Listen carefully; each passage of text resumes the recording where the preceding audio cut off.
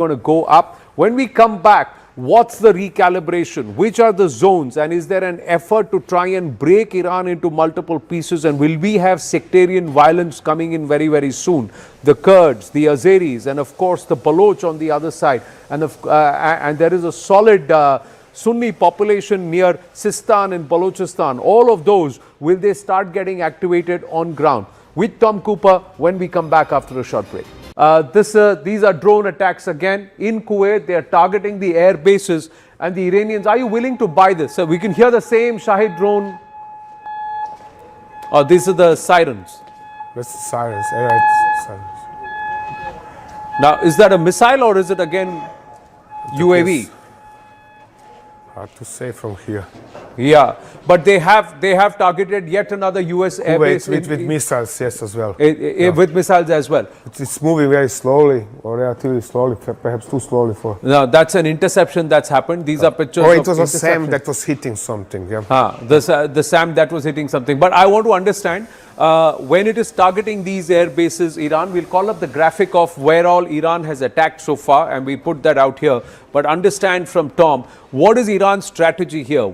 Is it going to continue to focus only on the US air bases? Disruption. Guerrilla, missile guerrilla, and the resulting disruption. This is exactly like strike on Ben Gurion or attempted strike on Ben Gurion, trying to disturb the Israeli Air Force operations. In this case, trying to disturb Kuwaiti operations, whether military or oil export or normal life, actually.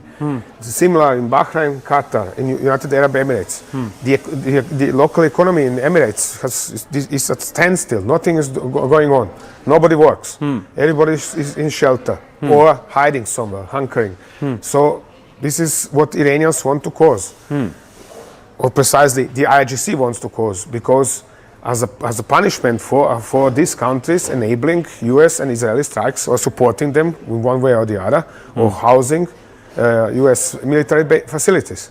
If US and Israel claim they have 80% control of the Iranian airspace, yes, how is it that the Iranians are able to come back and strike almost at will? Or is it that out of 10 attempts, only one is succeeding? How do you read It's a mix of both of this. Okay. The claim we are controlling 80% of Iranian airspace, this is a pipe dream. Iran has a huge airspace, and with what the Americans have, whether in the Gulf of Oman or at air bases in Jordan and in Eastern Mediterranean and so on, is simply too little to exercise really effective 1000% control of even 20% of Iranian airspace. Right. So what they are doing is to circle around, to fly lots of UAVs and try to control what is going on with them. Right. Of course, sometimes this is effective, other times not. It is simply a matter of nature, how things work. Right. So issuing such big claims, yeah, nice and fine, but this is not indicative of the reality on the ground. Right. Now, there are other claims. Al Jazeera is saying 2 drones destroyed in Loristan and near Tehran. So the pounding of Tehran continues by the Israelis. We'll shift focus, Tom, again, and then let's try and get a deep dive into what is next, which are going to be the, and we're doing it all in real time. I just quickly want to see if we have the mirror here. I just want to dwell on the cost of this war. Viewers, just quickly want to tell you the cost of this war. It's gone up to 6,122,590,000 and counting, 600,000 and counting. This is in 6 hours, 56 minutes and 39.40 seconds. Per second, the cost is only going up to $11,574 per hour. The cost is again $41 million and upwards, and per day the cost is going up to $1 billion per day. This cost on the war on Iran, that's what it's costing us, and these costs are only going to go up. When we come back, what's the recalibration? Which are the zones, and is there an effort to try and break Iran into multiple pieces, and will we have sectarian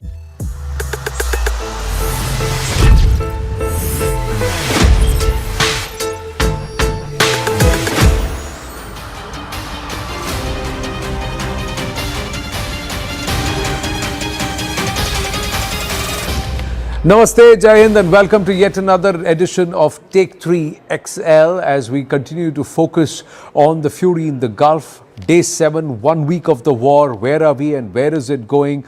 Even as we have comments coming in from Israel's military chief that Israel is going to now unleash the next phase and they're going to further dismantle the IRGC and Iranian military establishments and capabilities. Already the report and data says that the Iranians, in terms of their drone activity, in terms of their missile activity, have shrunk down by 80 to 90% over the last 24 to 48 hours. But is that just a recalibration? Are they going to unleash something far more potent very soon? You can't write the Iranians off because they say they will break away, but they will not succumb. That's what they are saying. Now, that has multiple meanings to it. Rahul Shivshankar and Tom Cooper with us. Tom, where do you see this heading? Are you seeing the Iranians moving 7 days down the line in this war of attrition, slowly moving into the guerrilla mode? They're already in guerrilla mode and they are shooting back with whatever they have in their hands and whatever is free to fire. It is simply so that they are heavily suppressed by the massive amount of airstrikes flown on their bases. And of course this is having an effect. There is also certainly a problem with communications, and primarily problem, I guess, is for their crews, for launch crews to exit the underground missile cities, get to the surface and actually fire, because the Americans and Israelis are targeting the entrances to such missile cities, and the Iranians are literally calling them missile cities.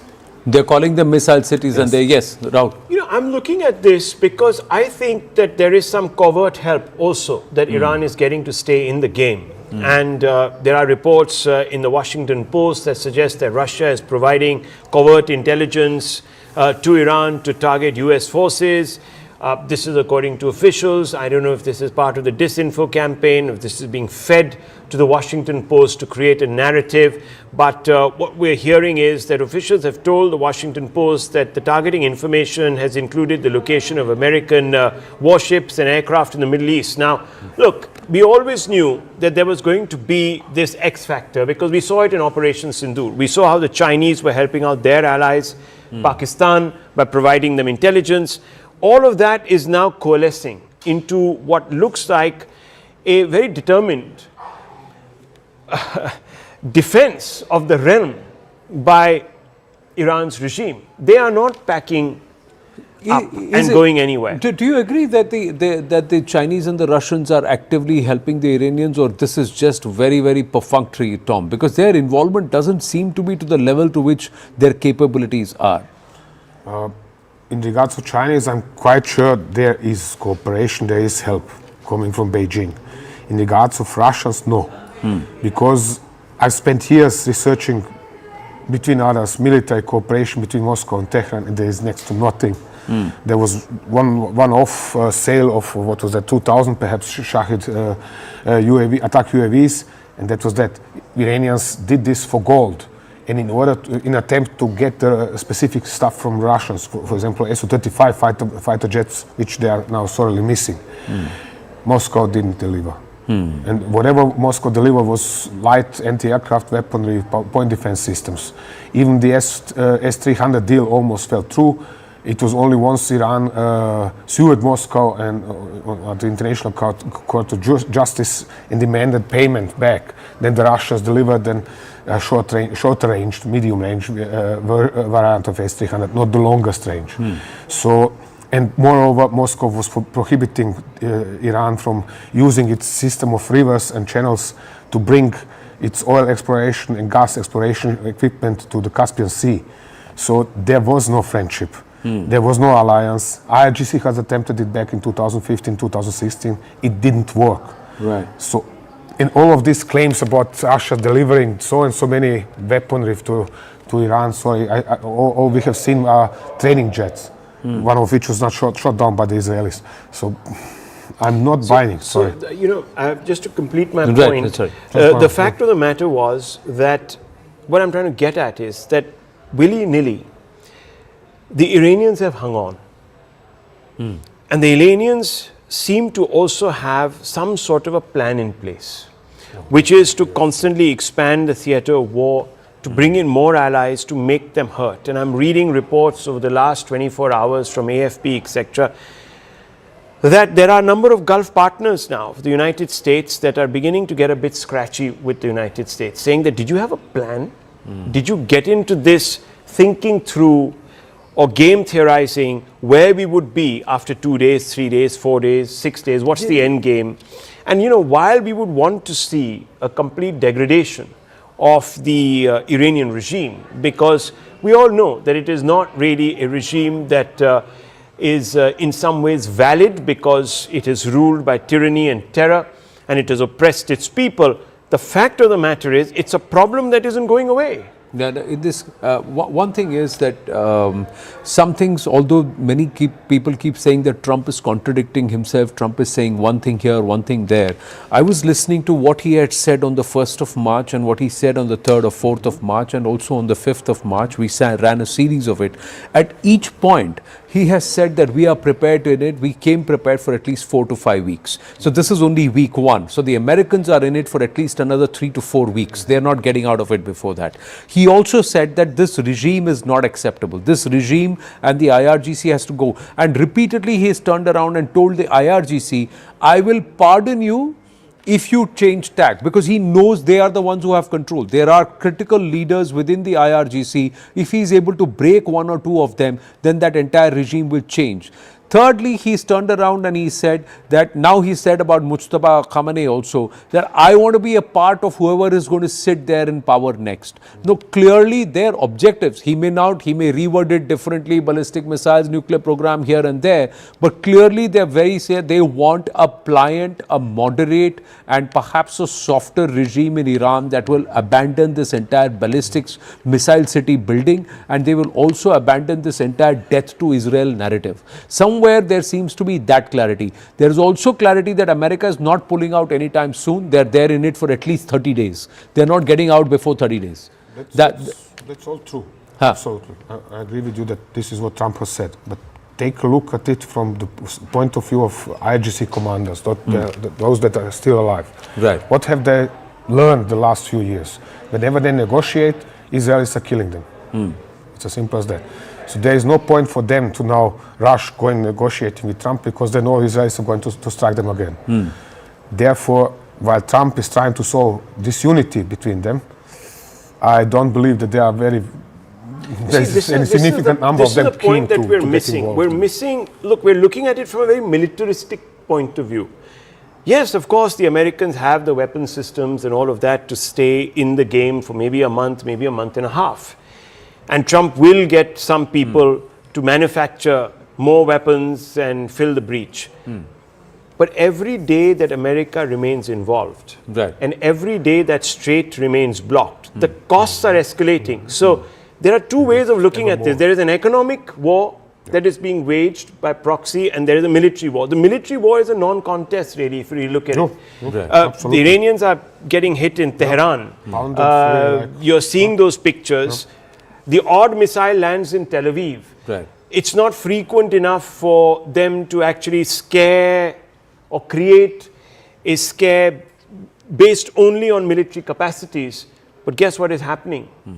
Every day, every hour, the costs are escalating. The money that is being spent by the United States to wage a war are increasing. Who is bearing those costs? Yes, of course, the arms companies, their stocks are going up. Right? They're going to be manufacturing these weapons, but whose money the US will use to buy these weapons from these arms companies? The Americans in the past, in the Russia-Ukraine war itself, they have sunk about $375 billion. That's the number that was caught.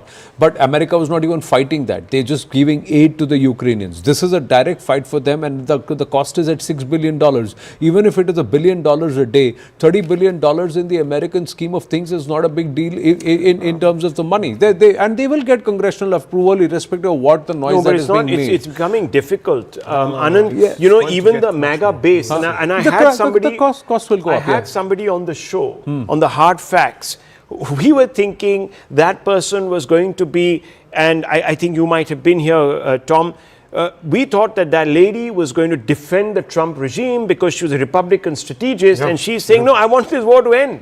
Sorry. We want this war to end. And I'm like, oh, sorry, this is a narrative that I didn't see coming. This is something that is not getting through to India, for example. Right. Just how much anger Resistance. there is over this war in the United States. Not only in Europe. Correct. At least in the public, not between the governments, but in the United States, in the US public, between the MAGA people, not only between the opposition, but between MAGA. They do not want this war. And sooner or later, this is going to get too much. When is it going to happen? We are going to see. Right. You're saying sooner or later it's going to get too much. But this is something which, yes, I'm not saying that this is not a politically convenient choice that Trump is making, but this is a choice he had to make, because there are many who are saying that the consequences of not acting now would have been far greater 6 months to a year down the line for the entire West, and for this region, along with the America, had Iran got the ability to become as strong as it was trying to get to a level where their ballistic missiles stockpile itself would have gone more than 6,000 missiles, and they would have also reached a position where they could enrich uranium in fast time to weaponize it. They would have become a nuclear power in this region, and that is going to make a lot of the neighboring Gulf countries very, very uncomfortable. But that is true. Yeah. Also. Fact is, however, that we have to see this also from Iranian point of view, and Iranians have always made it clear. I mean, if you like, call me somebody who fell for Iranian propaganda. I don't mind anymore, since longer. Fact is, in their publications in Iran, not just one, not just two, published, released over the last 10, 15 years, and they have always emphasized, we are creating a deterrent. We are not creating a strike force. And they said we are going to bunker ourselves, go under the ground, fire occasional missile or more, whatever we can, and we are going to defend ourselves in this fashion as long as it goes. Right. So that means that now actually what is required is destruction of this And missile I want your views on this, Anand, also. Let's just game this a little bit, right? You're saying that, okay, if Iran had acquired a weapon, Right. they would become nihilistic and they would demolish and erase all the other countries and all of that. Look, by that yardstick, you have a North Korea. Yeah. North Korea has promised to threatened the burn sovereignty South Korea, yes. of South Korea and Japan. Japan is a Quad partner. Japan is one of the oldest allies in the Eastern Pacific of the United States. There are bases of the United States in Japan. Yet we are not seeing Trump wage a war on Kim Jong-il. In fact, he's gone and hugged him and said he's a great guy. And North Koreans have threatened not once to burn South Korea, for Absolutely. example. So why then not doing anything over And there? South but doing Korea is a something friend there? of the See, United I'll States. tell It's a you production engine. Also another point. And I want to ask you this. Look, let's look through what America is doing. Okay, so on this one aspect, there is hypocrisy on nuclear weapons. Correct. Secondly, and this is where I have a problem with this whole narrative. Who is America to decide who gets to wield a nuclear weapon and who doesn't? Who is America? Who is America to decide whether we should buy oil from Timbuktu or from Russia? Now, this is the classic case of the bully in the room becoming the class monitor. Now, as long as the bully is the bully and the class monitor is the class monitor, they are the class monitor. Today, it is America who has the power, who controls the power, and they have the right, they are able to do it. Now, when India would go in and attempt to take out a Masood Azhar or a Dawood Ibrahim, the whole world will be up at arms. But they go to the world and say, I am the president and I got into Abbottabad and I got Osama bin Laden from Pakistan. So they are perfectly fine to do that. But that's how the world order is, because he who wields the stick gets to use it. And that's exactly with the Americans. The other part is that North Korea is not funding terrorist organizations. North Korea is not creating a problem for this entire neighborhood. Look at the support. There's no support from the OIC for Iran. Where is the support from the OIC for Iran? 56 Muslim countries have not come together for Iran. It is attacking another Shia majority country, that is in Bahrain. Bahrain was attacked by the same Shia grouping. So this whole Shia, Sunni or Arab, Muslim, etc., this narrative doesn't seem to be holding here. What seems to be holding is one nation wanted regional dominance. One nation spent billions of dollars that came into it via aid or via smuggled and non-sanctioned methods, which it was funneling towards the Hamas, to the Hezbollah, to the Houthis, to all of these entities. Iran has not colored itself in any glory in this region by doing anything. And October 7 was unleashed on Israel, and Iran celebrated it. But Iran was not involved. That was one of the first things that the Israelis confirmed on 8th or 9th of October. Iran is not involved in this attack.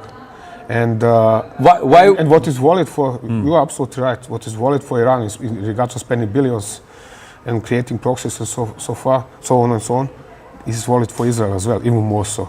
Because Israel is creating proxies, running state-sponsored terrorism around Middle East, Africa, even in Asia. We have seen the operations. See, I'll tell you what, we'll get into a very complex problem because there is a grouping, they are all Abrahamic offshoots, they are all followers of the same book but different offshoots and different thought process. That's what they claim, but one has decided to wipe out the other. The Jews at this point in time haven't taken a position they want to wipe Muslims from the face of the earth. But there is... Can I ask a question? Which is the country? Which other country? Between Zionists and Jews. Because they are starting to defend themselves between the two. You have lots of Jews in the United States who do not identify as Zionists, who refuse to support Israel, who are openly pro-Palestine. Nobody's talking about them. No, but there are a lot of Muslims also who are openly pro-peace rather than anti-Iran. Majority, just look up within Persia itself, majority of the Shia also are quietly suffering the Khomeini regime because otherwise they'll be shot point blank. I'm just saying, look at the world making, it was a tragic turn. Look, I just want to ask you a question. Yes, fine, Iran is a bad boy, and yes, no doubt about it. There's another question that I want to pose to you. Are we to say that tomorrow, if the Saudis were to get a nuclear bomb, they would be friends of the world? No. They would be friends. Hang on. Which is the one country in all of these that hasn't recognized Israel even now? Saudi Arabia. Saudi Arabia. They don't recognize the existence of Israel. Are you going to tell me that tomorrow, that these people, if they don't get a nuclear weapon... That is what many experts believe, that there was a time when the Saudis were ready to come and sit on the table and sign and talk about the Abraham Accords. And when that happened, that's when Iran orchestrated October 7 or this was done so that this never happened. That's one thought process. What stops? The other question... Hang on, what stops? What stops? You see, this is the problem. The problem is that we've got to ask ourselves, what are the objectives of this war? Only once we have that answer will we know if this war will end and where it will end. The objective of this war is that the mullah regime has to go in Iran. That's the objective. Who says that? That's the objective that's been set by the Americans. That's the objective that's been set by the Americans. Who has said that? The Americans. No, the Americans are confused. One American comes out and says no, regime change was never the option. The other one comes out and says no, regime change is the option. The third one comes out and says no, regime change by the people of Iran is the option. Whatever it is, the regime change, the mullah regime has to go. However it goes. Now somebody would say, I will throw it away by force. Others will say, I'll create an atmosphere for those who are oppressed within Iran to come out back onto the streets and take control of the government. Whatever they say, the end of the game is that this current regime, where they say it's the mullah regime, but it's the IRGC. The IRGC's control and the way it is running Iran has to go, has to change. That is where it is. Now the ways of achieving this means or this end, the means of achieving this ends may differ. Everybody may have different points of view. That's what they say. Where is Anand? Where is Iraq today? Regime change happened. Where is Iraq today? Iraq today is a base. For whom? For terrorists on both sides. You have Kurdi terrorists, you have Iranian proxies. It's a bad land. Americans are doing whatever they want. Israelis whatever they want in Iraq. Exactly. It's a failed state. It's actually more of a security problem. It was always a failed state, but now it's more than ever. It's more of a security problem. What is going to happen? What is going to happen is this tactical or this entire strategic move to try and change the regime has become a different part. This is something which I don't know if entities have gamed it, if US has gamed it, the rest of the Middle East has gamed it or not. You have a Qatar Energy and the Qatar Energy's head, Qatar's energy minister saying oil prices could go up to $150 a barrel. Now, if oil prices are going to go up to $150 a barrel within 2 to 3 weeks, it's going to make the cost of oil very, very dear, and globally nations will start worrying about this. Absolutely. Everybody will turn around. Nobody wants an economic pinch. Nobody, no nation That's why I began by an asking, economic pinch. How long can America sustain this when there are everyone else in the world who are saying that's enough, thank you very much. Will America take on the whole world? And this is Already you are seeing. And was nicely explained a Yes. few days ago. Yeah, Trump so- doesn't care because Yeah. whatever well, happens... Trump may not care, sir, but the fundamental point is that he has to work with his own allies in Europe who are also beginning to turn against this war. That is the point. Trump does not care about Europe. He considers Europe for some old hysteric girls or whatever. He considers Russia actually is more important for him as a partner against China. Israel is anywhere holy and divine, and the purpose of supporting or Now, you see, there's another propagating thing. is- No, but he's not we are working. tracking But, this. but We are hang on, all It is he's not- not it is not working. matters He's to him. not working At least in a about vacuum. 24 to 48 hours He behind. can't do all of this if he doesn't have back-end support. If tomorrow Ukraine says, forget it, buddy, we're not sending you any anti-drone technology.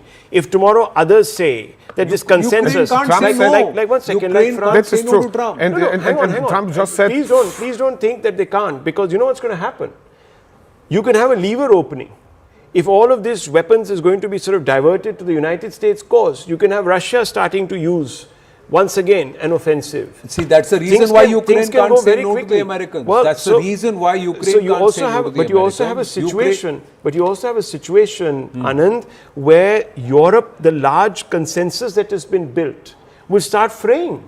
This war will become illegitimate very quickly. The Europeans don't have a choice. They will have to take a duplicitous position going forward, because somewhere or the other, a US military asset, if it is hurt deeply outside of the bases which are there in the Middle East, they will call upon NATO to act, because it is part of the NATO charter. And at that time, European nations, if they turn their back on America, America will make them grind. If they don't have The energy, sir, if they don't have the oil, if they don't have the gas, if gas goes up to $150, it becomes cost prohibitive. Forget about anything else.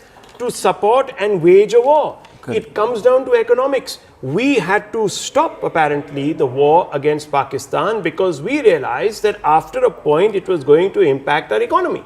This was what was said by a large number of people. We are having a massive revival of our economy. You wanted to get into a quagmire with Pakistan. A lot of people said, oh, get into a war with Pakistan. Let it be 10 contrary days. to India, Who would have bet? contrary to India, America, 70% of America's economy is fueled by its arms lobby, its military-industrial complex. you have to pay use for of those this. arms, no, Baba? So it will.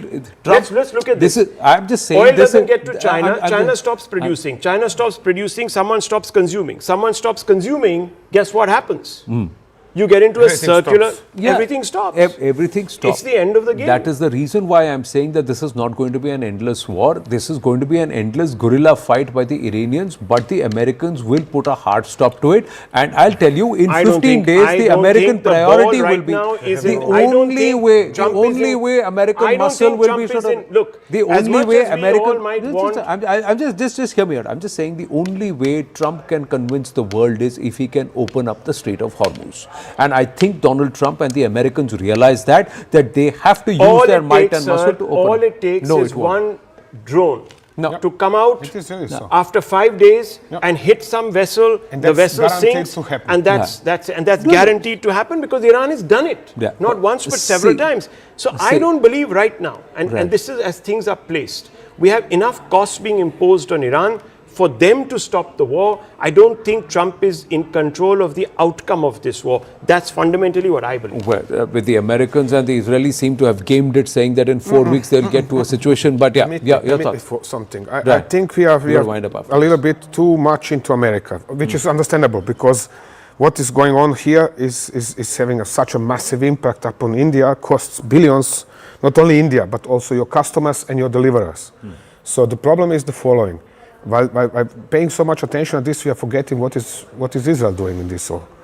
And Israel is already working on well, taking Iran apart with help Yeah. of proxies. Yes. So that means, for me, I understand, the way I understand is that they have already given up this idea of regime change and are working in a different direction. So to say balkanizing or however you want to call it. Balkanization of Iran to a Of certain Iran. extent, that also means a regime change only because this somewhere this will not get necessarily. No. This That will is the point. dissipate. That is the point. Okay. They have already accepted that the regime is going to survive in one fashion or the other. This is why they are trying to do something with Kurds and perhaps Azeris. That's only going to further muddy the waters and perhaps stir the pot Of course, a little terribly. more. Yeah. Now, we'll talk about that also at length on our continuous rolling coverage. But for the moment, we run out of time in this edition of Take 3. Thank you very much. Thank you for watching. Thank you.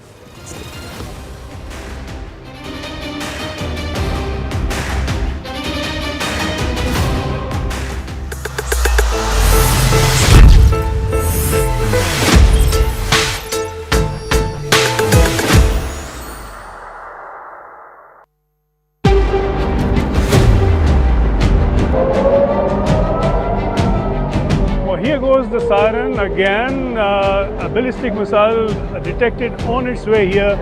Probably a good time to step into a shelter.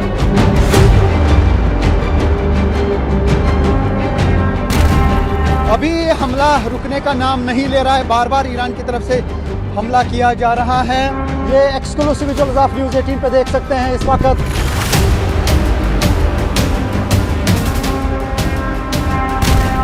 We already went past one place where apparently there had just been an airstrike. There was thick black smoke billowing over one place, so it seemed like a fairly fresh airstrike. Also some destroyed buildings.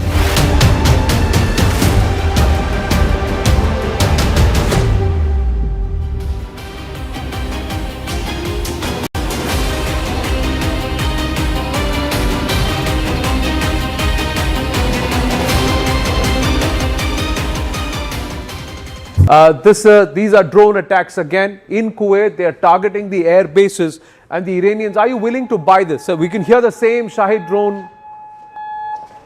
Oh, these are the sirens. That's sirens. Yeah, it's sirens. Now, is that a missile or is it again UAV? Hard to say from here. Yeah, but they have targeted yet another US air base with missiles, yes, as well. With missiles as well. It's moving very slowly, or relatively slowly, perhaps too slowly for. Now that's an interception that's happened. These are pictures. Or it was a SAM that was hitting something. Yeah. The SAM that was hitting something. But I want to understand when it is targeting these air bases, Iran. We'll call up the graphic of where all Iran has attacked so far, and we put that out here. But understand from Tom, what is Iran's strategy here?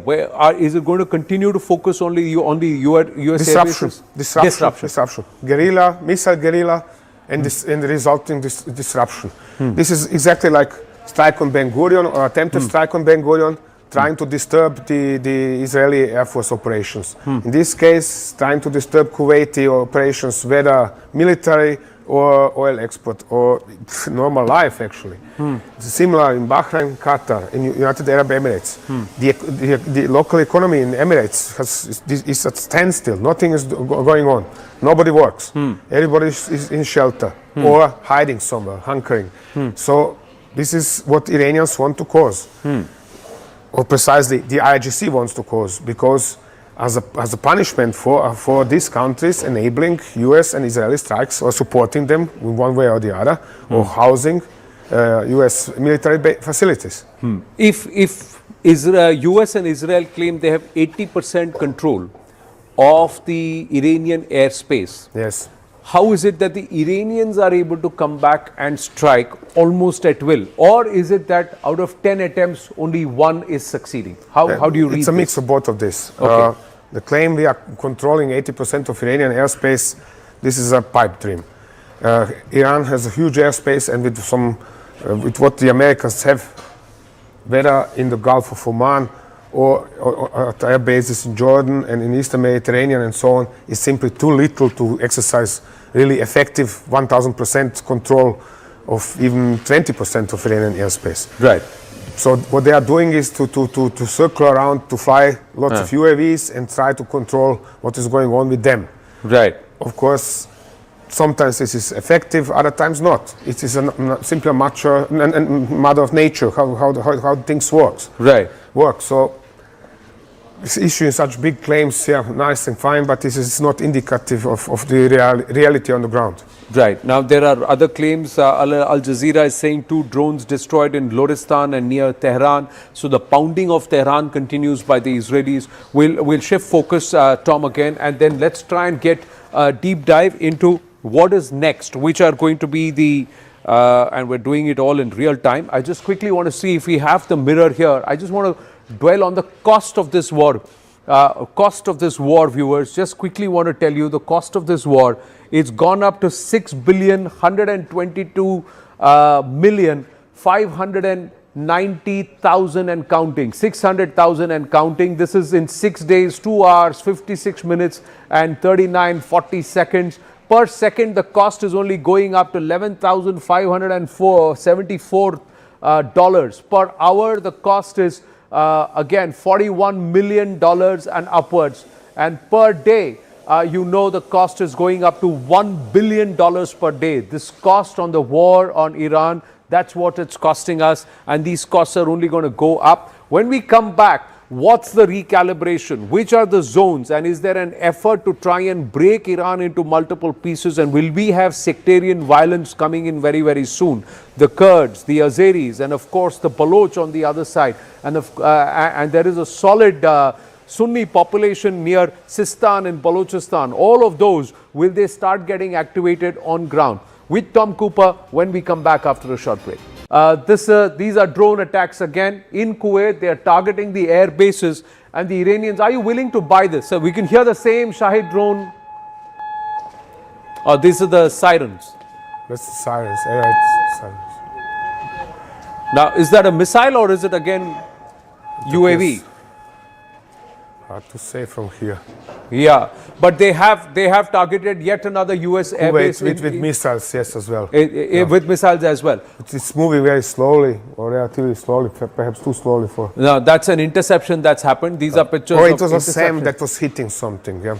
The SAM that was hitting something. But I want to understand when it is targeting these air bases, Iran. We'll call up the graphic of where all Iran has attacked so far, and we put that out here.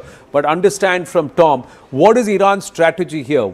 Is it going to continue to focus only on the US air bases? Disruption. Guerrilla, missile guerrilla, and the resulting disruption. This is exactly like strike on Ben Gurion, or attempted strike on Ben Gurion, trying to disturb the Israeli Air Force operations. In this case, trying to disturb Kuwaiti operations, whether military or oil export, or normal life actually.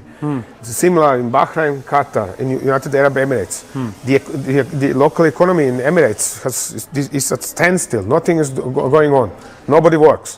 Everybody is in shelter or hiding somewhere, hunkering. So this is what Iranians want to cause.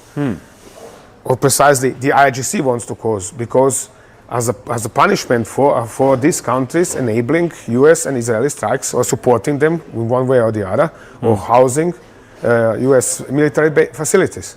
If US and Israel claim they have 80% control of the Iranian airspace, yes, how is it that the Iranians are able to come back and strike almost at will? Or is it...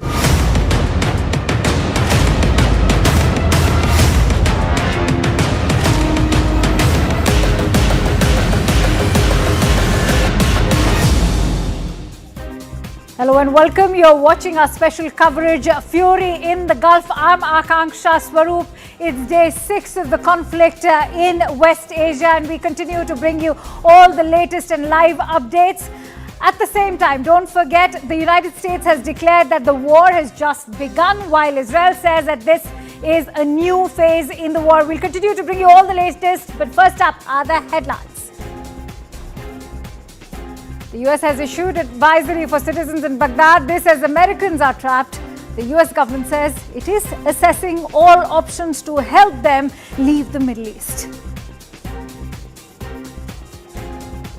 Qatar's energy minister has warned oil price could rise up to $150 per barrel in 2 to 3 weeks if tankers remain unable to pass through the Strait of Hormuz. Says this will bring down the economies of the world.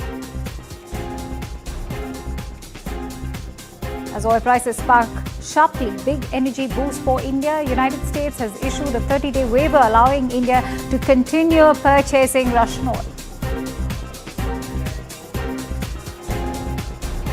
Azerbaijan has withdrawn its diplomats from Iran after drone strikes on its airport in its capital, Baku.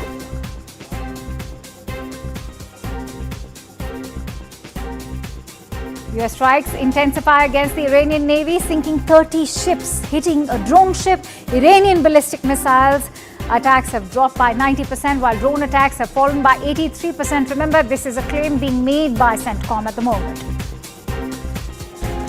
Iran has launched fresh strikes on Bahrain and Kuwait, while a state-run oil refinery is targeted in Bahrain. A US base is already hit in Kuwait. No reports of casualties so far. Israel is dismantling 6 Iranian missile launchers just minutes before they were intended to be launched towards its own territory. Dramatic visuals have in fact surfaced. On that note, we're getting in breaking inputs.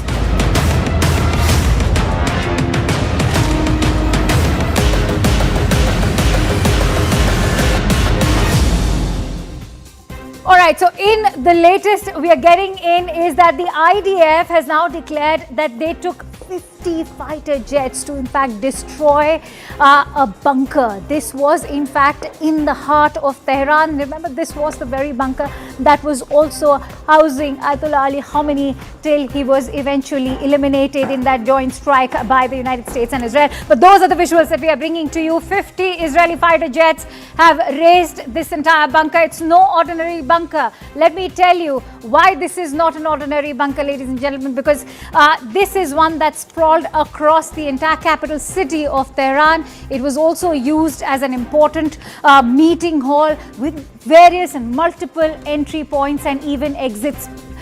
And not only was it attacked with the help of, say, Mossad, the intelligence agency of Israel, on the day when Ayatollah Ali Khamenei was killed, but today itself, the latest information coming in that the IDF has shared is that 50 Israeli jets were sent out today. They were directed towards Tehran. As you can see, these are the visuals that we are bringing to you. And it is, in fact, a massive explosion that's taking place on the satellite imagery that we are bringing to you. 50 Israeli jets is what it took to in fact break it to the ground. Let's quickly take this forward and get you some more details here from the war room that we have in the studios and in fact in the newsroom of CNN News 18. Anand, give our viewers a sense of why this destruction of the bunker is so significant.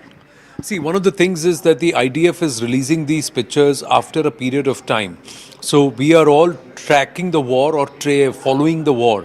It's already moved a few dimensions, but the collective effectivity, 50 aircraft flying together, dropping such huge ammunition to ensure that it is beyond doubt that whoever is under those buildings is decimated totally. And this was because of the intelligence that had been carried. Now, the more the IDF continues to release this every day, it's also PSYOPs. It's trying to tell the Iranians that we got into your base, we got into and breached your security, and we took out your leader, and this is how we did it. So sometimes this is also strategically released, and this is at a time where the IDF military chief is saying they are entering the next phase of their assault and their operations as far as Lion's Roar is concerned. And that's the reason why this is significant. Look at the concentration of these and the precision with which it's been hit. And those that itself shows that the Israelis had 100% hard evidence. And perhaps that's what also goaded America to get into this. Because we are looking at a compound which was extremely critical. It was massive in Yes. size. They're saying it had multiple entry points and exit points. And over the bunker, remember, Anand, there were streets of Tehran. That is how massive it was. Take our viewers through these visuals. Well, these pictures, and I think we've seen some of the other images also. This is the IDF saying they have recorded everything. They had their satellites overhang, they had the drones, UAVs, and also the aircraft. While one dropped the payload, the other one filmed it and ensured that it landed where right at the spot was. And this was where the convention was happening. The Iranians now believe that the Ayatollah, despite knowing the threat, said, no, we need to meet because they were going to discuss policy. They never thought that there will be such a big assault and that would take place, but they have. And the idea of releasing this at this point in time is the next level of PSYOPs to further rile up the Iranians, or at least tell them, listen, we have weak weakened you. We pummeled and took out your supreme leader right in the heart of your capital, and we are launching our next phase to further weaken your military stranglehold on the Iranian people, and then allow a certain level of democracy, democratic discourse, or perhaps a little more freer, open discourse in the streets of Iran, whether people want to reclaim Persia of the old, or do they want to continue with the same regime. All right, stay with me, Anand. We're getting in more breaking inputs. This is with regards to the Iran-Israel war. This is, in fact, with regards to the pounding that Iran is receiving. Remember, according to the CNN reports indicating that the death toll has already crossed 1,000. There is, in fact, a review being conducted in terms of the overall death toll, how many children, 150 of them till some days ago. But perhaps Anand can weigh in on the way Iran is currently being attacked. This is, in fact, a joint operation that we are looking at. 16 cities already razed to the ground in Iran. Well, 16 cities already being attacked, and there is a plan to it. Tom Cooper was explaining this a short while ago, that they are trying to break down the missile cities and the intelligence. Let's not forget, this is not starting overnight. This is 2, 3, 4 years of continuous intelligence gathering, monitoring of the Iranian activities, just like Iranians have entities embedded in Israel and elsewhere in the world. So vice versa, the Mossad would have also penetrated, the CIA would have penetrated, and there is a collaboration of collective intelligence that's being gathered, and that's how this targeting is happening. Cities are being pummeled because there would be missile cities, there'll be the underground missile launchers, underground store dumps or munition dumps, and also underground manufacturing facilities. And it's like a sea, if you were to see, towards the western parts and northern parts of Iran, not so much as central Iran, but around Tehran, Qom, Isfahan, Natanz, and up Tabriz. So this is the kind of a curve that you would see, and these 11 cities that form perhaps a kind of a ring around Tehran as they're slowly making it, and that's how they've developed. And are they all connected? We'll have to wait and watch. But the Israelis are very clear. They are pummeling not just the military ballistic installations, they're pummeling the IRGC headquarters where the cadets are, and also the local police stations in some of these cities and areas, so that on ground the police brutality that was shown in January, where nearly 30,000 plus protesters were shot dead reportedly by the IRGC and their own brought out cadre or militia, that does not happen if there is yet another uprising. All right. Thank you for sharing all of those inputs with us, Anand. Inputs brought to us by investigations editor Manoj Gupta over there. But as Anand explained, that this is in fact a host of cities from Qom to Natanz, which of course, as we all know, are also hosting the nuclear facilities as well. On that note, let's quickly bring some breaking inputs coming in this amid the Middle East tensions. The Taiwan deputy NSA has spoken exclusively with CNN News 18, where he's also spoken on the India-Taiwan economic ties and talent tech collaboration. Listen in as he had that conversation with CNN News 18 Siddhant Mishra at the Raisina Dialogue.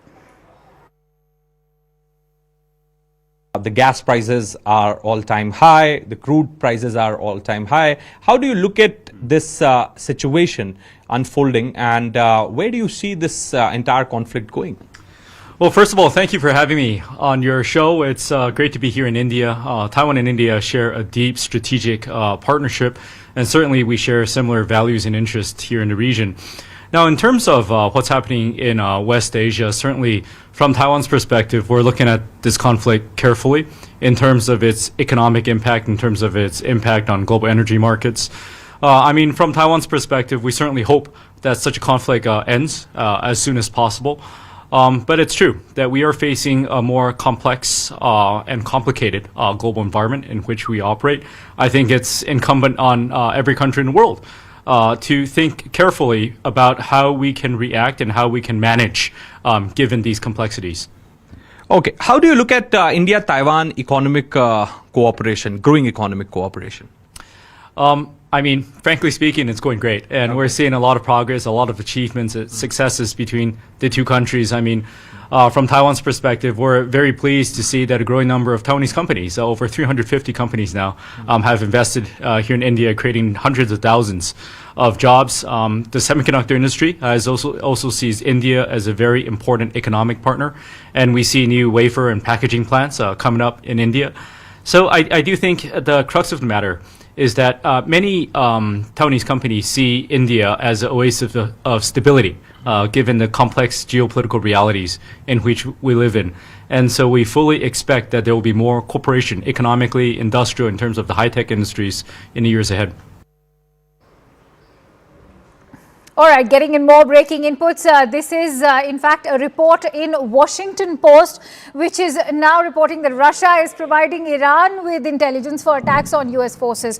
The Washington Post, in its latest report, has made this claim, which has indeed arrived as a surprise, because so far everybody was talking about how intelligence sharing between Iran and China was an open secret, but more information coming out of Washington Post that even Russia has been sharing intelligence with Iran with regards to the ongoing conflict. Remember, Iran and its retaliation has indeed arrived as a surprise and a jolt to the United States and Israel, and more importantly, even the Gulf allies to the United States, which have inadvertently got sucked in, whether that is Kuwait, whether that is UAE, Qatar, Bahrain. All of them are bearing this brunt of the conflict. In fact, most recent is Azerbaijan, which has even downgraded its diplomatic ties with Iran, because they've ordered all of their diplomats to evacuate Iran at the earliest. You also have a word coming in from the Turkish President Erdogan, who's gone on to in fact declare that this will be a direct war with Iran if they continue to attack Azerbaijan as well. Let's quickly go across to some more breaking inputs coming in. There are in fact visuals coming in now of the Iranian air defense, which has shot down an advanced American MQ-9 drone near the western city of Qasr Shirin. Let's going to also request my director to actually play out those visuals. These are the latest set of visuals. Remember, CNN News 18 is in fact bringing you all of these latest visuals from the war as and when they are surfacing. But what makes a difference over here is that they are credible, and this is not part of all of those viral videos, but this is the latest that we are bringing to you. The Iranian air defense has actually shot down this advanced American MQ-9 drone, which now, as you can see, has been reduced to a heap of debris over here. This is the debris of that MQ-9 drone. It was an American make, which was shot down by the Iranian air forces. This was near the western city in Iran, which is Qasr in Shirin. These are the latest visuals that we are bringing to you, dramatic visuals. So if you can see, this is also a parallel war of narratives apart from the military war that we are talking about. On one hand, you have the US Central Command, the CENTCOM, releasing dramatic footage after footage. On the other hand, you also have the Iranian forces and their military coming out with visuals and even images going on to show and reflect the kind of damage they are inflicting, not just on the American and the Israeli drones, but also inside the US allied nations, whether that is Kuwait or even Bahrain, UAE. We've seen a renewed sort of set of retaliatory strikes now engulfing the US allies in the Middle East, particularly Bahrain, UAE, Kuwait as well. We will continue to bring you all the latest news and updates, and that's all I have for you in this broadcast. Thank you so much for watching.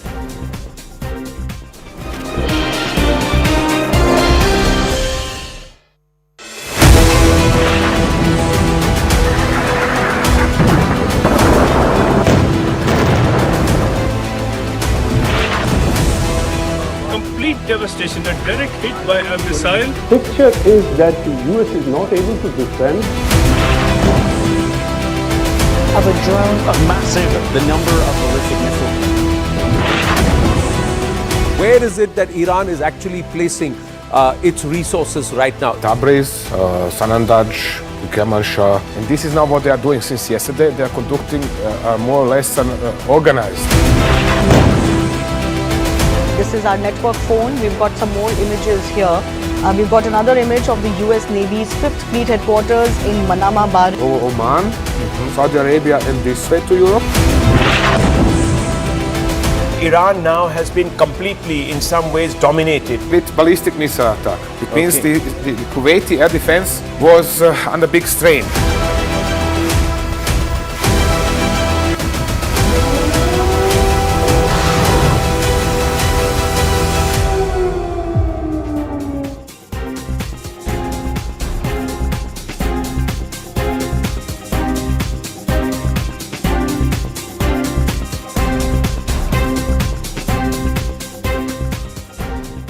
These are drone attacks again in Kuwait. They are targeting the air bases and the Iranians. Are you willing to buy this? So we can hear the same Shahid drone. These are the sirens. That's the sirens, air sirens. Now, is that a missile or is it again UAV? Hard to say from here. Yeah, but they have targeted yet another US airbase with missiles, yes, as well. With missiles as well. It's moving very slowly, or relatively slowly, perhaps too slowly for. Now that's an interception that's happened. These are pictures. Or it was a SAM that was hitting something. Yeah. The SAM that was hitting something. But I want to understand when it is targeting these air bases, Iran. We'll call up the graphic of where all Iran has attacked so far, and we put that out here. But understand from Tom, what is Iran's strategy here? Is it going to continue to focus only on the US air bases? Disruption. Guerrilla, missile guerrilla, and the resulting disruption. This is exactly like strike on Ben Gurion or attempted strike on Ben Gurion, trying to disturb the Israeli Air Force operations. In this case, trying to disturb Kuwaiti operations, whether military or oil export or normal life, actually. It's similar in Bahrain, Qatar, in United Arab Emirates. The local economy in Emirates is at standstill. Nothing is going on. Nobody works. Everybody is in shelter or hiding somewhere, hunkering. So this is what Iranians want to cause. Or precisely the IRGC wants to cause, because as a punishment for these countries enabling US and Israeli strikes or supporting them in one way or the other, or housing US military facilities.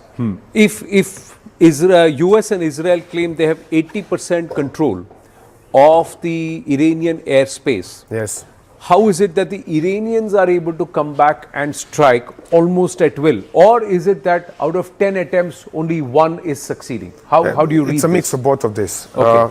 The claim we are controlling 80% of Iranian airspace, this is a pipe dream. Iran has a huge airspace, and with what the Americans have, whether in the Gulf of Oman or at air bases in Jordan and in Eastern Mediterranean and so on, is simply too little to exercise really effective 1000% control of even 20% of Iranian airspace. Right. So what they are doing is to circle around, to fly lots of UAVs and try to control what is going on with them. Right. Of course, sometimes this is effective, other times not. It is simply a matter of nature, how things work. Right. So issuing such big claims, yeah, nice and fine, but this is not indicative of the reality on the ground. Right. Now, there are other claims. Al Jazeera is saying 2 drones destroyed in Loristan and near Tehran. So the pounding of Tehran continues by the Israelis. We'll shift focus, Tom, again, and then let's try and get a deep dive into what is next, which are going to be the and we're doing it all in real time. I just quickly want to see if we have the mirror here. I just want to dwell on the cost of this war. Viewers, just quickly want to tell you the cost of this war. It's gone up to 6,122,590,000 and counting, 600,000 and counting. This is in 6 days, 2 hours, 56 minutes and 39.40 seconds. Per second, the cost is only going up to $11,574 per hour. The cost is again $41 million and upwards, and per day the cost is going up to $1 billion per day. This cost on the war on Iran, that's what it's costing us, and these costs are only going to go up. When we come back, what's the recalibration? Which are the zones? And is there an effort to try and break Iran into multiple pieces? And will we have sectarian violence coming in very, very soon? The Kurds, the Azeris, and of course the Baloch on the other side. And there is a solid Sunni population near Sistan and Balochistan. All of those, will they start getting activated on ground? With Tom Cooper when we come back after a short break. These are drone attacks again in Kuwait. They are targeting the air bases and the Iranians. Are you willing to buy this? So we can hear the same Shahid drone. These are the sirens. That's the sirens, sirens. Now, is that a missile or is it again UAV? Hard to say from here. Yeah, but they have targeted yet another U.S. airbase with missiles, yes, as well. With missiles as well. It's moving very slowly, or relatively slowly, perhaps too slowly for. No, that's an interception that's happened. These are pictures. Or it was a SAM that was hitting something. Yeah. The SAM that was hitting something. But I want to understand when it is targeting these air bases, Iran. We'll call up the graphic of where all Iran has attacked so far, and we put that out here. But understand from Tom, what is Iran's strategy here? Is it going to continue to focus only on the US air bases? Disruption. And the resulting disruption. This is exactly like strike on Ben Gurion or attempted strike on Ben Gurion, trying to disturb the Israeli Air Force operations. In this case, trying to disturb Kuwaiti operations, whether military or oil export or normal life, actually. It's similar in Bahrain, Qatar, in United Arab Emirates. The local economy in Emirates is at standstill. Nothing is going on. Nobody works. Everybody is in shelter or hiding somewhere, hunkering. So this is what Iranians want to cause. Or precisely the IRGC wants to cause, because as a punishment for these countries enabling US and Israeli strikes or supporting them in one way or the other, or housing US military facilities. If US and Israel claim they have 80% control of the Iranian airspace, yes, how is it that the Iranians are able to come back and strike almost at will? Or is it that out of 10 attempts, only one is succeeding? How do you read this? It's a mix of both of this. Okay. The claim we are controlling 80% of Iranian airspace, this is a pipe dream. Iran has a huge airspace, and with what the Americans have, whether in the Gulf of Oman or at air bases in Jordan and in Eastern Mediterranean and so on, is simply too little to exercise really effective 1000% control of even 20% of Iranian airspace. Right. So what they are doing is to circle around, to fly lots of UAVs and try to control what is going on with them. Right. Of course, sometimes this is effective, other times not. It is simply a matter of nature, how things work. Right. So issuing such big claims, yeah, nice and fine, but this is not indicative of the reality on the ground. Right. Now, there are other claims. Al Jazeera is saying 2 drones destroyed in Loristan and near Tehran. So the pounding of Tehran continues by the Israelis. We'll shift focus, Tom, again, and then let's try and get a deep dive into what is next, which are going to be the, and we're doing it all in real time. I just quickly want to see if we have the mirror here. I just want to dwell on the cost of this war. Viewers, just quickly want to tell you the cost of this war. It's gone up to 6,122,590,000 and counting, 600,000 and counting. This is in 6 days, 2 hours, 56 minutes and 39.40 seconds. Per second, the cost is only going up to $11,574 per hour. The cost is again $41 million and upwards, and per day the cost is going up to $1 billion per day. This cost on the war on Iran, that's what it's costing us, and these costs are only going to go up. When we come back, what's the recalibration? Which are the zones? And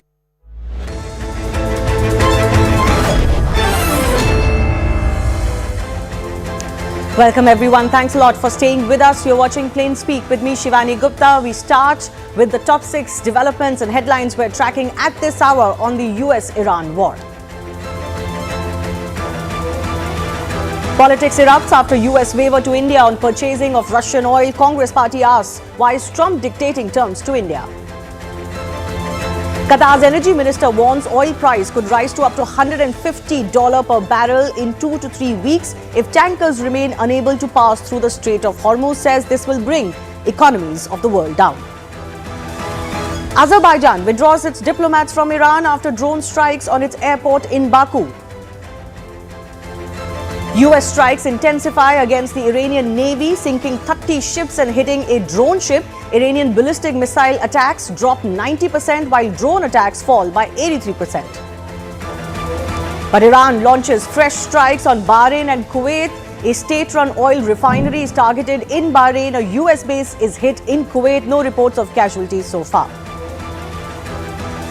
And Israel dismantled 6 Iranian missile launchers just minutes before they were intended to be launched towards its territory.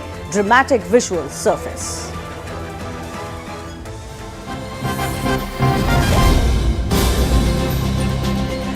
First up, we're getting some breaking updates coming in from Iran. Iranian lawmaker Mohsen Zangnadeh has said that a new supreme leader will be introduced within 2 days. Zangnadeh, who represents Torbate Heydariya, said the final 2 candidates have both been reluctant to accept the position. Now, this is the update coming in from Iran, because Israel and America both have said that whoever takes up the leadership position would be their next target. At least Israel has made that very, very clear. America, on the other hand, speaking on, Donald Trump speaking on behalf of America, has said that he was not very happy with the former leaders, Khamenei's son, being chosen as the next supreme leader, and he wanted a say exactly who takes the Iranian machinery, Iranian government or the regime forward. So what we are hearing from Iran now, that possibly because of being a target of specific precision Israeli strikes particularly, there is no one who's been willing to take up the position. The 2 best candidates have been reluctant to accept the position, is what we're being told.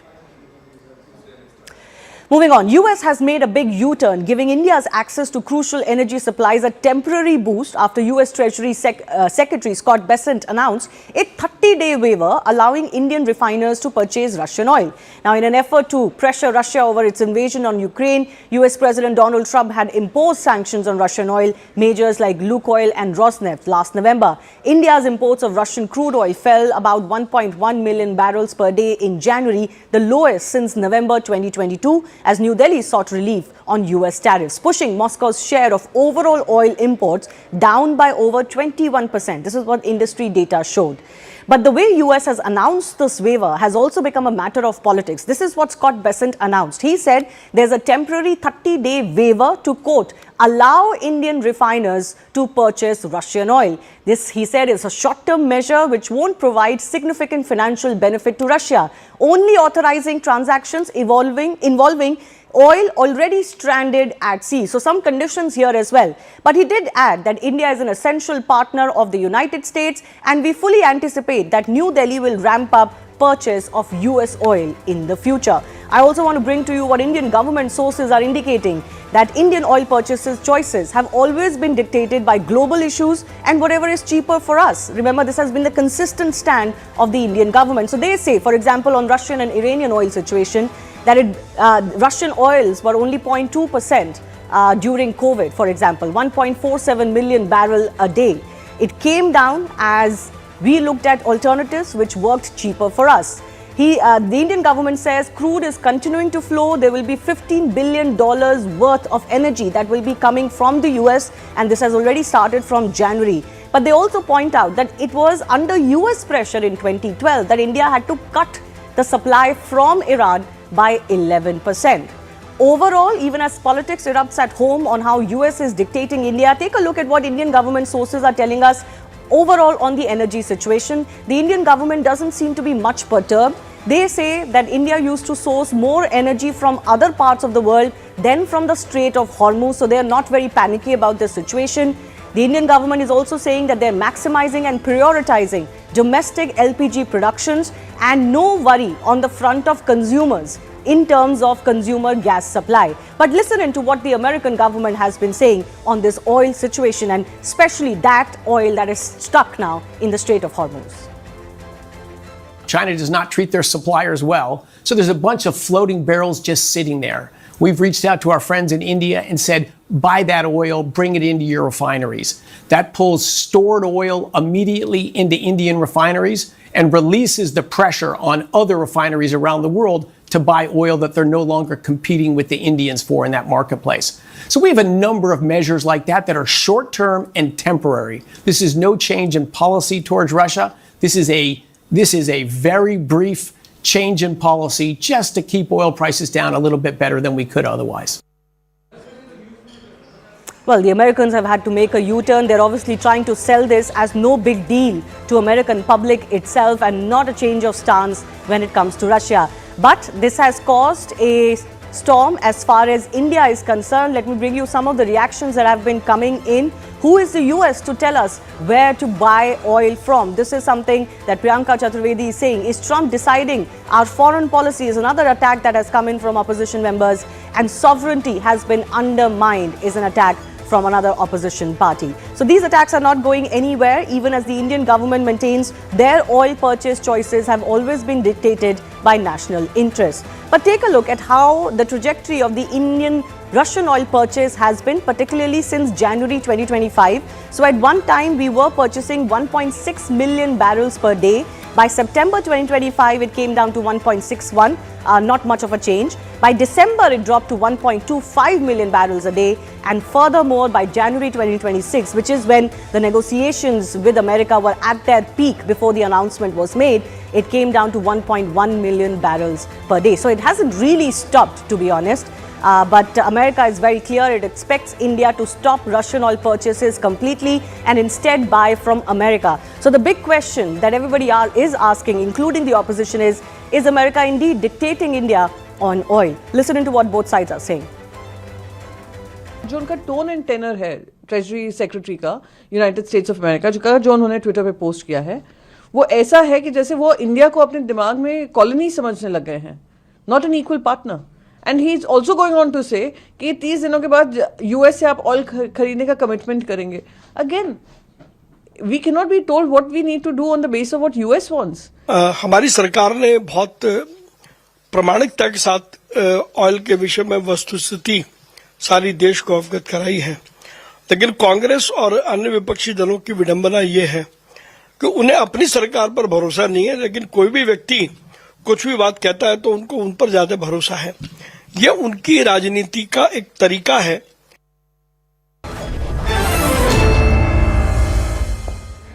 Let's go across to Rajiv Dogra, former diplomat, also joining us. Is there any other way to put it than the fact that America is indeed trying to dictate terms to India on oil purchase, Mr. Dogra? Seems so. I mean, they give a little concession here, another concession there, and they feel India should be happy about it. What is the sanctity about 30-day deadline? That for 30 days you can purchase, but beyond that you cannot. After all, China is continuing to import oil freely from Iran. It continues to import oil from Russia. But no one tells China that there's a 30-day limit. Europe has recently been reported to have told Ukraine that do not cut off our gas supplies from Russia. Yes. Turkey continues to import oil from Russia. Trump has never told Turkey what to do. So I think the optics of it are strange. And the reality is that America does from time to time and frequently impose its will. So what is the best way for India to deal with this diplomatically? Well, to be firm and to take care of our sovereign interests. Our sovereign interests are wherever we get the cheapest oil and oil which we need from the nearest possible source, be it country X or Y. Just stay with me, sir. I also want to bring to our viewers' notice another statement that has raised a lot of eyebrows in India. US Deputy Secretary of State Christopher Lando saying that Washington will prioritize its national interest in economic engagement with India, which is fine. But it also said that it will not repeat the mistakes it believes it made with China 2 decades ago. Listen in to what he said. Excited about the trade deal that is almost at the finish line now, and think that can be the basis for really unlocking almost limitless potential. And so we are very much excited on focusing with India on these economic and commercial opportunities. And so, but again, India should understand that we're not going to make the same mistakes with India that we made with China 20 years ago in terms of saying, oh, we're gonna let you, be able to develop all these markets, and then the next thing we know, you're beating us in a lot of commercial things. We're going to make sure that whatever we do, it's fair to our people, because ultimately we have to be accountable to our own people, just as the government of India has to be accountable to its people. Right. Rajiv Dogra, how do you read into this statement? Does this in a way answer the question that you were posing on the hypocrisy that US is adopting on India, because US sees India as the next China? Well, I think the US Deputy Secretary of State is taking some liberties with truth. When he says 20 years, 20 years was the trade aspect when China was admitted into WTO. But it started in 1971 with Kissinger and Nixon going to China, and they were hell-bent after that China must grow into a big strategic and economic power so that Russia or Soviet Union at that time could be challenged on behalf of America. So America went out of its way to make sure that China became a superpower. Now they don't have any control over it. As far as India is concerned, India is growing despite America's pressure and China's resistance. So the fact is that India is doing whatever it is doing economically or strategically on its own. But this is going to be a very tricky issue for India now in years to come. I mean, at least till Donald Trump is in office, his tariffs may have been struck down, but he's finding other ways to pressurize countries when it comes to Russian oil purchase or even other things, right? He's going to negotiate with China soon when he visits China in April. And all of this is been seen as a prelude to that. So even if I leave China aside, this is for India becoming a very tricky question. We can't quite dump America as a friend and a partner. We need them, but we can't have them dictating to us. Quite frankly, Trump is a difficult customer. Trump is a bully, and Trump will demand more if he sees an opening, even a slight opening. He would want to rush in there. China has told him quite clearly where he gets off. China did not succumb to his tariff pressure. In fact, it increased tariffs even more. So as you said very rightly, that China stands on its own. China says that, sorry, you will not dictate terms to us. I think it is time for India also to assert its sovereignty, which it always has done, but not to give in to the economic pressure that Trump is so keen on. Yes. In all of this, there's also perhaps a lesson that economic might is the biggest might. And yes, along with military might, but if you if you grow economically, only then can you actually demand what you want on the table, which is playing out with China. India wants to get there as well. I do thank Rajiv Dogra for joining us. Well, domestically speaking, remember, we've been talking about how this is going to be something the opposition would want to corner the government on. A Congress meeting that was scheduled to discuss these issues has just ended, and Congress sources are indicating to CNN News 18 that they will move multiple notices when the parliament session starts on Monday, demanding response from the Prime Minister on the Iran issue. My colleague Pallavi Ghosh is also joining us with more on this. Pallavi. Shivani, it's from day one, which is Monday, 9th of March, when the parliament reconvenes. It's going to be full-on confrontation between the government and the Congress party. While the first issue which is going to be taken up is that of the no confidence motion being moved against the speaker. But the Congress has also made up its mind and is, of course, reaching out to the other opposition parties as well in moving multiple adjournment notices, both in Lok Sabha as well as in Rajya Sabha. They want the Prime Minister himself to respond to all the charges which have been made and claims which have been made by Donald Trump. One, they want to ask that where does India stand vis-a-vis Israel and Iran war? Why is India taking a stand? Why is it that Donald Trump has given permission or allowed India to buy Russian oil? So compromising of the foreign policy is a big point which is going to be raised by the Congress party, and therefore it's going to be complete mayhem and confrontation between the two sides once Parliament meets up from Monday onwards. Are we looking at another washout is the big question. Pallavi, we'll leave it at that. Thanks a lot for joining us. Moving on, everybody's talking about it around the world. Global economies are worried because there's a massive drop in maritime traffic in the Strait of Hormuz. This is an AFP infographic of the strait showing you how traffic before and after the announcement of the blockade by the Iranian Revolutionary Guard Corps has been. These are traffic images from January 1, 2026 versus March 4, 2026, the day after the blockade of the strait was announced. And you can see how it has all come to a standstill. In all of this, America has promised that it will try to keep this strait open for global oil supplies. It wants its navy to escort tankers through the Strait of Hormuz. At least those are the assurances that are coming in. Trump has already ordered a maritime risk cover to protect Gulf shipping. And they say they're coordinating with the IEA to maintain oil flow for the next 60 days. A 60-day oil drawdown is planned to stabilize global markets. Steps are being taken to ensure that there is continuous US oil supply amidst this crisis as well. So maybe they're seeing an opportunity in all of this. Listen into what the representative of the American government had to say.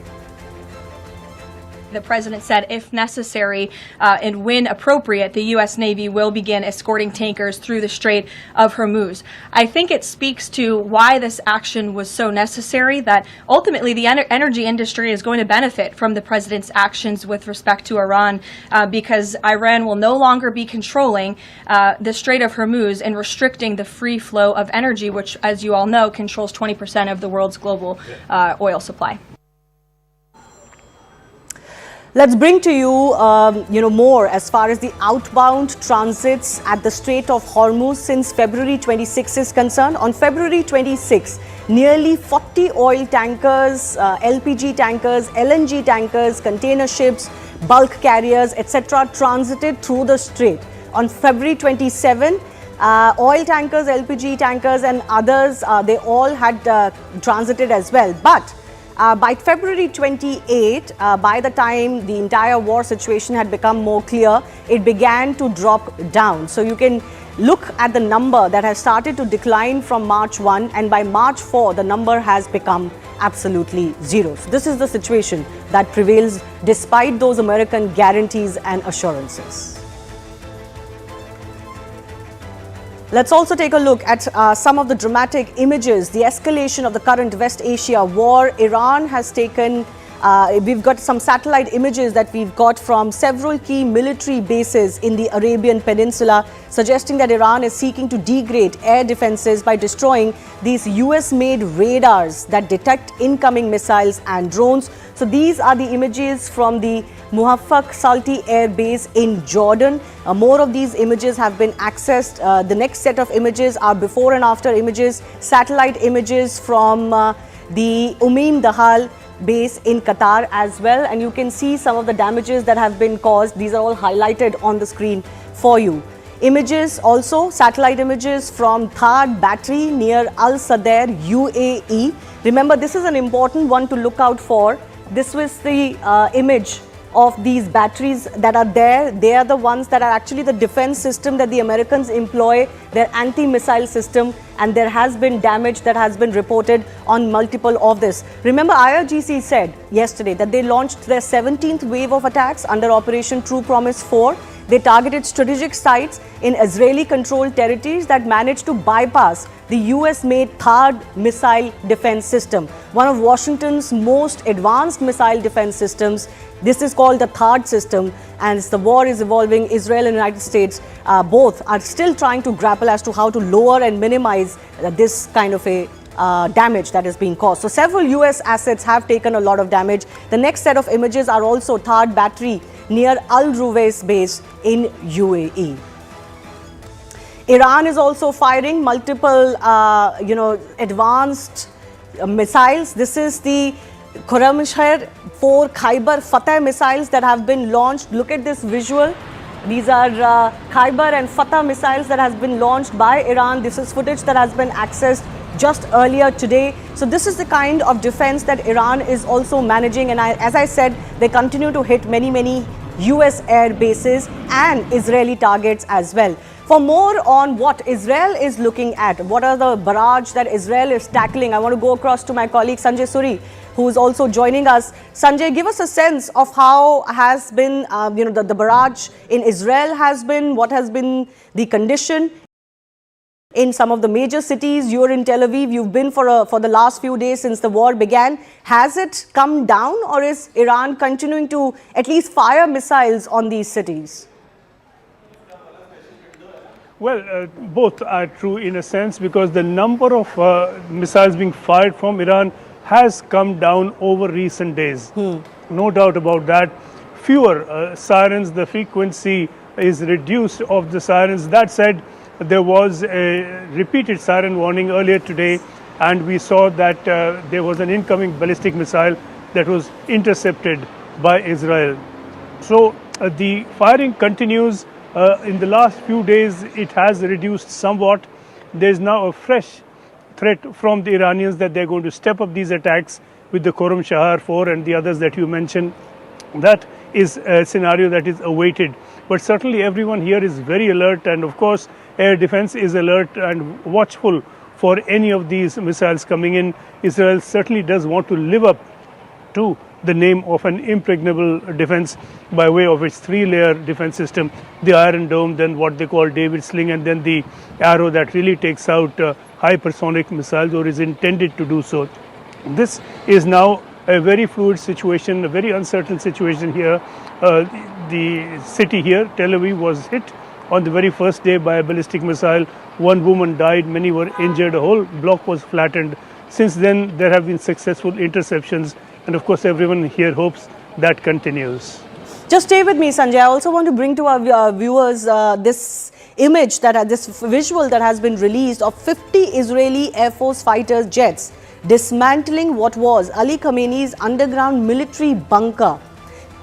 This was beneath the Iranian regime's leadership compound in Tehran, in the heart of Tehran. The idea of managing to destroy this Khamenei underground bunker built beneath the regime's leadership compound. 50 Air Force fighter jets struck that morning with precise guidance from military intelligence and in coordination with Mossad. The underground bunker of the former supreme leader of Iran, Ali Khamenei, completely decimated. And this is the kind of strikes that gave them that early advantage, isn't it, Sanjay, of taking out nearly all of their leadership, to the extent that now we're getting news from Iran, Sanjay, that nobody really wants to take the position that has been emptied, because Israel has very clearly said that whoever becomes the next supreme leader is also going to be a target. Well, certainly it would be suicidal to opt for that and accept such a position, and it would be devastating and really lethal to appoint somebody and name someone. And needless to say, it won't take Mossad long or the CIA long to determine the location of that leader. Without doubt, they'll be able to hit that leader and kill that person. This is now almost a given even in Iran. They know that the top can be attacked, killed, decimated. The question here is whether that is delivering a devastating blow to the kind of regime in place. That seems intact and in place. There is a good deal of tenacity within the Iranian system, where they seem to be prepared for this, that somebody will be assassinated by Israel. They will not be able to stop it really, but someone else takes over. They've almost pre-planned all this, various layers of leadership that takes off one after another. No, but Given Sanjay, here's the question. Sanjay, here's the question. Somebody has to take over, right? Otherwise, who do Israel and America talk to? Somebody has to take over. Nobody's talking to anyone. What we will have taking over is a faceless collective. There'll be names, faces, and people known to be a part of that. And they will, with luck as they would like it, be able to deliver and lead the country. And they will try and take care to see that they are not also wiped out in turn, because this can't go on and on. At some point, you need some sort of leadership that's in place and also alive. That is turning out to be a great challenge for Iran. No doubt when they have some sort of a leadership in place, it will be an anonymous group, and their location will be hidden to the extent that they can hide anything from Israel at all. Yes. Well, certainly uncertain times as far as what happens in Iran, but Israel has been very clear, and it has American backing to the hilt. That also Donald Trump and his government have made absolutely clear, that they're with Israel until all of their objectives are reached, are met, and they also want to be in control of what happens in Iran next. Thank you, Sanjay, for joining us. I also want to bring to you the CNN report, Frederick Pledgen reporting en route to Tehran, showing that security has been tightened with more checkpoints and heavily armed personnel are now on the road amidst this escalating war. But daily life appears to be calm and normal. Fairly good progress towards Tehran. It is a very, very long drive, though. Some things that we are seeing, we already went past one place where apparently there had just been an airstrike. There was thick black smoke billowing over one place, so it seemed like a fairly fresh airstrike. Also some destroyed buildings that we saw from our vantage point as we were driving past. The other thing that I would also say is that there are definitely more checkpoints than usual. We did see checkpoints with fairly heavily armed security personnel. Other than that, though, it seems as though things are going on, and we certainly don't see any sign of order collapsing here. Taking a quick break for a coffee along the way. We've been driving for several hours. There's a couple of things that we've noticed. Number one is that, first of all the shops are open. All the shops are really well stocked, even with fresh things, like, for instance, fruits and vegetables. Coffee, obviously, also available as well. And then also the gas stations. There's no long lines as gas stations. Fuel seems readily available, and you just don't see any sort of degree of panic anywhere.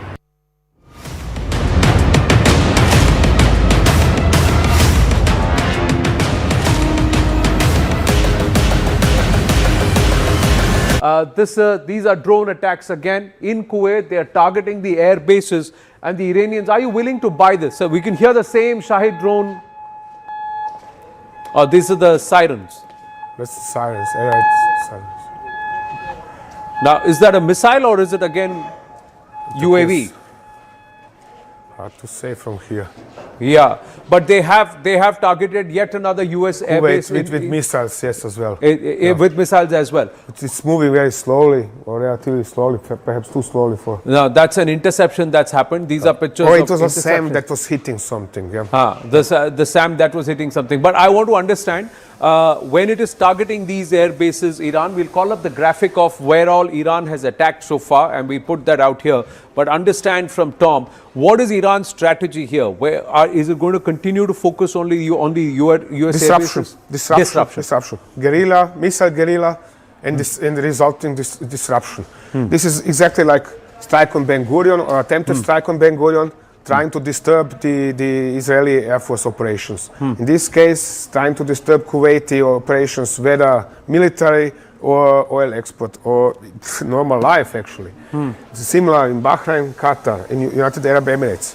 The local economy in Emirates is at standstill. Nothing is going on. Nobody works. Everybody is in shelter or hiding somewhere, hunkering. So this is what Iranians want to cause. Or precisely the IRGC wants to cause, because as a punishment for these countries enabling US and Israeli strikes, or supporting them in one way or the other, or housing US military facilities. If US and Israel claim they have 80% control of the Iranian airspace, yes, how is it that the Iranians are able to come back and strike almost at will? Or is it that out of 10 attempts, only one is succeeding? How do you read It's a mix of both of this. Okay. The claim we are controlling 80% of Iranian airspace, this is a pipe dream. Iran has a huge airspace, and with what the Americans have, whether in the Gulf of Oman or at air bases in Jordan and in Eastern Mediterranean and so on, is simply too little to exercise really effective 1000% control of even 20% of Iranian airspace. Right. So what they are doing is to circle around, to fly lots of UAVs and try to control what is going on with them. Right. Of course, sometimes this is effective, other times not. It is simply a matter of nature, how things work. Right. So issuing such big claims, yeah, nice and fine, but this is not indicative of the reality on the ground. Right. Now, there are other claims. Al Jazeera is saying 2 drones destroyed in Loristan and near Tehran. So the pounding of Tehran continues by the Israelis. We'll shift focus, Tom, again, and then let's try and get a deep dive into what is next, which are going to be the and we're doing it all in real time. I just quickly want to see if we have the mirror here. I just want to dwell on the cost of this war. Viewers, just quickly want to tell you the cost of this war.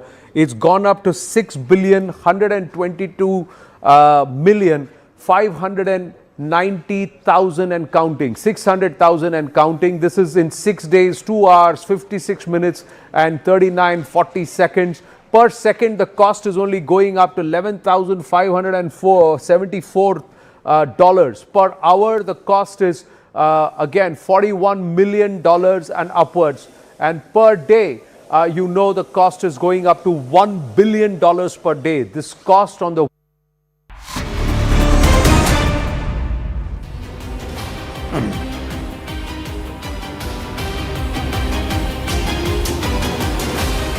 Namaste and welcome. You're inside the bunker with one and only Tom Cooper, and I'm Anand Narsimhan. 50 Israeli Air Force fighter jets dismantled Ali Khamenei's underground military bunker beneath the Iranian regime's leadership compound in Tehran, in the heart of Tehran. That's what the IDF has claimed. It destroyed Ali Khamenei's underground bunker built beneath the regime's leadership compound.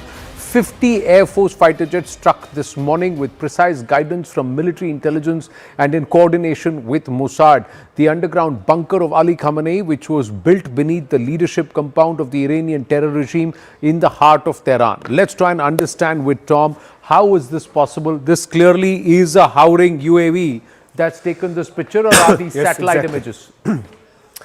Exactly, Anna. This was taken probably by what is known as RA-1. This is a very small stealth UAV Israelis have developed precisely for purposes of unobserved observation of special targets, particularly so in Tehran, in Iran.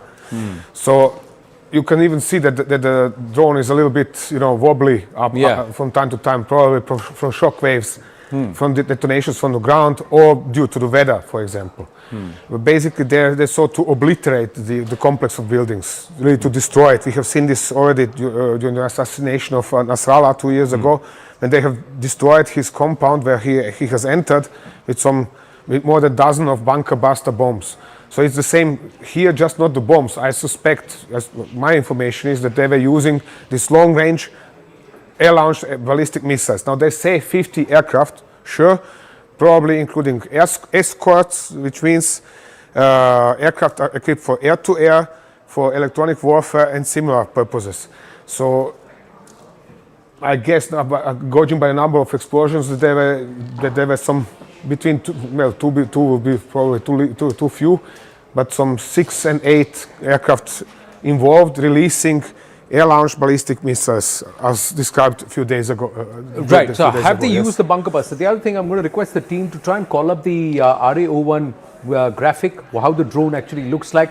We put it together 2 days back along with the MQ-9 Reaper. So if they can call it out, we can show to our viewers how the RA-01 actually looks like. It's a stealth drone, flies very, very high, and it's a very small one. We'll try and show that. But you have two theories. One is that if there are 50 aircraft that have gone, the main ones that dropped the payload may have been 2 or 3, but the others were there to try and save it from the Iranian air defense. Keep them safe from Iranian Air Force, from Iranian interceptors, just for a case. Israelis are still, contrary to the Americans, professional enough to take the Iranians seriously. Correspondingly, there are certainly 4 F-15s in front, all armed with air-to-air missiles, just to keep the striking aircraft safe from Iranian interceptors.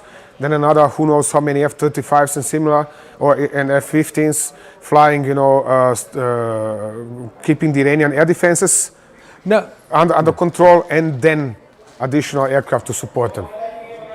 I just want what the RA-01 drones look like and why they are so special. If we have that, we'll call it out. But I had a bigger question. My question is, if that's the case, how is it that the Israelis had passage all the way to Tehran above, Sanandaj, Isfahan, Karaj, and still they were able to get right to the heart of Tehran? Now, for that, they must have had either access or they could have fired missiles. How did they access this without the Iranians knowing? Very good question, and that is now the answer is quite simple. all that was flying, the only Israeli aircraft, so to say, that was flying over Tehran was this RA-1. RAO-1, This is looking something like this from the ground, as visible from the ground. It's just a small UAV.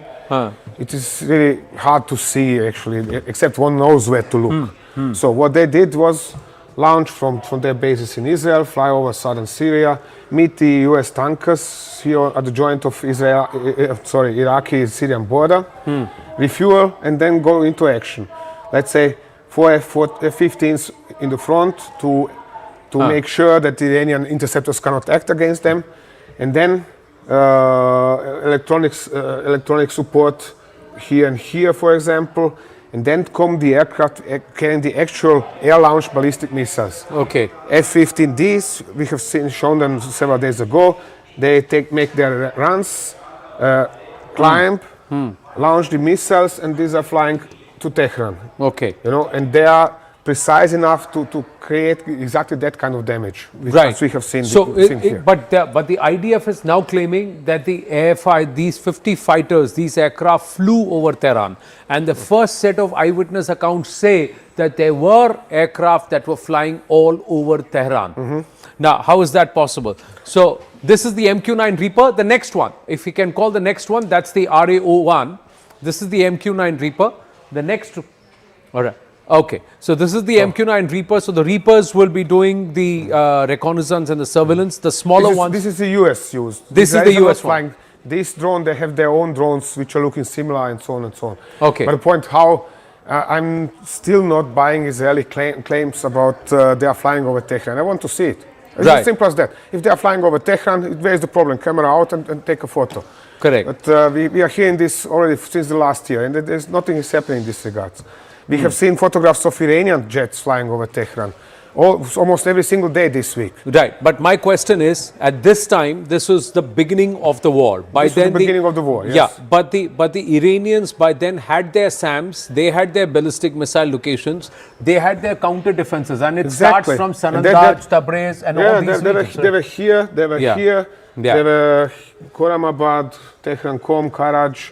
So their air defenses were all active. Correct. But if there are 50 fighters, you think they wouldn't have picked it up? How is that possible? Of course they would have picked them up.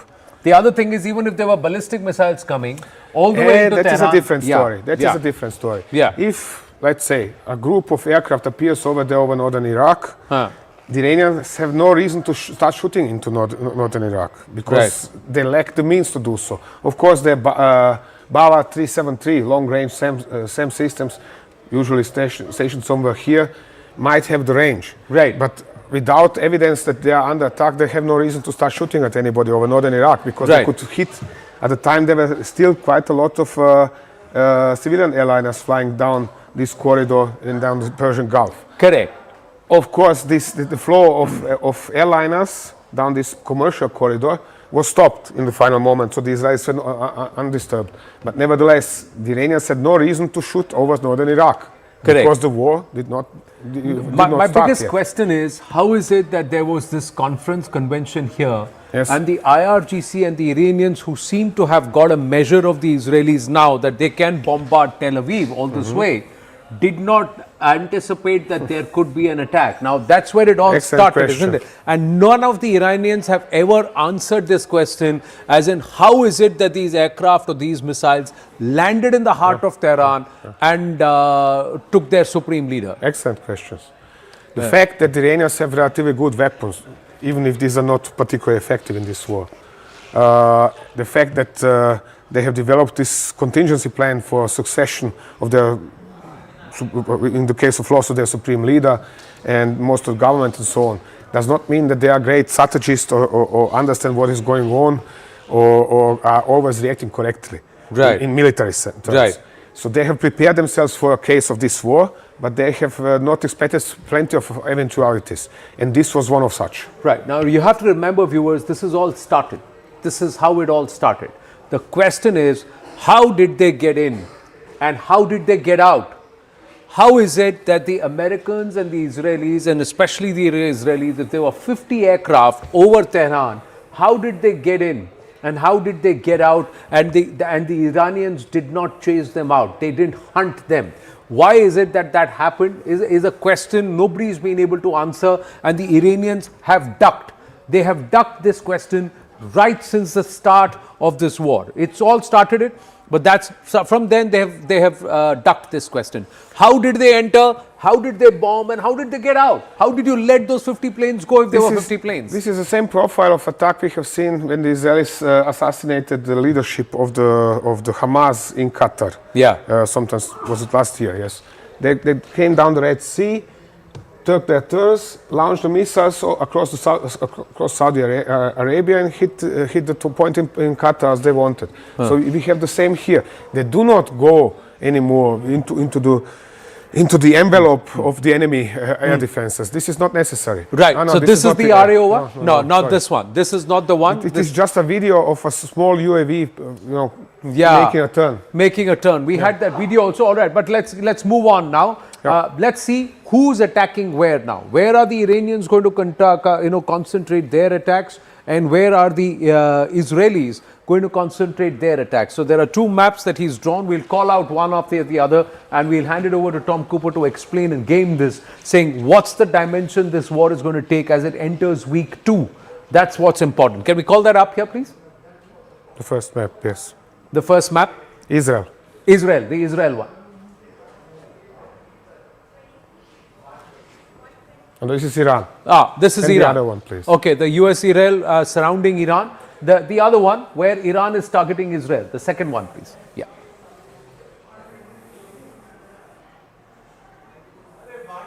Yeah, there you go. So, the essence of this map is based on monitoring what is Iran targeting in Israel over the last 2 years. What was it targeting? So, for example, there's Mount Meron. This is the highest mountain in northern Israel. It has a major radar station atop of it, not only a radar station, but also intelligence gathering station. So it's looking all the way over Lebanon, deep into Syria, all over Jordan, for example, not to talk about the Eastern Mediterranean. Right. It was one of primary targets last year. Ramat David Air Base, which is targeted also by Hezbollah. Correct. Why? Because it's the closest air base in northern Israel to Lebanon. To Lebanon. The same is valid for Mount Meron. Hezbollah is regularly targeting Mount Meron, missing it quite often too. The same is valid for Ramat David. There are several villages nearby settlements actually, and they are hit by Hezbollah while they are targeting Ramat David. In Haifa, the Iranians have targeted last year the famous refinery, which is always targeted, but whoever is at war with Israel. And then, in particular, what we are seeing during this war, this is Iranian strikes on Tel Aviv area. Right. And there they are targeting 3 major facilities. Ministry of Defense, Mossad headquarters, and headquarters of the Unit 8200. Right. These 2 are something like the IGC is kind of obsessed with hitting them. They want to hit them. And they are striking them regularly. But so far, as far as I know, have always missed them. They are also striking in Tel Aviv. Why the Unit 8200? This is intelligence gathering unit. So like Mossad, they want to pay back. They want to extract revenge. And this is why they are targeting these 2 in particular. They are also targeting air defense systems protecting Tel Aviv. We have seen this last year. We have seen this year again. Then this one we have the pictures of the Ben Gurion International Ben Airport. Gurion International is a civilian airport. And now one would say, Iranians striking civilians. No. Ben Gurion is also currently the base for some 25 US tanker aircraft. Right. We've got the wrong set of visuals on the screen. Can we put out the Iranian attacks on Israel and the Ben Gurion pictures? Those are the ones that need to run. Not Tehran visuals, please, right now. We are talking about Iran's attacks into Israel. So can we have those set of pictures on the screen? No, go back to the map. I'm saying what's running along with the map on the screen, on our television screens. Yeah, thank you. Yeah. So, Ben Gurion, and nearby is Tel Nov Air Base, which was hit particularly hard last year. But of course, none of Western satellite producing company was ready to provide any kind of pictures of them. We have seen early during the war attempted strike on Sdot Micha. You call it Sdot Micha. This is the Beit Shemesh. The Beit This is Shemesh. Beit Shemesh, Yeah, where the this missile is Beit missed and Shemesh. tragically killed 10 civilians instead. And then two other major targets, either side of Beersheba, Hatzerim, but especially Nevatim Air Base. Nevatim Air Base because it's the home base of the Israeli F-35 fleet. These are stealth jets. So they are regularly targeting, or they were regularly targeting Nevatim Air Base and hit it several times heavily. So these are the targets. So 1, 2, 3, 4, 5, 6, 7, 8, 9, 10 locations in Israel. In Israel, yes. This is only Israel that's being targeted by the Iranians. But Iran is also And by targeted Hezbollah in the north. by Hezbollah. So that's the proxy that is active there. Exactly, yes. The Houthis reportedly have been bought over because they are not acting. Nothing yet, yes. Nothing's come from the happened. Houthis. But Iran is not just targeting Israel. Iran is also attacking a lot of the US air bases across the Gulf countries. You want to point that out, where all they are attacking and why? Of course. Yes, don't worry. Get it working. So just a second. So let's show it in this color this time. No. So they are targeting the Muwafaq Salti base in Jordan. This is where they have hit one of these radars we have discussed earlier today. The base is the primary base for US fighter bombers involved in operations. That is US Air Force fighter bombers involved in operations over Iran these days. Okay. Then they are targeting Kuwait. Right. Oh, sorry, excuse me. Let's start with Erbil in Iraq. Right. Because this is the base of the 101st Airborne Division of the US Army. US Army. Yes, so they have hit the ammunition dump, for example, over there, or ammunition depot. They're targeting Kuwait, also on radar and the air bases. They're targeting Bahrain. Here they have heavily hit the headquarters of the US Navy 5th Fleet in Manama in Bahrain. Yes, plus the air bases. Qatar, they have hit this super expensive long-range radar in Qatar. And other facilities in Bahrain, they were also targeting the CIA office, plus hotel where US military personnel was evacuated from military bases. So into this hotel, they were targeting the hotel. So obviously, real-time intelligence in that case. Russians are instantly claiming this for themselves, but I doubt this. And United Arab Emirates, just a second. Yeah. United Arab Emirates down here. And finally, they have targeted one port in Oman, in central Oman, approximately in this area. Right. So these are the neighbors that they have targeted so far. Additionally, additionally, there were these strikes. Yeah. So in Cyprus and Azerbaijan. Cyprus and Turkey, in Chile, which is next to Adana here, on Akrotiri on Cyprus, and in Nakhchivan in southern Azerbaijan, where the Iranians said that it was not them. Similar in the case of Cyprus, the Iranians said it was not them.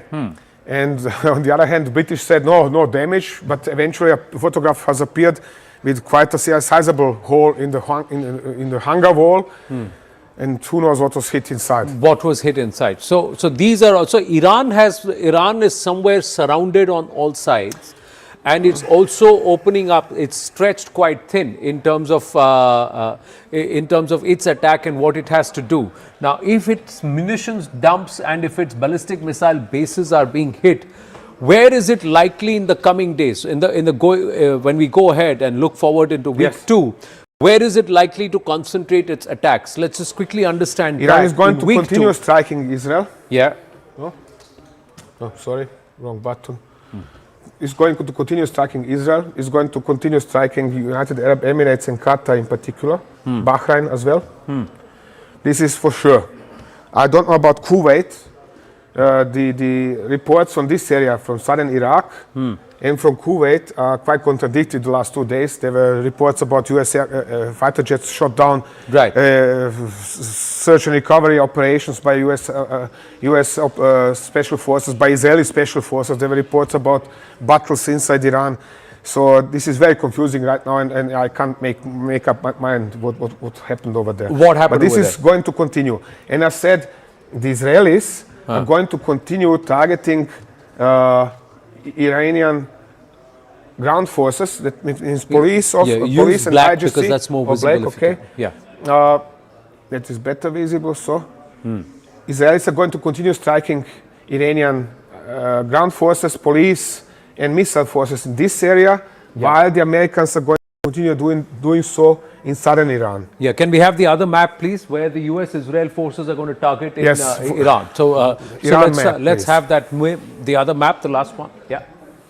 And then he can explain this. This is a beautiful map showing major bases of the missile force of the IGC. So this is what the Israeli forces are actually targeting. There is Khurramabad, and it's all towards western and northern Iran. This is all actually Tehran area and western Iran. Yes, that's correct. There is another base near Tabriz, but I have put only these ones on the map in order not to make it too full.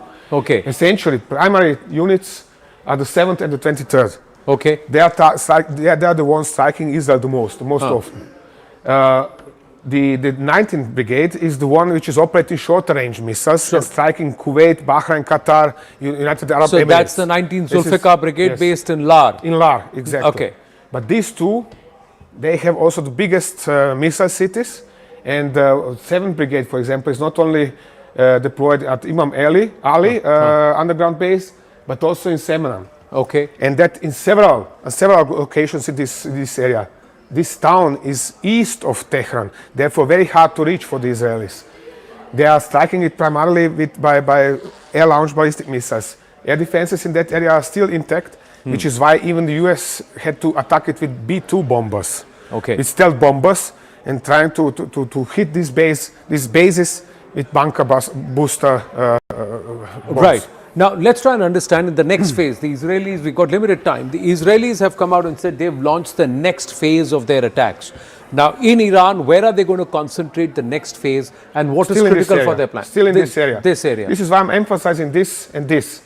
They are going to continue striking missile cities as necessary. They are going to continue kind of shaping the possible future battlefield for Kurdish insurgency in western Iran along the border.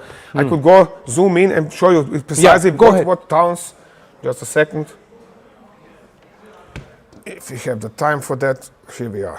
So for example, what are Israelis bombing in this area?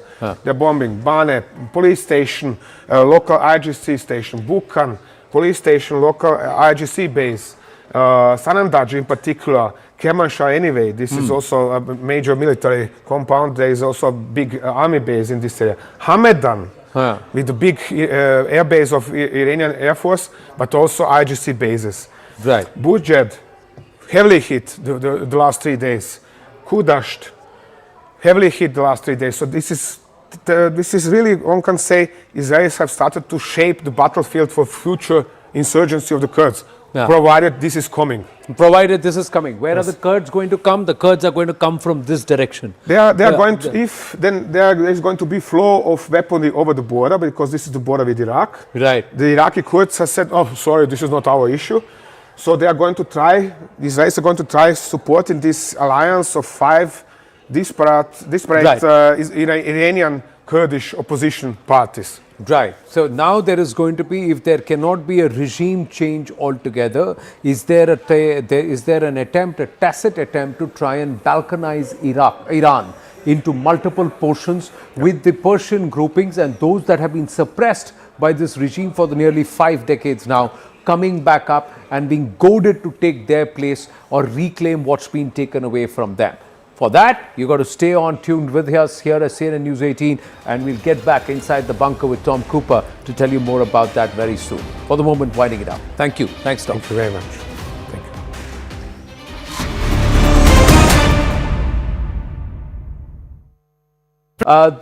These are drone attacks again in Kuwait. They are targeting the air bases, and the Iranians, are you willing to buy this? So we can hear the same Shahid drone. Oh, these are the sirens. That's the sirens. It's sirens. Now, is that a missile or is it again UAV? Hard to say from here. Yeah, but they have targeted yet another U.S. airbase With missiles, yes, as well. With missiles as well. It's moving very slowly, or relatively slowly, perhaps too slowly for. No, that's an interception that's happened. These are pictures. Or it was a SAM that was hitting something. Yeah. The SAM that was hitting something. But I want to understand when it is targeting these air bases, Iran. We'll call up the graphic of where all Iran has attacked so far, and we put that out here. But understand from Tom, what is Iran's strategy here? Is it going to continue to focus only on the US air bases? Disruption. Guerrilla, missile guerrilla, and the resulting disruption. This is exactly like strike on Ben Gurion, or attempted strike on Ben Gurion, trying to disturb the Israeli Air Force operations. In this case, trying to disturb Kuwaiti operations, whether military or oil export, or normal life, actually. It's similar in Bahrain, Qatar, in United Arab Emirates. The local economy in Emirates is at standstill. Nothing is going on. Nobody works. Everybody is in shelter or hiding somewhere, hunkering. So this is what Iranians want to cause. Or precisely the IRGC wants to cause, because as a punishment for these countries enabling US and Israeli strikes, or supporting them in one way or the other, or housing. If US and Israel claim they have 80% control of the Iranian airspace, yes, how is it that the Iranians are able to come back and strike almost at will? Or is it that out of 10 attempts, only one is succeeding? How do you read It's a mix of both of this. Okay. The claim we are controlling 80% of Iranian airspace, this is a pipe dream. Iran has a huge airspace, and with what the Americans have, whether in the Gulf of Oman or at air bases in Jordan and in Eastern Mediterranean and so on, is simply too little to exercise really effective 1000% control of even 20% of Iranian airspace. Right. So what they are doing is to circle around, to fly lots of UAVs and try to control what is going on with them. Right. Of course, sometimes this is effective, other times not. It is simply a matter of nature, how things work. Right. So issuing such big claims, yeah, nice and fine, but this is not indicative of the reality on the ground. Right. Now, there are other claims. Al Jazeera is saying 2 drones destroyed in Loristan and near Tehran. So the pounding of Tehran continues by the Israelis. We'll shift focus, Tom, again, and then let's try and get a deep dive into what is next, which are going to be the, and we're doing it all in real time. I just quickly want to see if we have the mirror here. I just want to dwell on the cost of this war. Viewers, just quickly want to tell you the cost of this war. It's gone up to 6,122,590,000 and counting, 600,000 and counting. This is in 6 days, 2 hours, 56 minutes and 39.40 seconds. Per second, the cost is only going up to $11,574 per hour. The cost is again $41 million and upwards, and per day the cost is going up to $1 billion per day. This cost on the war on Iran, that's what it's costing us, and these costs are only going to go up. When we come back, what's the recalibration? Which are the zones? And is there an effort to try and break Iran into multiple pieces? And will we have sectarian violence coming in very, very soon? The Kurds, the Azeris, and of course the Baloch on the other side. And there is a solid Sunni population near Sistan and Balochistan. All of those, will they start getting activated on ground? With Tom Cooper when we come back after a short break. These are drone attacks again in Kuwait. They are targeting the air bases, and the Iranians, are you willing to buy this? So we can hear the same Shahid drone. Oh, these are the sirens. That's the sirens. Sirens. Now, is that a missile or is it again UAV?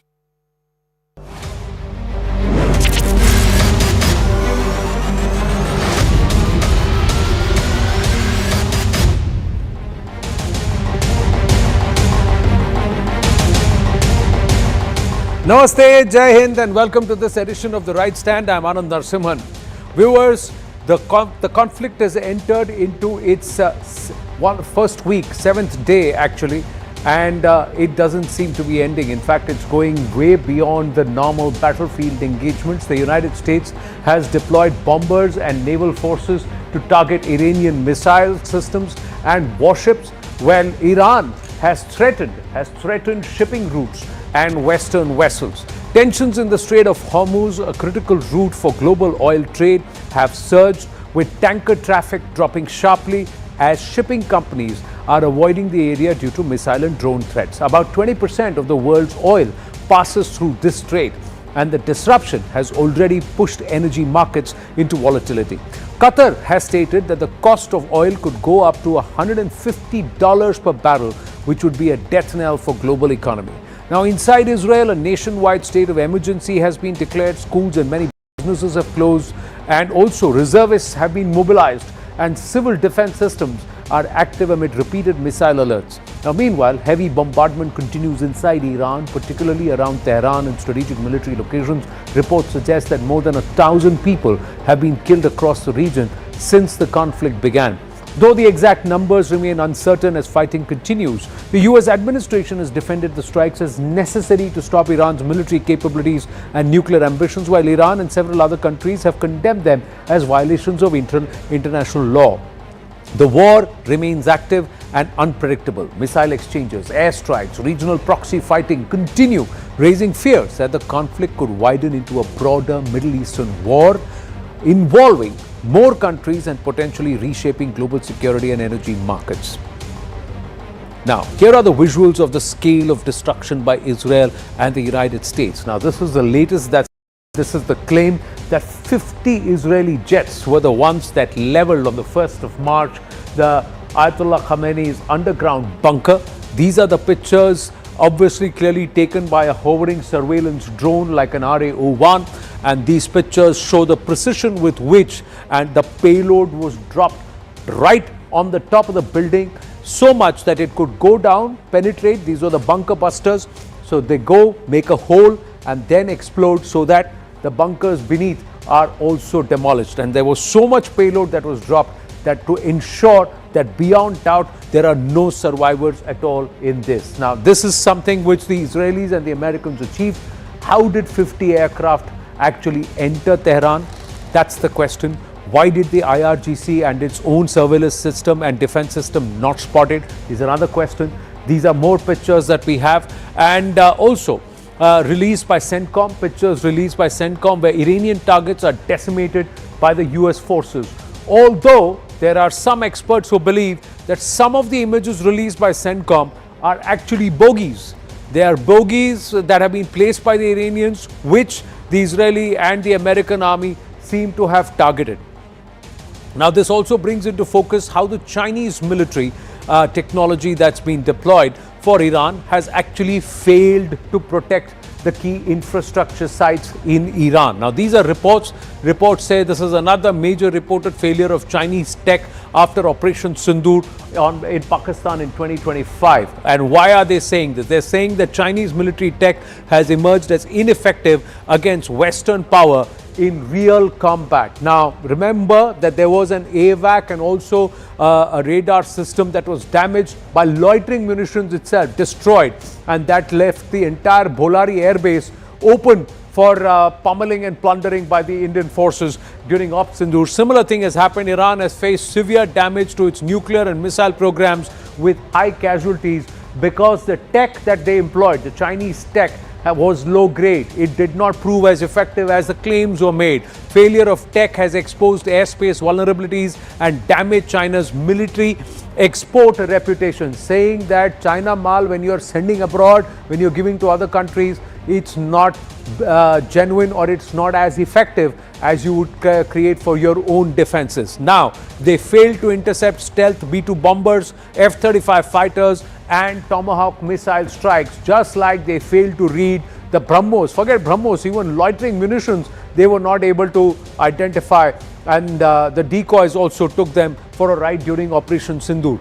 Failed to protect Natanz and Fordo enrichment facilities, heavily damaged in the US strikes. Even after the 12-day war last year, there was no improvement that came from the Chinese, who seemed to be doing a technological transfer with them. The other thing is it failed to protect the Iran compound, which led to the death of the Supreme Leader Khamenei, saying, how is it that despite using such advanced guided defense systems that and there was a huge communications area in Karaj, how is it that Tehran was left vulnerable for the Israeli to come in and kill?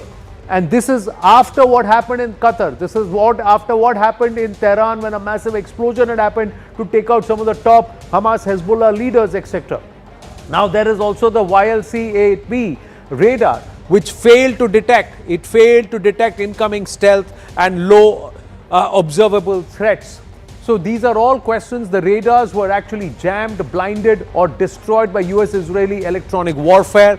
There is also the concern as far as the Chinese tech is concerned, no effective early warning cover provided by the Chinese radars. So multiple, and then there is also the BDU Global. This is the navigation and jamming tech that did not prevent overall command disruption. This is the BDU-3 global satellite, which is supposed to hover and give real-time intelligence, but it did not do the job that it was supposed to be doing. It also failed to detect and deter US-Israeli missile drone programs that were sent their way. So why did it all fail? That's the question. Chinese tech vulnerable to advanced US-Israeli electronic warfare.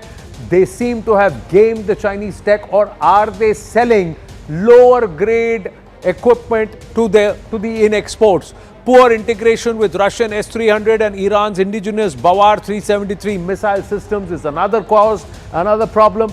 Of course, it also gets overwhelmed by multi-vector tactics like stealth and decoys with precision munitions. So this is a huge concern that's being raised with respect to the Chinese tech. Again, after Operation Sindoor, this is the second time that Chinese tech in the international market, to the people whom it's exported it or shared this tech, has been found wanting. Let's go across to our guest, Lieutenant Colonel Doran Avital, former Commander, Special Forces of the IDF with us, Ambassador Rajiv Dogra with us, Lieutenant General D.P. Pandey with us, and Dr. Anand Ranganathan with us. My namaste to everybody. Thank you for your time. General Pandey, would you agree with this assessment where they say that Chinese equipment in the international military-industrial complex will now be less trusted? They were found out during Operation Sindoor, including some of their PL-15s, etc., that seem to just lose sense and lose their intelligence and just drop wherever they are, along with their radar systems, intelligence systems, and guidance systems, which seem to have let the Iranians down, because they have not been able to answer the question, how did the Israelis get in? On day zero of the war, how did they get in to bomb the Khamenei complex? So, Anand, firstly, thank you for having, and my regards to the co-panelist here. It will be par for the course if I get after the Chinese and the Chinese equipment, right? But I must just try and correct a little bit, because this equipment, which is the special equipment, we are talking of these radars and LR-SAMs which have come for integration with S-300. Right. They came pretty late. It takes time when you get a high-end equipment to get enmeshed into the overall architecture of air defense, and which I don't think has happened in just about 6 to 7 months.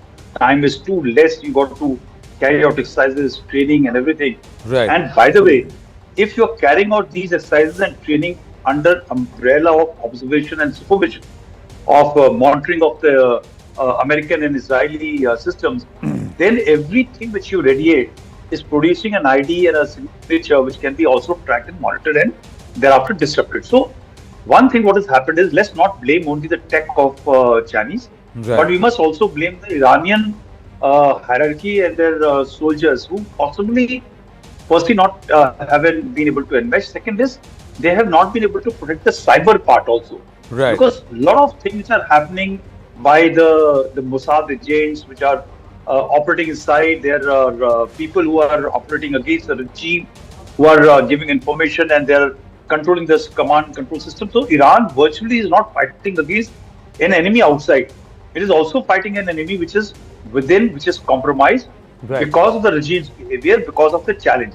So I will not put away very quickly the Chinese equipment. Yes, it is failed. It is failed in Pakistan. But then there are other larger issues in it. The second part Let me throw back the question to the environment who is saying all this, that even the American systems or the layered Israeli systems have been also breached by the Iranian systems. Iranians, yeah. Yeah, Israelis. The Iranians have actually breached the Israeli airspace. So has the Kuwaitis and the Qatar. Their all airspace has been breached.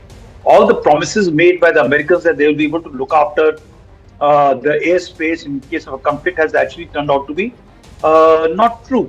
So, it is I think Iranians are fighting a battle which is quite lonely, right?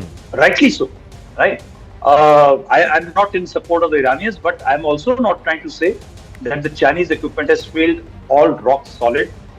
It will come for a test when it is one-on-one and not played in a different third world country in that sense. But there is this perception that the Chinese don't actually give their A-grade supplies when they're exporting it to other nations. See, look at the Pakistanis today. They found the Afghan Air Force coming in and bombing their gates today, and they have done it. And they also sent the loitering munitions over Noor Khan not so long ago. So clearly the Chinese are being found out at multiple locations in this region wherever they try to befriend and install their systems.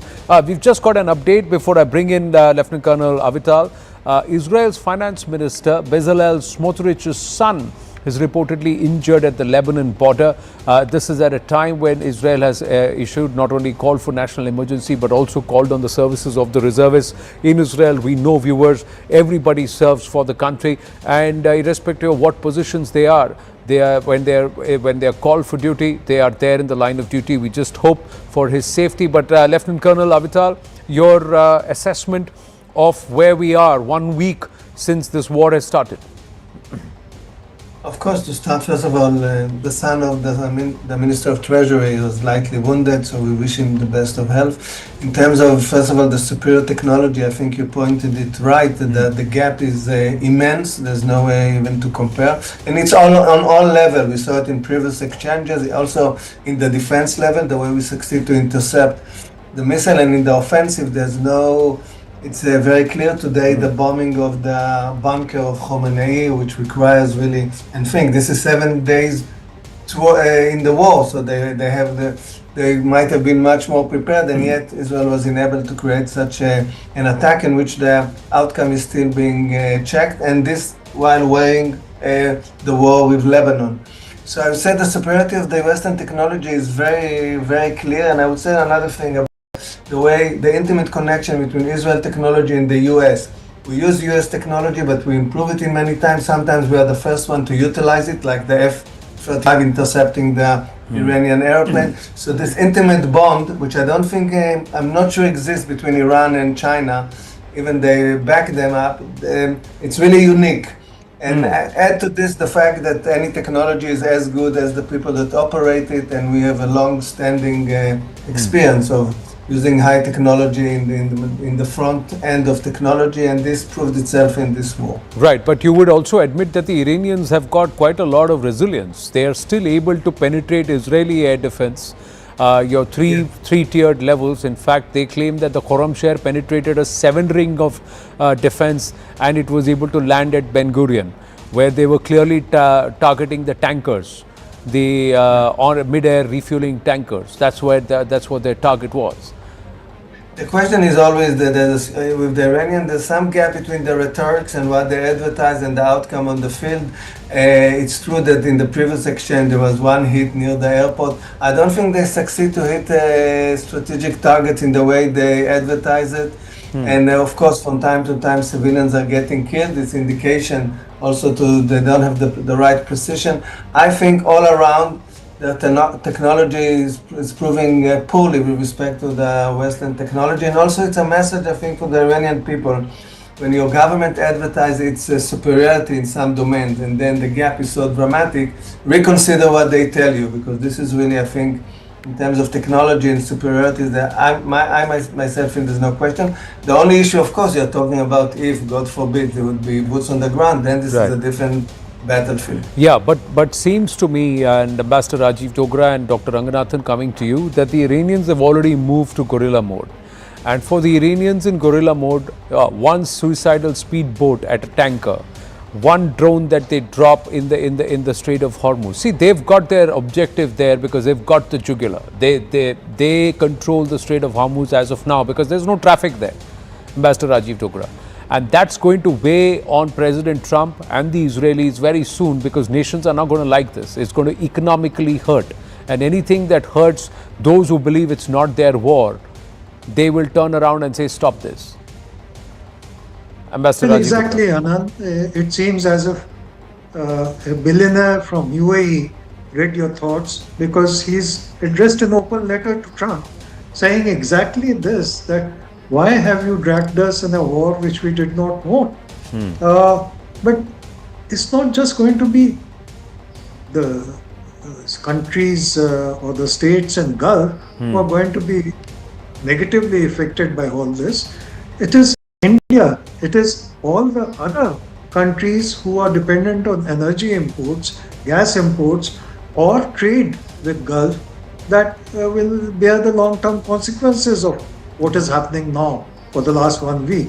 The other thing is, there is also the larger question of international law. If America today has decided that it must change the regime in Iran, and partially they have succeeded by killing Khamenei, but what about China? Can it not do the same, not just in Taiwan, but in any other country that it does not like? Or how can you then blame Russia for doing what it is doing in Ukraine? So the issue is that economic well-being of the world has been affected already and may be affected for some time to come. Second is the international order, which is doing fine, taking along quite well so far, reasonably well, has now been punctured. And we don't yet know the long-term effect this would have. True. I just want to put out some of the pictures. I'm going to check with the team. Dr. Ranganathan, they have made the cost very dear and their going gorilla is going to hurt. If you can call up the Shahid drone graphics and details here. Cost-effective kamikaze suicide drone, and really it's become the bane of everybody's tactics and existence as far as the US-Israeli combine is concerned. Look at the places. It's all these kamikaze drones. It's not even the missiles that are doing the damage. Be it the third battery near the Al Sadr area, the Al Dafra air base. We have so many pictures. Each of these pictures show more than the ballistic missiles which they claim to intercept. This tiddly drone weighing 200 kilograms, carrying a 50 kilogram payload, has caused the kind of damage which Trump has now dialed Zelensky saying, come and tell me how am I going to neutralize, how my forces going to neutralize this, Dr. Ranganathan. So the Iranians know how to fight a low-cost war, and they just need to send 5 drones a day at different targets, 20 to 300 kilometers or 3 countries separate. And that's it. It's going to be panic all over. No, absolutely. The stakes are high, and Iran knows this. On the other side, not in Iran, because for Iran, this was the end game that they had been expecting for decades. Please remember that it is a dictatorship. And the one thing that the dictatorships fear most, if they are not supported by any world power, is that they might be gone any moment. And even if they are supported by world powers, there's always this fear lurking in the background that this might be, my last year or my last week or my last day. So they've known this for a very long time. Their backs have been against the wall. They are prepared for this. The question is, was Trump prepared for it? And I think Trump was prepared for a very short, swift war. The reason that America has never won a long drawn-out war. I mean, the comparisons that you can make is, for example, with Vietnam, where when you had the body bags coming in, 47,000 of them, America simply went away. The same thing happened in Afghanistan. But coming back to the warfare that has taken the shape that it has, as you correctly put it, Iran that has nothing to lose, and I was reading an article in CNN that up till now, all the technology that Iran has used is actually 9 years old. They haven't even come to their what you would call a frontier technology that Iran already has a stockpile of. So yes, the decks are loaded, but here I have to say one thing. There are people who criticize us all the time, sometimes rightly, sometimes wrongly.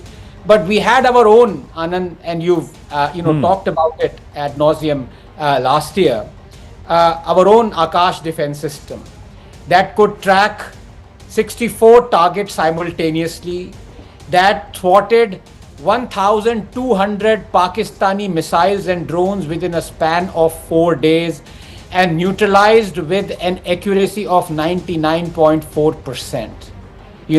That is the power that we have. I think there's also, Dr. Ranganathan, I'm interrupting you, it's just simple common sense. The 23 the old guns, you decided that, okay, if the enemy is using low-cost warfare into me, sending $20,000 drones or 25,000 rupee drones, I'll kill them with 2,500 rupee bullets. I'm not going to use 2 lakh rupee counter mechanism.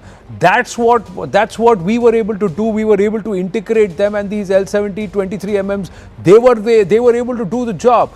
The UAE, the Qataris, all these guys don't seem to have those guns anymore, and they are not using them to shoot down these drones. That would have been a far more cost-effective way to do it.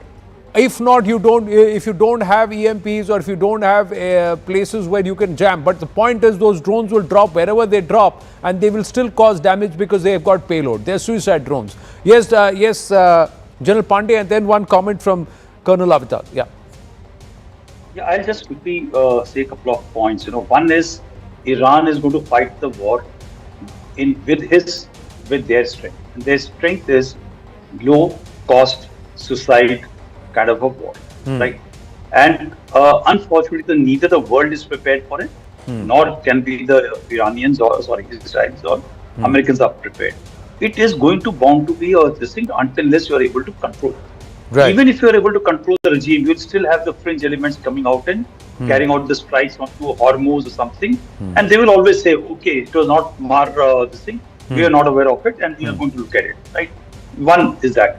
A country like Israel has lived the low-cost element of suicide battles, which has been happening with Hamas, Hezbollah, and these in that region. So let's wind up that, and this is where Iran is going to fight, and they have built up Shahid, right?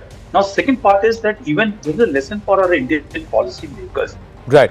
Time and again, Indian policy makers also want to shift to high-cost, high-value platforms, and they say that once you got this, you don't require Zu-23s or you don't require S-70s. And this brings to bear for a lesson from Sindhu and also from this war that they need to continue to invest. The spectrum of a high-tech war will be there. But you need to continue to look at the low-cost, low-end, low-edge point protection system which is required to be with us. The last few points which I'll quickly say is that please understand that the billionaire statement, right, that is not our war.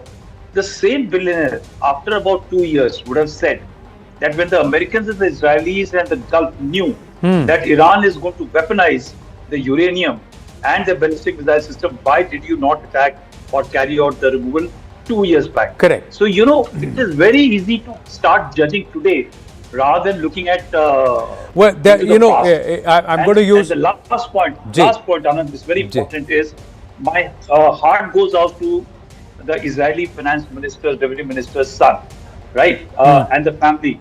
I wish through this even our top level of hierarchy, politicians and bureaucracy and everybody takes a lesson that you also need to go and fight in the front to understand what it is. Not necessarily fight in the front, but then get into national service. That's what's important. Yeah. Every Bharatiya needs to be some form or the other as part of all that covers the national security doctrine, be part of any of those services that will help the nation. And they need to be part of that like yesterday, not even today. I've run out of time. I thank all our guests. I know we need to have a longer conversation. We'll do that. But viewers, as we take a pause here, we'll also now set up something very, very special. It happened in our studios a short while ago. Have a look.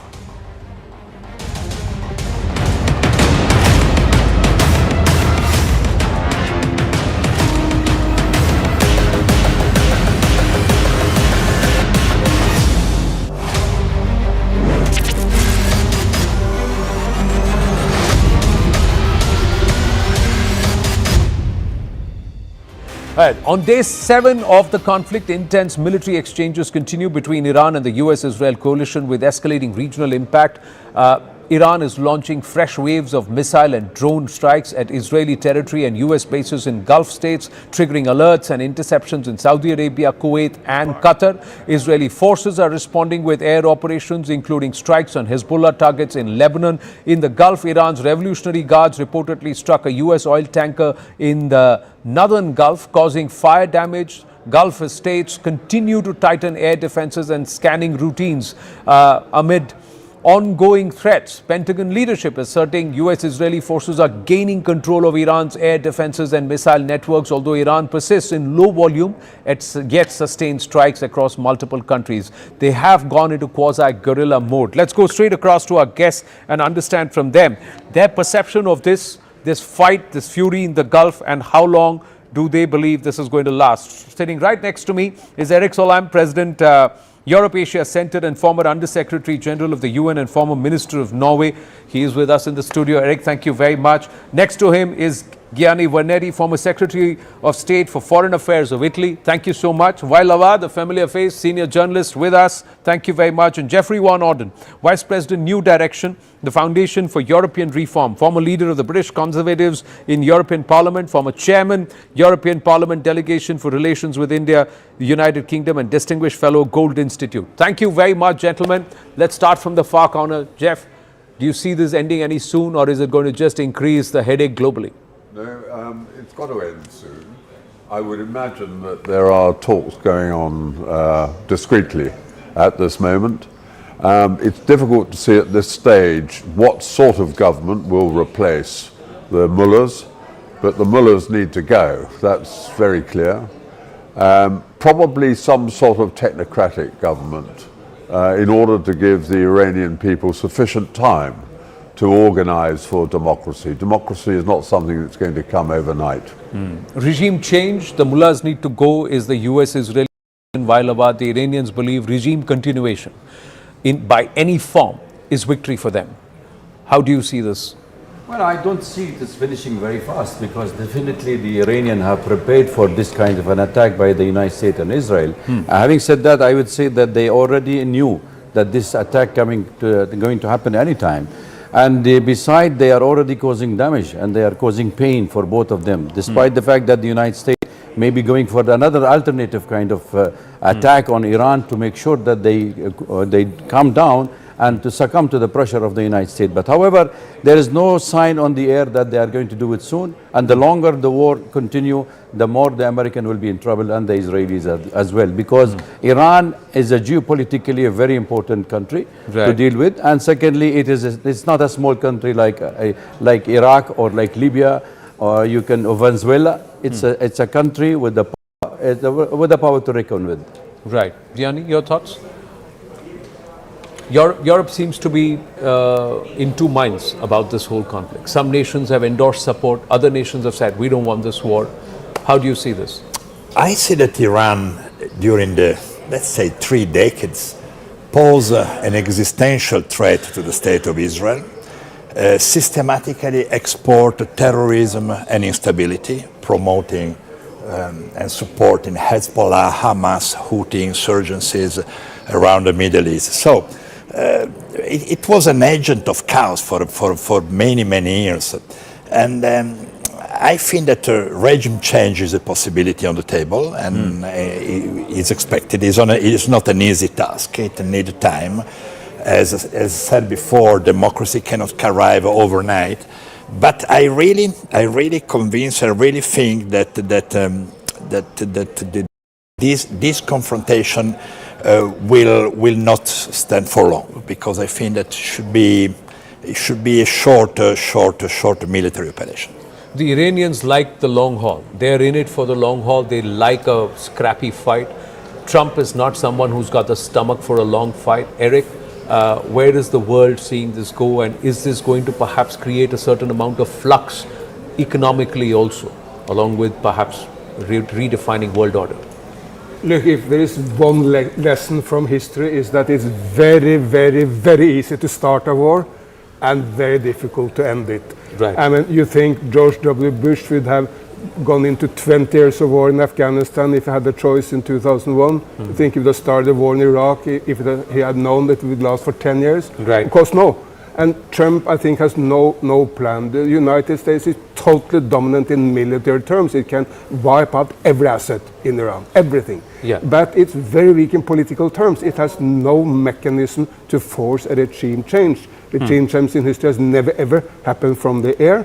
But if he's lucky, a new and better regime could come up. There's no different view on that. I mean, this regime in Iran has not been flexible, not been pragmatic, been very ideological, and created a lot of international chaos. But he has no mechanism to replace it with something better. So most likely it will go on, and exactly because the Iranian government is brutal, it has a very high pain level. Yeah. It will be able to take a lot of pain without giving in. Without giving in. Please don't wait for me to ask questions. Please jump in with your thoughts. It's a conversation, not a Q&A. Yes, Jeff. I disagree that Iran has the capacity for a long conflict. They don't. Their capabilities have been seriously eroded already. They have no means of defending the airspace over Iran. We're seeing now a serious degradation of their ability to carry out missile and drone attacks. So I don't think they have the stomach for a long conflict, and I think you will find elements now in the Iranian armed forces that will very rapidly seek to bring about a change. You think it will come? Yes, sir. I mean, the best possible outcome would be a less ideological, less extremist Iranian government, maybe run by some people from the Revolutionary Guards or from the military. Democracy is just a dream. It can never happen in this form. Right. But we must remember also that this attack by Israel and the United States and Iran is against any global norm. Absolutely. And it's very dangerous. It's also totally undermining the European position, which is, the Russian attack on Ukraine was illegitimate. Yeah. And then always, maybe it's the United States is allowed to attack Venezuela and Iran. This is absolute hypocrisy, and it completely undermines the European standing in the world, which should be that we oppose all attacks on foreign nations, whether Russia do it or the United States of America. And by the way, I think that the people of Iran is tired of this regime. Remember, just a few weeks ago, there was an uprising all around in the cities, in Tehran, but also in the small villages all around the country. And there was very harsh repression. It's assessed by 30,000 young people dead in the street. So people is tired. The minorities, they were very much oppressed. Think about the Kurds, think about the Azeri, the Baluchi.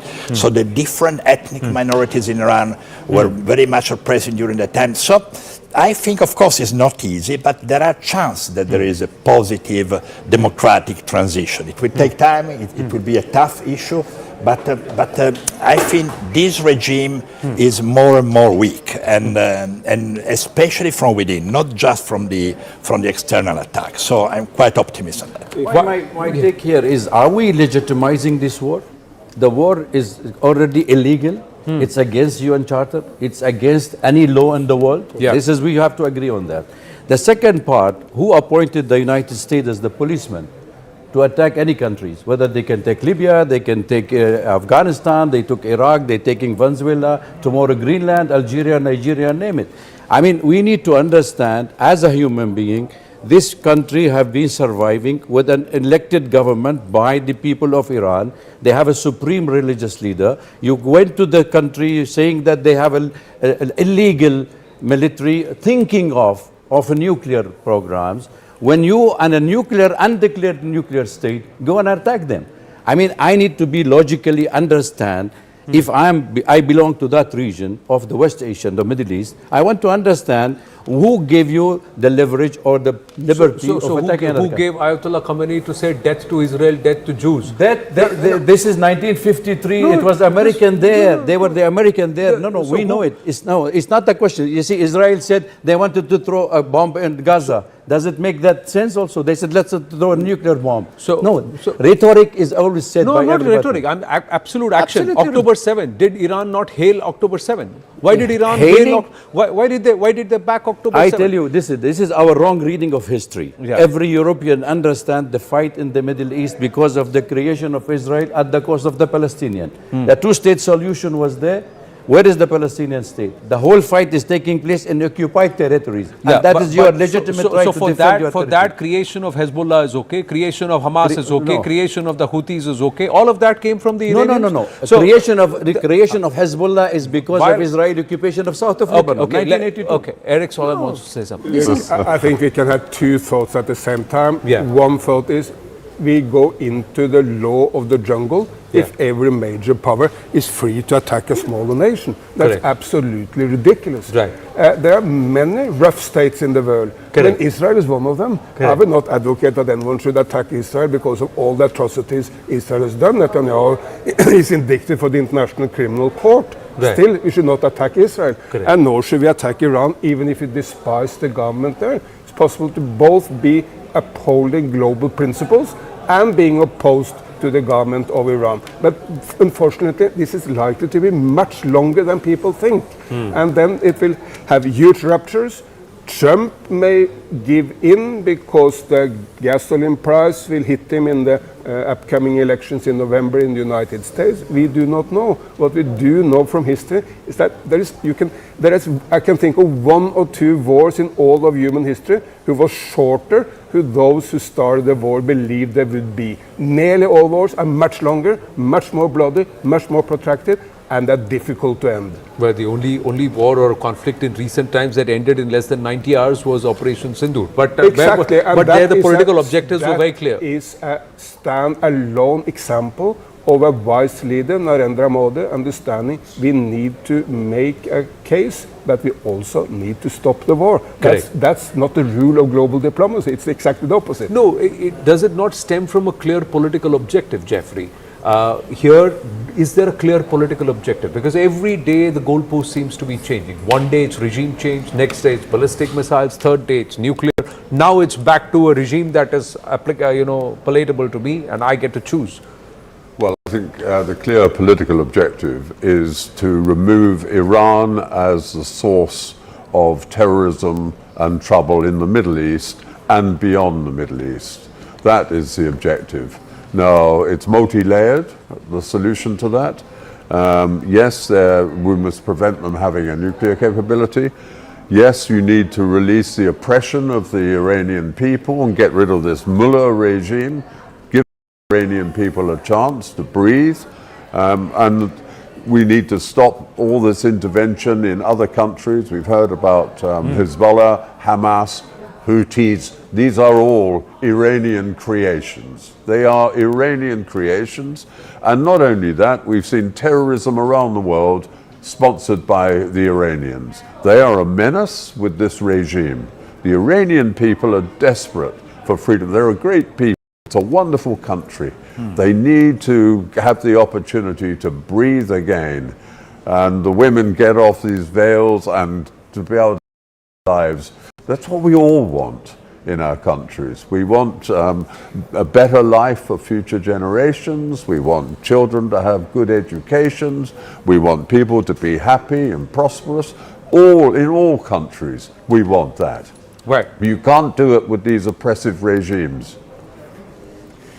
I'm just asking you this. This entire invasion by the US, Israel, and the bombing and this war, taking it, an outsider coming in, will this, even within the domestic fraternity, bring them all under the flag, despite them not liking the regime? That's one part. The other thing is, there is a sizable Shia population across the world in various countries, even in Europe. There will be a certain resentment and anger simmering in. Now, how does society and how does the world deal with this? Is this going to spawn more radical entities, or is there a peaceful alternative to this? I think that the issue within Islam is not just anymore the confrontation between Shia and Sunni, but within the Shia community and within the Sunni community, there is a confrontation between two different views, and advanced, innovative, and modern views of Islam, fully compatible with democracy and what we really think it's necessary, and other conservative views within both communities. So I'm not sure that the Shia community in Iraq or in other country will follow the Iranian regime in its systematic export of instability and terrorism. I may add something. A few days ago, President Zelensky said that during 4 years of the large-scale invasion of Russia in Ukraine, 57,000 drones, Iranian drones, were launched by the Russians towards the Ukrainian cities, towards Ukrainian civilians. So Iran is an agent of chaos, is exporting instability far beyond the Middle East. So, and that's, I think, is a crucial point. Is Iran an agent of chaos, or has it taken an anti-America position? So whoever backs America, America's friend is my enemy, and whoever is America's enemy is my friend. Is that the position the Iranian regime took, or would you want to agree with Gianni here?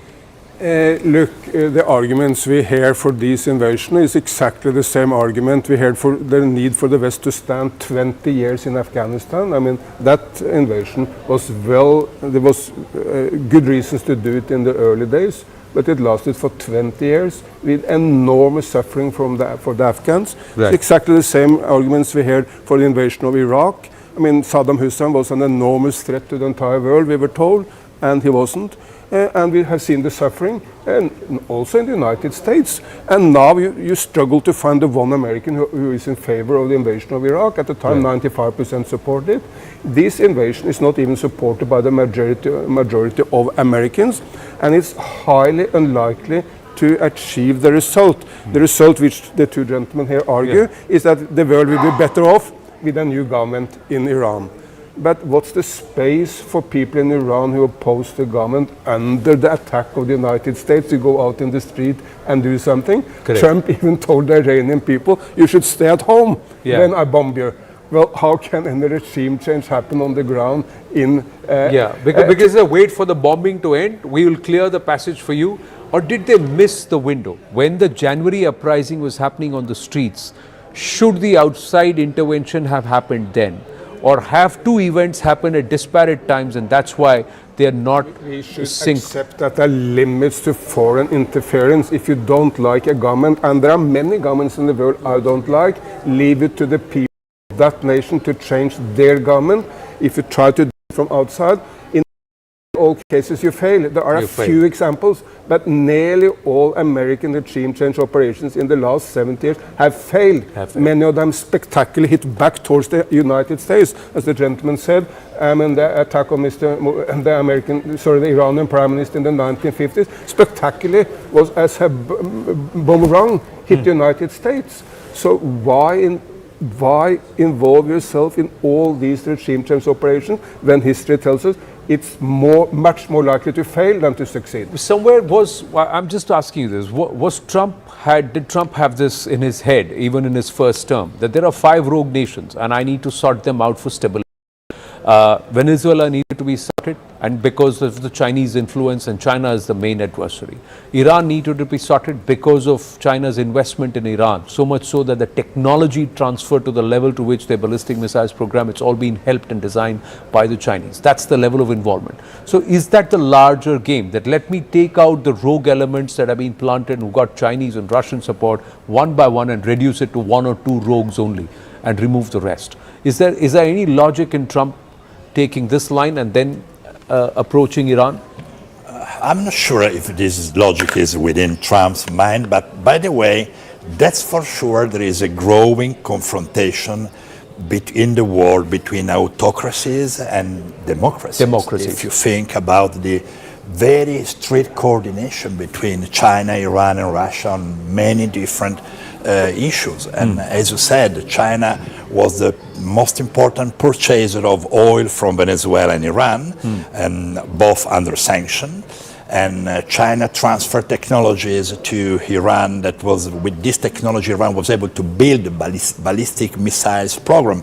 And it's difficult to deny that the ballistic missiles program, together with the illegal nuclear program, poses an existential threat to the state of Israel. You said before, October 7th, that does not came out from nothing. There is fundamental issue here, is that when the United States started the policy of regime change by force, we all saw throughout the 3 decades of this policy being followed up. Whether it's in Iran also, 1953, Mossadegh prime minister, the democratically elected was removed by the American, the CIA and the MI5 and even the Mossad. And then they brought the Shah. That's okay. If you want to bring democracy, you do not have to attack a religious leader of a supreme leader of sentiment among the Shia community in the world. This is one. The second part, which you're attacking a school, you're killing 160 children between the age of 10 and 12, and you people asking the President Trump, did you attack a school? He said what they were doing on Saturday. I mean, there is no difference whether the children died or no. It's for him that Saturday school is open. So what I'm trying to say, regime change, President Trump himself, he criticized his predecessor. Killing of the 170 odd children is tragic.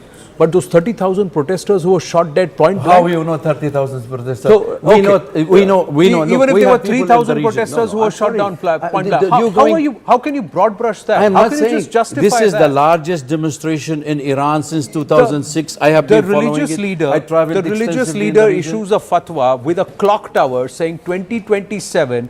8,000 ballistic missiles and death of Israel. We're going to wipe out Israel, and it's celebrated out there with his sanctions. Israel Ben Gurion said the Arab want to throw us to the sea, and then he said it, and we adopted. What is the doctrine of the Hamas? Wipe out the Jews, kill all Israel. Wipe out all Jews. Death to Israel, kill all Jews. That's the doctrine of the Hamas. What did the Khomeini declare after the 12-day war happened? 8,000 ballistic missiles, and 2027 I want to wipe out Israel. Why did he say that if his intent was not there to try and do? See, moment you have this kind of a position, I will wipe you out or you will wipe me out, and everybody worries, if I don't wipe him out, he will wipe me out. There will always be conflict. Yes, Jeff. I think any sensible people recognise that there's got to be an accord with Israel and recognition of the right of the state. No, but the recognition of the right of the state of Israel to exist by all the countries in the region. We saw with the Abraham Accords a real movement in that direction. Saudi Arabia was on the point of signing up to the Abraham Accords. That is what triggered the Iran-sponsored Hamas attack on Israel on October the 23rd. So Iran wants to ensure that chaos and catastrophe continues in all of those areas. But do we justify the killing of 67,000 Palestinians and buried 20,000 underground? It's not about justifying. It's about who wants peace, actually. Which entity wants peace? Eric, we've got 5 minutes. That's all. So we'll just focus on the Strait of Hormuz problem also after you make your point. Yes, Eric. I think we need to go back to what is global recognized laws which are enshrined in the UN Charter, which says you cannot attack another nation, even if you don't like the leader of that nation. And it's fair that people didn't like Mr. Khamenei because many of the accusations What say... about Russia's attack on the Ukraine? What did the United Nations do about that? Which is, of course, completely illegal. And we need to condemn both the Russian attack on Ukraine as well as Israeli attacks on Gaza, as well as the US attack on Iran. If we don't do that, there's no any laws left longer in the world, and it's a law of the jungle, and any nation which is bigger than the other can freely attack that nation with any excuse. Yeah, because China can attack Taiwan. But just one comment about China. Yeah. Because China has a very different approach to the US. By the way, China has the same approach as India, which is they work with whoever is in government everywhere. Both China and India has worked very well with the Khamenei government of Iran, but they will work very well with the new government also, because they don't interfere in the internal affairs. If a new government of Iran comes forward and work with the international community, China will be very happy. They work with the new government of Venezuela and import oil from there, because China's interest is not in who is running any other nation. China's and India's interest is international trade, good global relations, not to portray one leader for another nation. I have to say, it's a travesty to say that Israel attacked Gaza. Hamas attacked Israel. Israel then responded. Israel moved out of Gaza in 2005. They forcibly removed Israeli settlers. They handed Gaza over to the Palestinians. And what happened? Within days, there were rocket attacks from Gaza into Israel. That is the problem. The attack has never stopped ever since the Israeli withdrawal from the Gaza Strip. Now, never. See, It's my written in point is, every time you're going to say you did wrong, the other side is going to say you did wrong. But where's the solution to this? Right now, all of our countries are going to suffer because the Strait of Hormuz is blocked. Yes. There's no trade, there's no commerce, there's no economics. Both sides are going to, no side has, So that brings me to the answer of your questions, that the United States is fighting two wars in the region.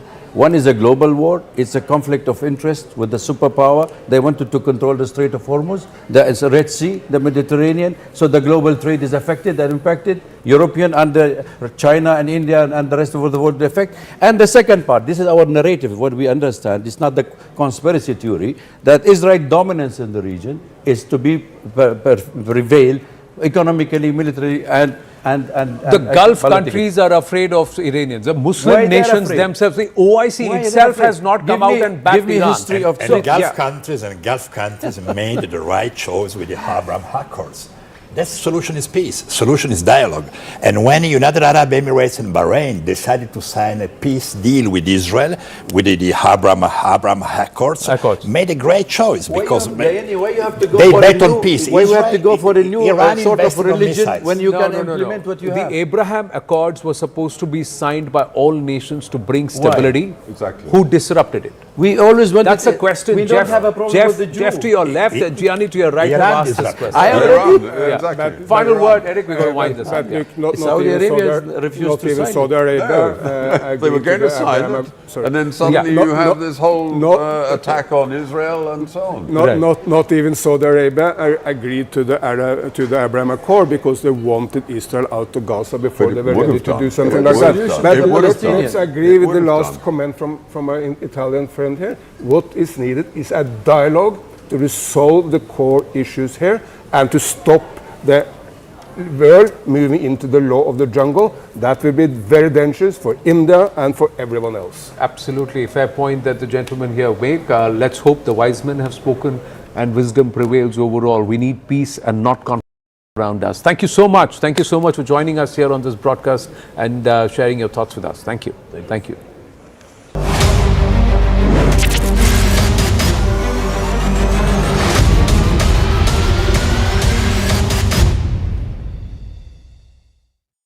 These are drone attacks again in Kuwait. They are targeting the air bases and the Iranians. Are you willing to buy this? So we can hear the same Shahid drone. Oh, these are the sirens. That's the sirens. Sirens. Now, is that a missile or is it again UAV? Hard to say from here. Yeah, but they have targeted yet another US airbase with missiles, yes, as well. With missiles as well. It's moving very slowly, or relatively slowly, perhaps too slowly for. No, that's an interception that happened. These are pictures. Or it was a SAM that was hitting something. Yeah. The SAM that was hitting something. But I want to understand when it is targeting these air bases, Iran. We'll call up the graphic of where all Iran has attacked so far, and we put that out here. But understand from Tom, what is Iran's strategy here? Is it going to continue to focus on the US air bases? Disruption. Guerrilla, missile guerrilla, and the resulting disruption. This is exactly like strike on Ben Gurion or attempted strike on Ben Gurion, trying to disturb the Israeli Air Force operations. In this case, trying to disturb Kuwaiti operations, whether military or oil export or normal life, actually. It's similar in Bahrain, Qatar, in United Arab Emirates. The local economy in Emirates is at standstill. Nothing is going on. Nobody works. Everybody is in shelter or hiding somewhere, hunkering. So this is what Iranians want to cause. Or precisely the IRGC wants to cause, because as a punishment for these countries enabling US and Israeli strikes or supporting them in one way or the other, or housing US military facilities. If US and Israel claim they have 80% control of the Iranian airspace, yes, how is it that the Iranians are able to come back and strike almost at will? Or is it that out of 10 attempts, only one is succeeding? How do you read It's a this? mix of both of this. Okay. The claim we are controlling 80% of Iranian airspace, this is a pipe dream. Iran has a huge airspace, and with what the Americans have, whether in the Gulf of Oman or at air bases in Jordan and in Eastern Mediterranean and so on, is simply too little to exercise really effective 1000% control of even 20% of Iranian airspace. Right. So what they are doing is to circle around, to fly lots of UAVs and try to control what is going on with them. Right. Of course, sometimes this is effective, other times not. It is simply a matter of nature, how things work. Right. So issuing such big claims, yeah, nice and fine, but this is not indicative of the reality on the ground. Right. Now, there are other claims. Al Jazeera is saying 2 drones destroyed in Loristan and near Tehran. So the pounding of Tehran continues by the Israelis. We'll shift focus, Tom, again, and then let's try and get a deep dive into what is next, which are going to be the, and we're doing it all in real time. I just quickly want to see if we have the mirror here. I just want to dwell on the cost of this war. Viewers, just quickly want to tell you the cost of this war. It's gone up to 6,122,590,000 and counting, 600,000 and counting. This is in 6 days, 2 hours, 56 minutes and 39.40 seconds. Per second, the cost is only going up to $11,574 dollars. Per hour, the cost is again $41 million and upwards. And per day, the cost is going up to $1 billion per day. This cost on the war on Iran, that's what it's costing us, and these costs are only going to go up. When we come back, what's the recalibration? Which are the zones? And is there an effort to try and break Iran into multiple pieces? And will we have sectarian violence coming in very, very soon? The Kurds, the Azeris, and of course the Baloch on the other side. And there is a solid Sunni population near Sistan and Balochistan. All of those, will they start getting activated on ground? With Tom Cooper when we come back after a short break. These are drone attacks again in Kuwait. They are targeting the air bases, and the Iranians, are you willing to buy this? So we can hear the same Shahid drone. Oh, these are the sirens. That's the sirens. It's sirens. Now, is that a missile or is it again UAV? Hard to say from here. Yeah, but they have targeted yet another US airbase with missiles, yes, as well. With missiles as well. It's moving very slowly, or relatively slowly, perhaps too slowly for. No, that's an interception that's happened. These are pictures. Or it was a SAM that was hitting something. Yeah. The SAM that was hitting something. But I want to understand when it is targeting these air bases, Iran. We'll call up the graphic of where all Iran has attacked so far, and we put that out here. But understand from Tom, what is Iran's strategy here? Is it going to continue to focus only on the US air bases? Disruption. Guerrilla, missile guerrilla, and the resulting disruption. This is exactly like strike on Ben Gurion, or attempted strike on Ben Gurion, trying to disturb the Israeli Air Force operations. In this case, trying to disturb Kuwaiti operations, whether military or oil export, or normal life, actually. It's similar in Bahrain, Qatar, in United Arab Emirates. The local economy in Emirates is at standstill. Nothing is going on. Nobody works. Everybody is in shelter or hiding somewhere, hunkering. So this is what Iranians want to cause. Or precisely the IRGC wants to cause, because as a punishment for these countries enabling US and Israeli strikes, or supporting them in one way or the other, or housing US military facilities.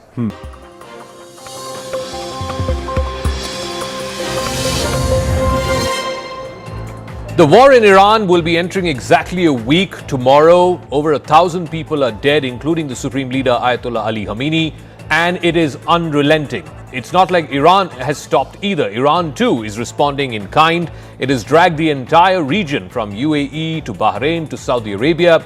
And now all of this is taking a huge toll on global energy prices. Countries like India and China are getting squeezed because of this Middle East war, as a result of which The United States Secretary of the Treasury, Scott Bessent, today announced that the Treasury Department is issuing a temporary 30-day reprieve or 30-day waiver to allow Indian refiners to purchase Russian oil. The move comes even as America seeks to stabilize global energy markets amid rising tensions in the Middle East. The U.S. also came with these ongoing tensions. Even as missile strikes continue, the ambit of this war is now widening, and several Gulf countries have not been able to produce oil or, more importantly, transport the produced oil because refineries have come under attack as well. The situation has become even more tense because of Iran's blockade of the Strait of Hormuz, which is a narrow maritime choke point which handles about 20% of global oil supplies. So here's what the Treasury Secretary Scott Bessent said, and I want to bring that up on our big wall here. Scott Bessent taking to X, the social media platform, saying that President Trump's energy agenda has resulted in oil and gas production reaching the highest levels ever. To enable oil to keep flowing into the global market, the Treasury Department is issuing a temporary 30-day waiver to allow Indian refiners to purchase Russian oil. He also went on to add that this is a deliberate short-term measure and it will not provide significant financial benefit to the Russian government as it authorizes transactions involving oil which is already stranded at sea. Remember, Russian oil has been a touchy topic with the United States. President Trump had imposed earlier 25% tariffs, singled out India for import of Russian oil, and now, after that has been taken off, now there is a 30-day waiver to purchase Russian oil. Now, India's Russian oil purchases over the last year or so have been coming down progressively, not least because of this 25% tariffs. Now, in January of 2025, it was 1.6 million barrels a day. This is just when Trump took office in January of 2025. But progressively, if you look at India's purchase of Russian oil, import of Russian oil, it's been coming down steadily. In September of 2025, which is after Trump imposed the 25% additional tariffs, it came down to 1.6 million barrels a day. Progressively, it kept coming down. In November, remember, the two biggest Russian oil companies, Rosneft and Lukoil, were sanctioned. So in December, it fell substantially to 1.25 million. And in January, it was just 1 million. 1 million barrels per day is what India was importing from Russia. But that has now significantly changed and will change because the other countries, the Gulf countries that India was hoping to import some of this oil from to make up for the shortfall of Russian oil, those countries are under attack, their production facilities are under attack, and more importantly, their transport facilities are in jeopardy because Iran has been blocking the Strait of Hormuz. So now suddenly the US is giving a 30-day waiver. Now, Indian government sources are indicating that India's oil purchase choices have been dictated by global issues, and whatever is cheaper for India, India will purchase from there. Now, it began with less than 1% of Russian oil. This was during COVID. 1.47 million barrels a day it went up to. Russian oil then came down as India started looking at alternative sources, which has also worked out to be cheaper for India. Remember, this progressively has been coming down from August of last year, and after November, after Lukoil and Rosneft were sanctioned, it has fallen quite substantially. Crude is continuing to flow. $15 billion worth of energy is coming in from the United States. Now, government sources also contending this whole political argument. The Congress has said that how can the US allow India to purchase Russian oil? In 2012, under US pressure, India had cut supply from Iran by 11%. So this is not new, is what government sources are indicating. But this has become a big political face-off between the Congress and the BJP because the Congress is alleging, first, the US stopped India from importing Russian oil, imposed 25% tariffs, and now, because of its own war, and as a result of that, global oil prices going up, America is giving India a 30-day waiver. So even as politics is erupting at home on how America is getting to dictate to India who it buys oil from and how much it buys oil, first take a look at what the Indian government is telling about this situation. Now, India is saying that India has managed to diversify its oil sources to more than 40 countries now, beyond just the Gulf region, beyond just Russia. It is trying to maximize and prioritize domestic LPG production as well. There's no worry for the consumer, at least in terms of natural gas supply, LPG supply. Remember, India imports more than 80% of its LPG, but the government is very confident that it can see through these possibly the next few weeks of this war, when global energy supplies will be disrupted as a consequence of that war. So on the one side, this whole hangama around why is the Treasury Department of the US giving India a 30-day waiver? Why should the US decide who India buys oil from? And then you have the US Deputy Secretary of State, Christopher Landau, who was in Delhi as part of the Raisina dialogue. He has said, and pretty bluntly, that Washington will prioritize its national interests in economic engagement with India. It will not repeat the same mistakes that he believes America made with China 2 decades ago. Listen into what he had to say. Meanwhile, External Affairs Minister Dr. Jaishankar today met with Iran's Deputy Foreign Minister Saeed Khatibzadeh a day after talks with the Iranian Foreign Minister Abbas Araghchi. India is also very clear that it doesn't want to pick sides in a war that it has no part in. Excited about the trade deal that is almost at the finish line now. But again, India should understand that we're not going to make the same mistakes with India that we made with China 20 years ago in terms of saying, oh, we're gonna let you be able to develop all these markets, and then the next thing we know, you're beating us in a lot of commercial things. We're going to make sure that whatever we do, it's fair to our people. American has decided to put an end to the existence of Iran. Israelis have been promising this for many decades, and this is our response. We have no option just to put an end to the presence of United States in the surrounding area of Iran. I want to go across to Radhika Khera, national spokesperson of the BJP, Bhavya Narasimhamurthy, spokesperson of the Congress Party, Ajay Bagga is a market expert, and DP Srivastava is former Indian ambassador to Iran. Radhika Khera, this is what the Treasury Secretary, Mr. Besant, has said, that they are making a 30-day waiver for India, allowing India to import Russian oil for 30 days. The same Treasury Department and the same US administration 6 months ago had put 25% tariffs on India for importing Russian oil.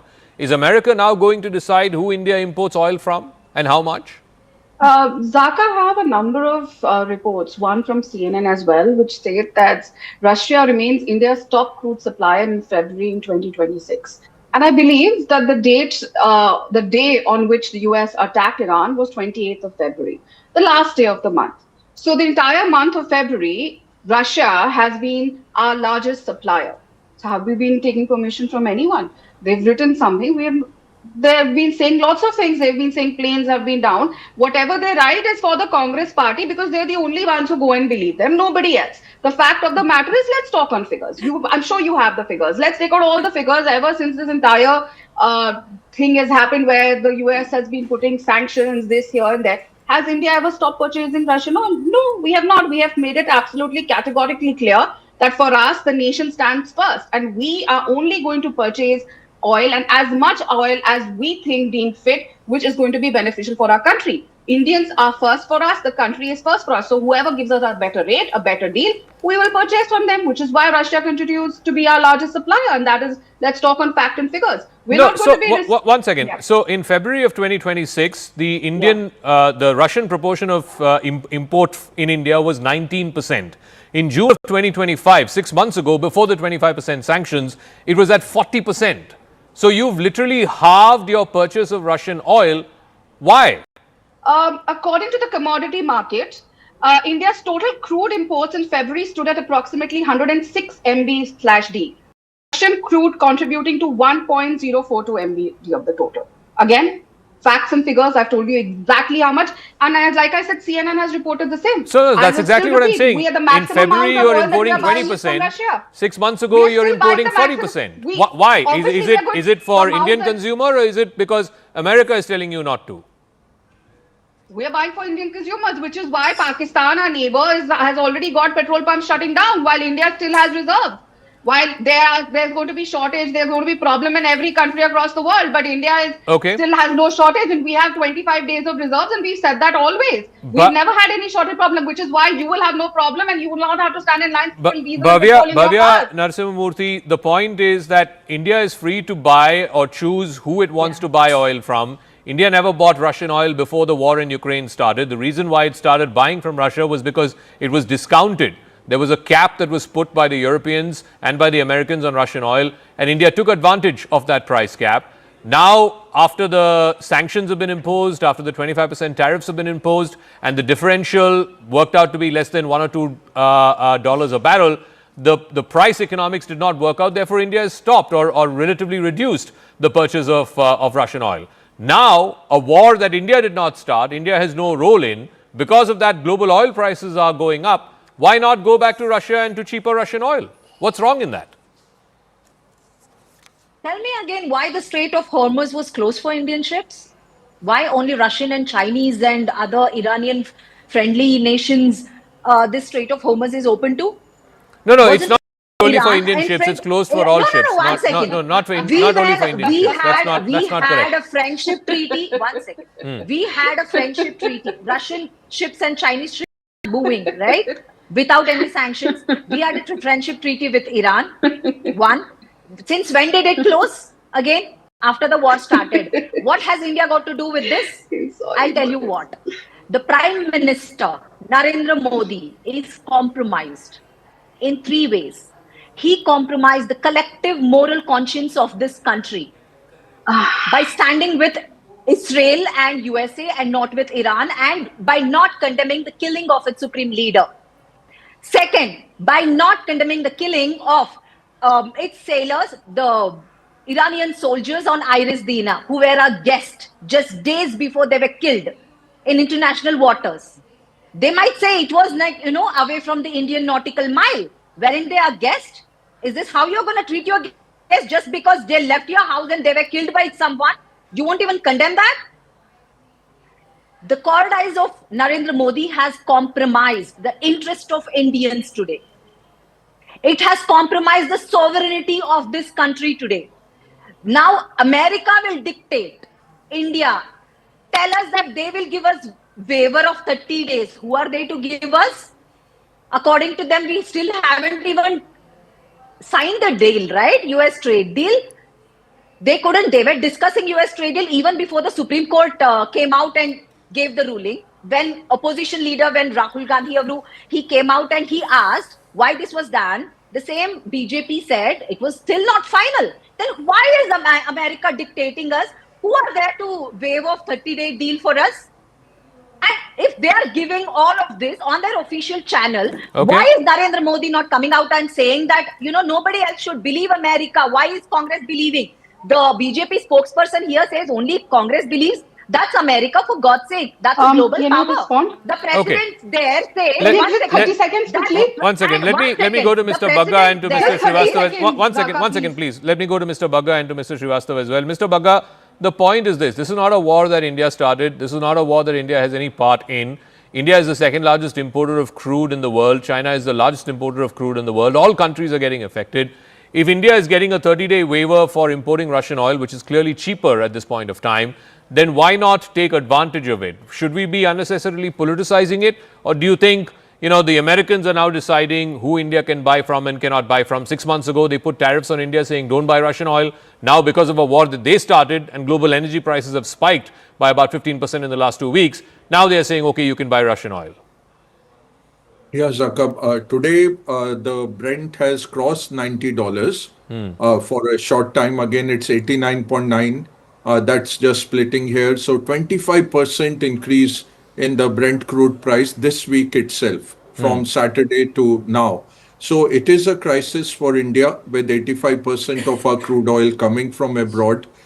We have to supply our industries, our consumers. We have to have cooking gas for the crores of connections that we have added over the last 11 years. So it is a crisis. The government is taking care of it. And I would say in terms of national interest, not only the Russian oil on high seas, but any Russian oil that we can buy, we should be buying. The Europeans are telling Ukraine to allow Russian gas and oil to flow through the pipeline, which used to come from Russia through Ukraine into Western Europe. So EU has decided that we should open that pipeline. Zelensky is not opening it yet, but everybody is now looking at staying afloat. This is a very grave energy crisis. So I would not paint it in any political color.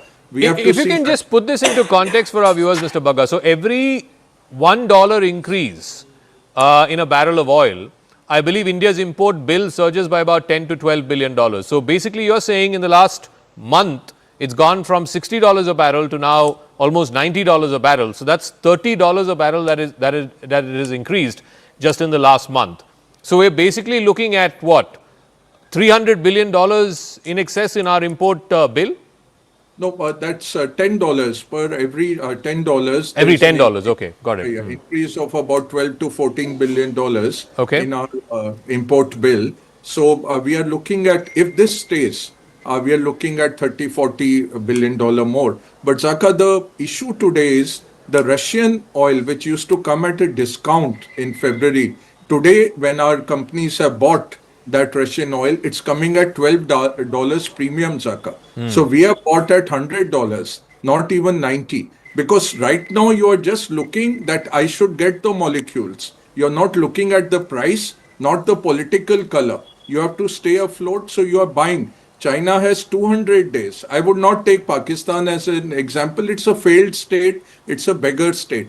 China has 200 days of reserves. Japan has 250 days. We have 25 days. So we have to act. We cannot wait for US or anybody. Getting oil from US takes about 4 weeks. By that time, the story is over. Because 20 billion is not coming every day, Zaka. So 20% of the global supplies are constrained for the last 7 days.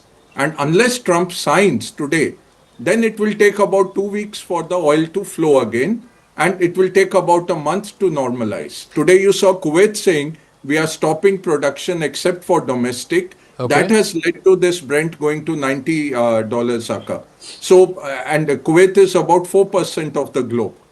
So Mr. Srivastava, what is the way out? I mean, the whole world is suffering. Countries in the global south are suffering. India is suffering.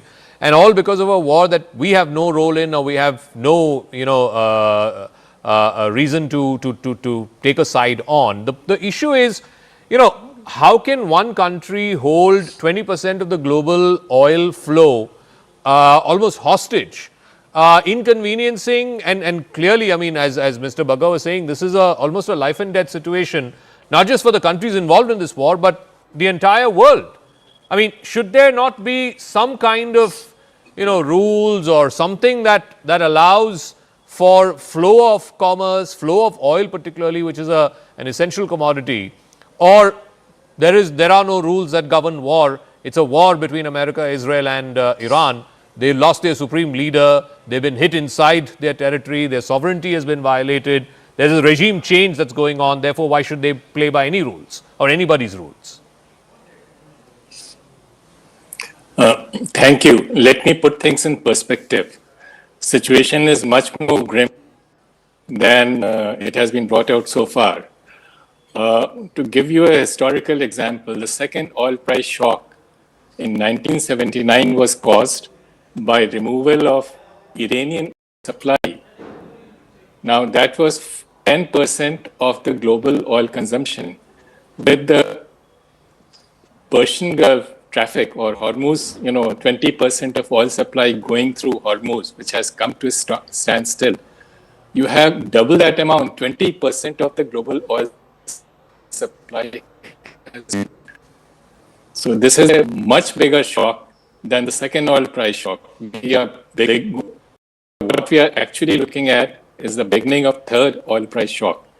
Now the second part, how long will it last? It's not a question of few days, because this time it is not that the Iranians have a mind. It's the global insurance companies who provide insurance to the ship and the cargo. They have simply stopped insuring ships anymore. Yeah. All right, we've lost that link with Mr. Srivastava. We'll try and go back to him in just 1 second. Yeah, Radhika Khera, again, it comes back to, if we had friendly relations with Iran. Iran seems to be making some exceptions for certain countries. We are now at the mercy of either America or Russia, or in this case now Iran. The Gulf countries are not exporting as a result of this war. Basically, we are at somebody else's mercy. First of all, Iran has also made an exception for India and has opened its borders to let Indians travel back to India. And that exception was only for India. What is he So those talking? people who have been crying The hoarse Strait of and Hormuz, we saying, are talking can you about please trade. control this lady? I didn't We speak are over her. One at a time. I'm not. We are speaking about If she's so trade. interested one- in warring, one she at a can time, probably go please. to Iran. They'll One at need a their time. support. One at a They time. need all the Yes. hands that they can One get. at a time. If One the at a Congress time, is so please. interested, One at a they can time, go to please. Iran. Please. We'll help arrange flights for them. Having said that, now, interestingly, how this ecosystem today, which is screaming that India is under US pressure, conveniently forgets its own history. In 2012, under the UPA government, where Dr. Manmohan Singh was the puppet prime minister, where the government was being run by remote control via Mrs. Gandhi and Mr. Rahul Gandhi, India actually cut Iranian oil imports by 11% after US pressure, which was openly reported, and you covered it as well. I'm sure you covered that. And today, under Prime Minister Shri Narendra Modi's leadership, the reality is exactly the opposite. Russia has remained India's largest crude supplier, despite as many sanctions that the US has imposed on India. Despite anything, Russia still remains to continue to supply the largest amount of oil. We have not reduced it, but yes, it is a matter of fact. And on record that in 2012, Rahul Gandhi's government succumbed to the US pressure and reduced the oil imports by Iran by 11%. Wasn't Iran India's friend back then? Why did we succumb to US pressure and not take oil? Let's not forget that. That is how India used to succumb to pressure. And today we are not. And yes, today when the country is under attack, when Iran is under attack, what do we see today? We saw that their deputy foreign minister is in India, a country which is in conflict.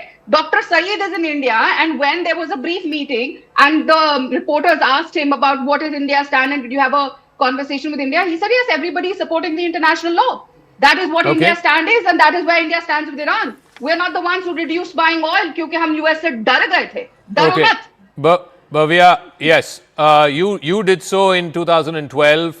There were sanctions against Iranian oil. You stopped purchasing Iranian oil, and now this is a war of not of our making.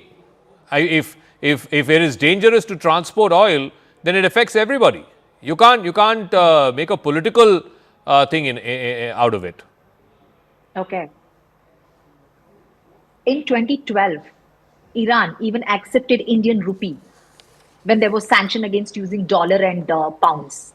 One, taking a decision for the people of India, for the interest of Indians, is very different from taking decisions to protect one individual called Adani and save yourself from Epstein's file. And just for the fake medal, you go to Israel and within 48 hours, a nation, weren't you aware of it? If you were not aware of it, if your intelligence, I'm talking about Narendra Modi, was such a failure, what kind of a prime minister are you? You didn't know in 48 hours they are going to attack Iran and make an unprovoked attack against Iran, a friendly nation. And did you even condemn it? What is Radhika even comparing? And she didn't answer your question, saying she didn't even answer your question. Your question was about Strait of Hormuz, right? Why Indians are not allowed there when we have a friendly relationship with Iran? But she has no option, no answers to it. Okay. Mr. Srivastav's line is also back, so I want to get quickly a word from him. Mr. Srivastav, do you see Iran making exceptions for certain countries with which it has had friendly relations, or this is a situation that's going to continue until there is some kind of a winner or loser in this war? You know, it's not a question of Iran making an exception or any other country, because, as I was saying, the transit through Persian Gulf, through Hormuz Strait itself is blocked because the insurance companies have walked away, which is 20% global oil supply removed, which is double the oil price shock, the second oil price shock. So we are looking at the beginning of third oil price shock. Okay. Now, this is going to last longer than the previous one because this is not because of kinetic action. Even when the kinetic action is, that is, the war is over, it will take some time for the insurance rates to come back to normal. The Red Sea war, where the Houthis attacked, the insurance rates have still not normalized. Now, the third thing, there has been discussion about buying Russian crude. The basic issue is how much Russian crude is available, because most of it is already committed to China. This exemption or whatever exception which US president has said covers the seaborne Russian crude oil that is currently 7 million barrel. India gets 2.5 million barrel a day. So even if this was available to us exclusively, it would not last more than 2 days. Now, the only way, and it's not a question of only India, we need not make it a partisan debate, because this has already affected the entire world. The only way out is to bring this war to a closure. The problem is that the Israeli and the American war aims expanded. Initially, it was nuclear talks, which could have been resolved. Omani's foreign minister had said after the talk on 27th February, a day before the war, that peace deal is within hands. Now, then Israel and America struck. Now, unless this nuclear deal is possible, because Iran has agreed to zero stockpiling. Without stockpiling, you can't have not zero enrichment, zero stockpiling. Stockpiling. Which means without stockpiling, you cannot have nuclear weapons. They have also agreed to dilute the earlier stock, which was enriched up to 60%. So nuclear issue can be easily resolved. But that's not the goalpost. The goalpost has been shifted. If you have moved the goalpost to regime change, you are looking at a longer scenario, and it's. I have served in Iran. It's not going to take 4 or 5 weeks, as President Trump has said. I think this is a massive miscalculation. Iranians are a resilient people. This will go on. Okay, we've got to leave it at that. I'm completely out of time, but thank you very much, Mr. Srivastav, Mr. Bagga, and the spokespersons of BJP and Congress for joining us. Like I said, this is the world's problem, and India happens to be also in the line of fire because of oil prices, because of what has been happening. Let's see, and let's hope and pray that this war comes to a close quickly. All right, I want to go across to Ms. Goldie Gomari. She's an Iranian rights activist and also a former member of the Provincial Council in Ontario. Thank you very much for joining us, Ms. Gomari. I want to first start off by asking you, there's a lot of propaganda on social media by both sides, by the American and Israeli side, and certainly by the Iranian side. They've made it out to be that, a great man has been killed and he's a martyr and so on and so forth, completely discounting the fact that Ayatollah Ali Khamenei and the regime terrorized the Iranian people for close to 40 years. How would you speak to this propaganda war that's going on? I think it's incredibly shameful that there are people out there who are glorifying what we Iranians call the modern day Hitler. Khamenei was an evil, evil man. He has the blood of hundreds of thousands, if not millions of people on his hands. And the day that he was exterminated was an amazing day for us Iranians and many other people around the world who have been victims of Khamenei. I myself am so grateful to the United States and Israel for getting rid of this very evil war criminal. I think the fact that there's so much propaganda about this on social media, it points to a bigger problem of how much the Islamic regime has radicalized people around the world, and I think that is a very serious threat. Especially speaking to that concern as a woman, as an Iranian woman or a woman of Iranian heritage, especially given how this regime went after women. We saw a few years ago with Masha Amini and the anti-hijab protests. This must be like a liberating moment, but why aren't we seeing enough such voices out there in the international media, on social media, etc.? Well, for one thing, the Islamic regime has shut down the internet. So ever since February 28th, they shut down the internet. So it is complete internet blackout right now. The reason that they do this is precisely for what you are saying, is they don't want the world to know how Iranians think and feel. However, we are getting some small videos coming out, and those of us who are outside of occupied Iran, we are trying our best to get the voices heard and make people be aware of what's going on, because this is a big tactic of the Islamic regime. Whenever they want to control the narrative, they will shut down the internet to silence Iranians, but then they will push their own propaganda. The reality is that Iranians are incredibly happy, incredibly grateful, and one of the reasons that you don't see them out in the streets right now is because President Trump himself has said now is not the time to go out into the streets. It is dangerous. There are bombs dropping on the Islamic regime. President Trump has said, stay at home, be safe. When the time is right, we will let you know, and then you can go out and reclaim your country. I do want to speak to you about that, because there are a lot of people are saying that that's never going to happen. The regime has a tight fist in the country. We saw what it did just a few months ago, just a few weeks ago, in fact, both in December and in January. You know, the iron fist of the government crushed the protesters. So no one's going to come out, is what the critics are saying. But President Trump, as you said, has been sort of goading the Iranian people to come back and take their government back. Do you see that happening? And by when do you see that happening? Well, I 100% see that happening. The reality is what happened back in January, Iranians are unarmed. So they were facing unarmed and they were facing armed Islamic terrorists who were out in the streets shooting them down with military style weapons. However, this time around, those same terrorists are being exterminated by President Trump. All of their bases are being destroyed. The police stations are being destroyed. The prisons are being destroyed. Their ammunitions, weapons depot, all being destroyed. Is the threat still there? Absolutely. But President Trump, the United States and Israel are slowly eliminating that threat. And I truly believe that when the time is right, Iranian people will go out. Why? Because we actually have a leader. His name is Reza Pahlavi. He's the crown prince of Iran. He's the leader of the Iranian national revolution. That's the person that all of us trust. He has not said anything wrong so far. He has always been guiding us on the right path, and we 100% trust him. So we are right now waiting for Reza Pahlavi's signal so that we can go out into the streets and reclaim our country. And one final word, you know, again, there are skeptics who say that Reza Pahlavi does not have the kind of popular support in Iran. His support may not be more than 20 or 25%. Anyway, there is no appetite amongst the Iranian people to go back to a monarchic kind of system. How would you speak to that particular criticism?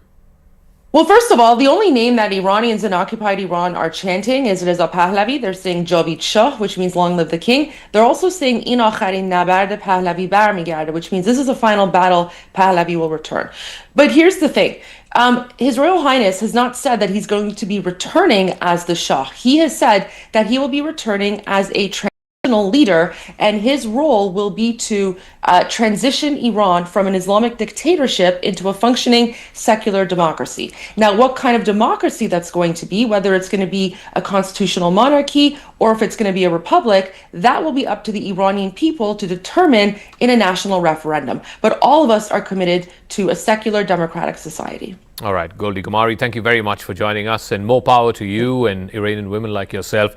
Hopefully the people will come out onto the streets and take back your country, as President Trump has been talking about. Thank you very much for joining us. Thank you. Meanwhile, this is now having international ramifications. One player who has been relatively quiet in all of this, despite the fact that for the last 40 years they have been the best of strategic partners and friends, is China. China has now commented on the US-Israeli strikes on Iran, saying that it's violating international law and it now risks expanding the conflict across the region. Beijing has affirmed its support for Iran's sovereignty and territorial integrity. Beijing and Washington's ties have been further strained at a time when in the next few weeks, President Trump will be traveling to Beijing and meeting with Xi Jinping. And China and the United States are the two large countries who have still not signed a trade deal. So how much will China push in its criticism against this joint Israeli-American strike on one of its long-standing friends and partners in the Middle East? Or will it risk upending the entire relationship between the two biggest superpowers, the two biggest economies, just because one of its friends has been attacked in West Asia? The current thaw between China and the United States was already fragile. Now it faces a fresh new strain. The killing of Iran's supreme leader Ayatollah Ali Khamenei in an American-backed strike that Beijing has denounced as a blatant attempt at regime change. China has moved quickly to condemn the American and Israeli strikes on Iran, with its top diplomat Wang Yi accusing both governments of assassinating another country's leader. He's also pledged to support Tehran's sovereignty and security. The killing of Ayatollah Ali Khamenei came less than 2 months after American forces captured President Nicolas Maduro of Venezuela, who was another close partner of China. Together, these two moves, one in Venezuela, the other in Iran, amount to a forceful display of American power against regimes that China has cultivated as part of its broader strategy. Yet, for Beijing, the question is how far to defend Iran, its closest diplomatic partner in the Middle East, without hurting its own economic interests or worsening tensions with the United States. 美国和以色列未经安理会授权对伊朗发动军事打击，违反国际法。中方对战事外溢波及周边国家深表关切。中方认为，海湾各国的主权安全和领土完整也应当得到充分的尊重。我们敦促各方停止军事行动，防止战火进一步蔓延。Beijing is likely troubled by the potential ripple effects of the American and Israeli strikes.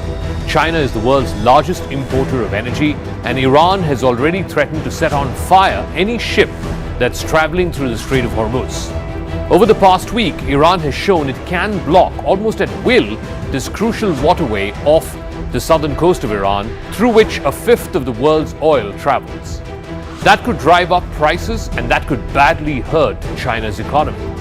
There is also a quieter domestic sensitivity to foreign-backed regime change. Xi Jinping, who is China's leader and who's been in power since 2012 and is widely expected to get a fourth term starting next year, presides over a political system that brooks no dissent. Under the Chinese state media's censors, news about Khamenei's death was welcomed. Internet users, in fact, congratulated Iranian residents, and they wondered aloud who the next leader might be. Many of these social media posts were then scrubbed off the Chinese internet. But domestic concerns aside, Beijing is likely most focused on its relationship with the United States. President Donald Trump and Xi Jinping are just weeks away from a summit in Beijing where they're expected to extend a trade truce between the world's two largest economies. The White House has said that the meeting between Xi and Trump would take place between the 31st of March to the 2nd of April. But China is yet to confirm the details of this meeting or when and where it would take place. China could still consider cancelling or postponing the meeting with President Trump to show its displeasure with Washington and its use of military power against Iran. But whether they will cross that Rubicon remains to be seen. Despite its sharp rhetoric over Iran, Beijing has strong incentives to keep its relationship with the United States on an even keel. China wants Washington to agree to extend the trade truce, reduce its support for Taiwan, and ease its restrictions on technology exports. Beijing cares much more about managing the United States than whatever is happening in the Middle East. The trip to China, which would be the first by an American president since Trump went there to Beijing in 2017, is seen as vital to maintaining the truce that Xi and Trump had reached last October in Busan in South Korea. Before that, China and the United States had engaged in a blistering trade war that sunk their relations to the lowest point in more than 50 years. For China, postponing or cancelling the summit meeting with Trump would carry its own costs. Trump has signaled a willingness to avoid any kind of confrontation with Beijing. His administration recently delayed the announcement of an $11 billion arms package to Taiwan, which is the self-governed island which Beijing claims its own. It's also eased restrictions on the sale of advanced American chips to China. Trump, in fact, refrained from mentioning China in his State of the Union address, which is an unusual omission. The legal landscape has also shifted in favor of Beijing. The recent US Supreme Court ruling, which struck down many of President Trump's tariffs, but his new 10% tariff on global imports is actually beneficial to China. China earlier had 34% tariffs, which has now been reduced to 10% after the US Supreme Court's decision. Beyond the summit, the conflict could reshape the strategic landscape in ways that benefit Beijing. Already, the United States has amassed the largest military force in the Middle East since 2003 and the invasion of Iraq. It has deployed aircraft carrier strike groups, also dozens of fighter jets to the region. And if that effort proves sustained, it could draw American attention and resources away from Asia. Beijing may not be bothered if the United States becomes bogged down in another unpopular war in the Middle East that distracts it from its main adversary, which is China. Beijing also must thread a diplomatic needle with Tehran. China has forged deep economic ties with many countries in the Gulf that Iran has launched attacks against in these recent days, like the United Arab Emirates, Saudi Arabia. Now, unlike the United States, which has formal defense commitments with dozens of its allies, China has only one ally, which is North Korea. Its partnerships with Iran, with Venezuela, these are all strategic, they're not military alliances. Still, the strikes on Iran have laid bare the gulf between the two superpowers and their military capabilities. Despite its rapid investment in recent decades, China does not possess an army like the United States. The US Army can project power in any part of the world at any time. They've shown that in Venezuela, they've shown that in Iran. And that rankles Beijing. Because what that means is no country, not even China, can stop the United States from taking whatever action it pleases in any corner of the world. The demonstration of raw, hard power is something that will worry Beijing. It certainly complicates Xi Jinping's own plans to reunify Taiwan by 2027. The governor versus state government war has now taken another turn with the latest reshuffle of governors, particularly in poll-bound states like Bengal and Tamil Nadu. Bengal Governor C.V. Ananda Bose has been replaced with the controversial Tamil Nadu Governor R.N. Ravi, who has had quite a few run-ins with the M.K. Stalin government there. And the relatively subdued governor of Kerala, Rajendra Adlekar, now gets double charge. He gets the state of Tamil Nadu as well. Mamata Banerjee has already sounded the political bugle on this. She has said that this is blatantly a political decision, coming as it does just ahead of the elections. She is questioning what is the pressing need to change governors right now. She's alleging that this has been done with political motives because Governor Bose was not listening to the central government and to the Union Home Ministry. But there's been a series of run-ins that governors have had with state governments, most notably R.N. Ravi and the Tamil Nadu government. If you look back to his tenure, right from the early days, on the 5th of January 2023, R.N. Ravi had suggested that Tamilagam would be a more appropriate name than Tamil Nadu. Nadu means country, and he didn't want Tamil Nadu to be referred to as a separate country. The DMK slammed him by saying that Governor Ravi should stop acting as the second state president of the BJP. Again, a few days after that, he said this was a customary address by the governor to the state assembly. Mr. Ravi skipped certain portions, praising the Dravidian model of government, and certain other portions, prompting the Stalin government to move a resolution which approved the text that the state government had drafted for the governor. The governor then walked out of the house. On the 12th of February, Mr. Ravi declined to read the full address prepared by the state government. In 2025 April, several bills that were passed by the Tamil Nadu Assembly were kept pending by the governor or returned back to the state government, and that led to a massive political as well as legal dispute. The state then moved the Supreme Court and challenging the delay in granting the governor's assent to these bills. In April of 2025, a body of Tamil Nadu educationists also met with the President Draupadi Murmu, demanding the removal of Governor R.N. Ravi for violating constitutional secularism by allegedly asking college students to chant Jai Shri Ram during a public event. And then just earlier this year, Governor Ravi refused to again read the state government's prepared speech for the third year in a row, and his office provided a long list of reasons for why he refused to do so. So this classic clashes have happened not just in the case of Tamil Nadu, but even in Bengal. It's not just Mr. Bose, who's now recently been relinquished of his position, but also prior to that, Governor Dhankar, Jagdeep Dhankar, who was the governor of Bengal before he became vice president, he too had a massive showdown with the Mamata government from 2019 to 2022.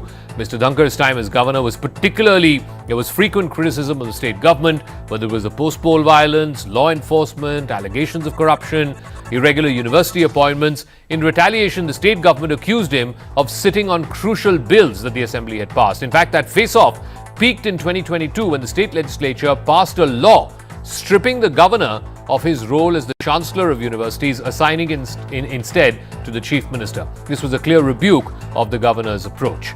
Between November 2022 and March 2026, although Ananda Bose initially shared a cordial relationship with the state Chief Minister, that led to the state BJP unit expressing its displeasure over his appointment. Things later took a turn for the worse. The governor started expressing disagreement and disapproval on a host of issues. His tenure was marked by confrontation with the state government and ups and downs in his relationship with the chief minister. Election के पहले ये क्या हो रहा है? Election commissioner Ganesh Kumar को misuse करके politics कर रहा है भाजपा। अगर प्रेशर है क्या नहीं है, टीएमसी सब कुछ कर सकते हैं। टीएमसी के ऊपर कोई विश्वास नहीं है, वो संविधान को मान्यता नहीं देते। वो राज्यपाल के खिलाफ भी हो सकता है, किसी के भी खिलाफ हो सकता है, लेकिन उसके बारे में भी राज्यपाल जी वो बताएंगे। want to go across for a quick face-off on this. Tuhin Sinha is national spokesperson of the BJP. Tausifur Rahman is spokesperson of the TMC. Tuhin, the question that's being asked by Mamata Banerjee, she put out a tweet last night itself criticizing this move, linking it to the polls and saying, what's the pressing hurry? Why not wait for the elections to get over and then change governors? Well, good evening, Zaka. Good evening, everybody. You know, the appointment as well as the replacement of governors is entirely the prerogative of the central government. The central government is not obligated to consult state governments, be it BJP government in the state or a non-BJP government, as far as understanding of the constitution. Not just with Mr. Bose, even with Jaideep Dhankar before that and Keshrinath Tripathi before that, there is not a single governor with whom Mamata Banerjee has not been at loggerheads with. She has opposed SIR, which is a constitutional process. She has threatened to, not to allow CAA to be implemented in Bengal, which again goes against the tenets of the constitution. So Mamata Banerjee over here has no business in deciding who the governor of the state should be. As far as BJP government as the center is concerned, let me just state one fact that would establish our, credentials insofar as respecting the federal structure of governance goes.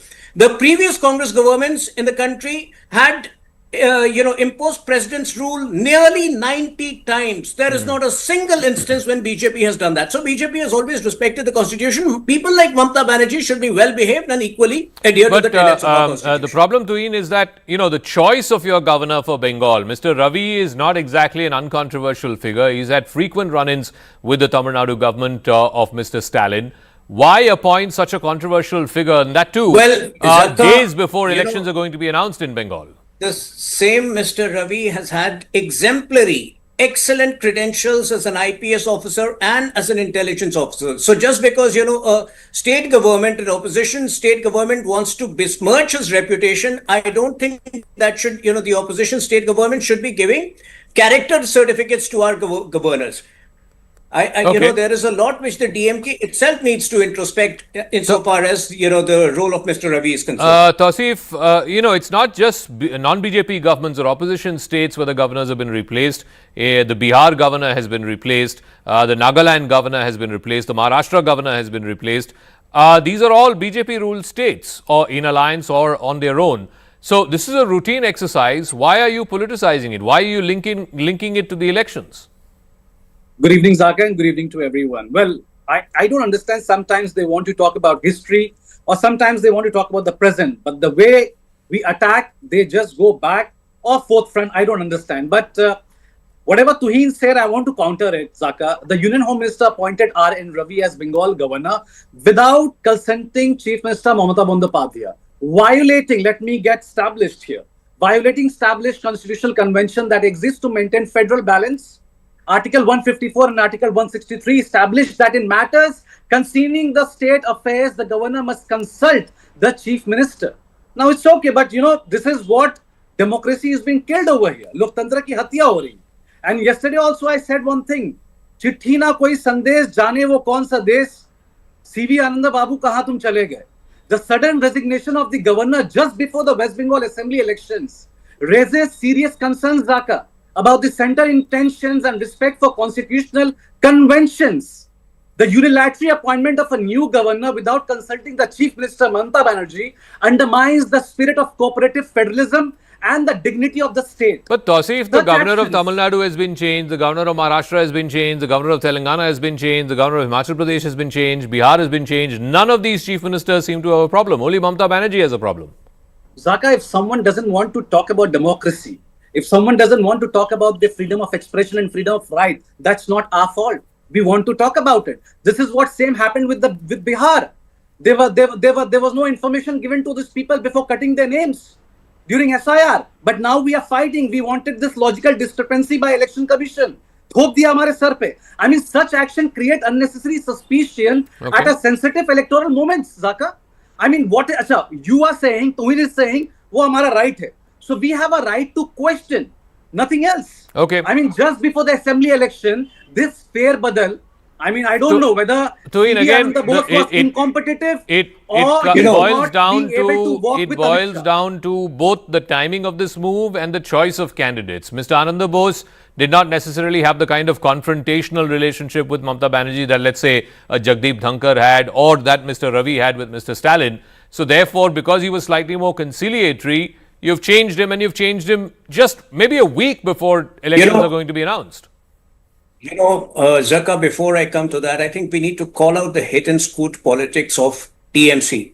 I'm sure, forget TMC, I'm sure CNN must have done its own research. You put forth, you tell me the constitutional provision which tells you read out the constitutional provision which tells you that the central government should consult the chief minister before the appointment of the governor. There is no such constitutional provision. They can, they can just throw some clause, they can throw some article over here. I'm challenging you, read it out to me. So that's point number one. This ignorance of the TMC, chosen ignorance, needs to be called out. Number two, like I have mentioned, we have an exemplary track record in the last 12 years. You tell me one instance where, we have imposed president's rule barring money. Ideally, we should have done that in Bengal in 2021 when TMC cadres indulged in the killings of so many karyakartas of ours. But we did not. Okay. So I don't think we should approach this entire issue with such a cynical mindset. There are so many states which have had a change of governor. Not one has complained. And that includes opposition. Tausif, the fact is that Mr. Ananda Bose also had his ups and downs with Chief Minister Mamata Banerjee, whether it was the RG car rape episode, whether it was Sandesh Khali, numerous instances where he has taken a divergent line and criticized the Chief Minister. So there was really no love lost there between Mr. Bose and Ms. Banerjee. See, Zaka, this is what I'm talking about. The difference between a concern and a complaint, it's huge hell and hell difference. I mean, I want to show you the pattern. The pattern is now crystal and clear. Jagdeep Dhankar was made governor of West Bengal, created constant friction within the state government, then elevated to vice president, and was eventually forced to resign from there also. Now, CV Ananda Bose replaced him, continued the confrontational approach for 3 years, and now suddenly resigned, citing ill health just before the election. Now, see, we are not complaining. This is what Mamata Bandyopadhyay, Abhishek Bandyopadhyay spoke about. It's about the concern. Bhaiya, iske piche aapka raaz kya hai? See, if the governor is not walking hand in hand with the chief minister, no problem.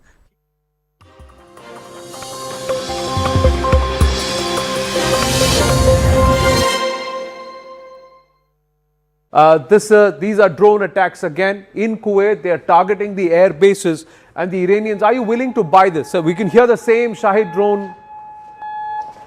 Oh, these are the sirens. That's the sirens. It's sirens. Now, is that a missile or is it again UAV? Hard to say from here. Yeah, but they have targeted yet another US airbase with missiles, yes, as well. With missiles as well. It's moving very slowly, or relatively slowly, perhaps too slowly for. No, that's an interception that's happened. These are pictures. Or it was a SAM that was hitting something. Yeah. The SAM that was hitting something. But I want to understand when it is targeting these air bases, Iran. We'll call up the graphic of where all Iran has attacked so far, and we put that out here. But understand from Tom, what is Iran's strategy here? Is it going to continue to focus only on the US disruption, guerrilla, missile guerrilla, and the resulting disruption. This is exactly like strike on Ben Gurion or attempted strike on Ben Gurion, trying to disturb the Israeli Air Force operations. In this case, trying to disturb Kuwaiti operations, whether military or oil export or normal life, actually. It's similar in Bahrain, Qatar, in United Arab Emirates. The local economy in Emirates is at standstill. Nothing is going on. Nobody works. Everybody is in shelter or hiding somewhere, hunkering. So this is what Iranians want to cause. Or precisely the IRGC wants to cause, because as a punishment for these countries enabling US and Israeli strikes or supporting them in one way or the other, or housing US military facilities.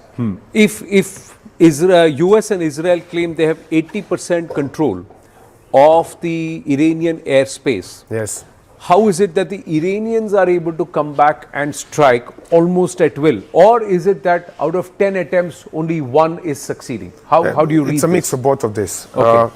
The claim we are controlling 80% of Iranian airspace, this is a pipe dream.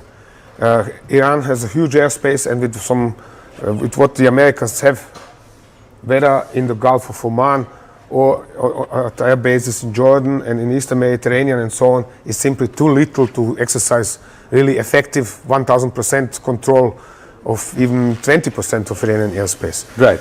So what they are doing is to circle around, to fly lots of UAVs and try to control what is going on with them.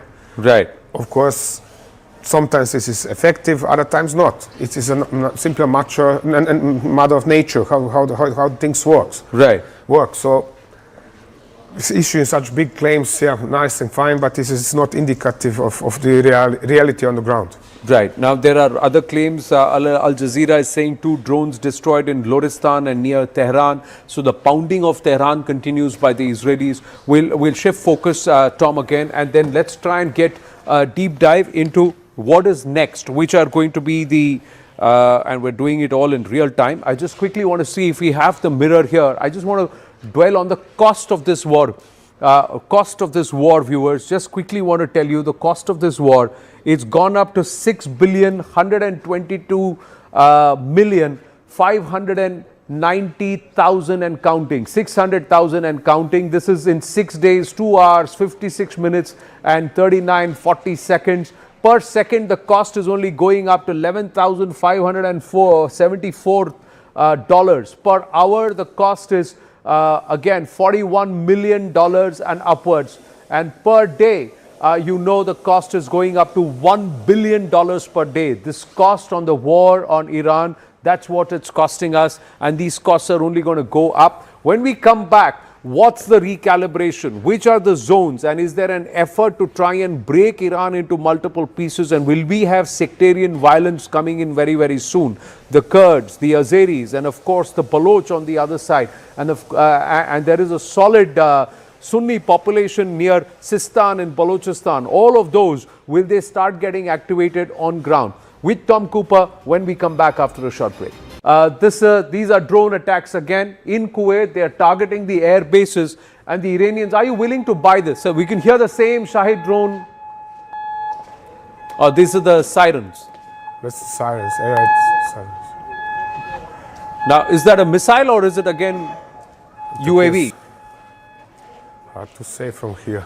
Yeah, but they have targeted yet another US airbase with missiles, yes, as well. With missiles as well. It's moving very slowly, or relatively slowly, perhaps too slowly for. No, that's an interception that's happened. These are pictures. Or it was a SAM that was hitting something. Yeah.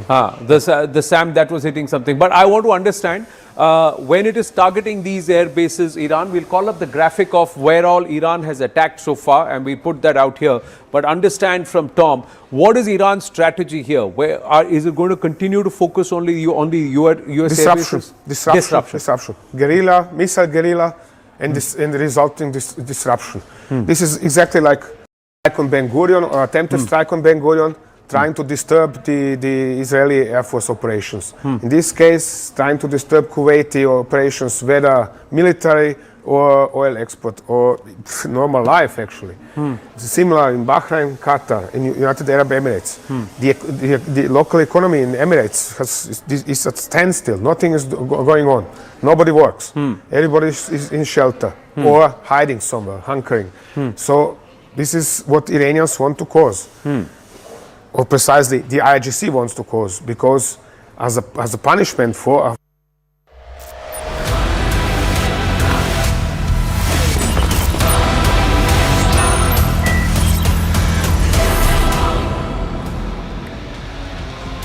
the big headlines, viewers, on the Hard Facts tonight, and it is looking like one of those big operations by Donald Trump. Whether he honors them or not, we don't know, but Trump makes it clear amid the West Asia onslaught, says there will be no deal with Iran except unconditional surrender.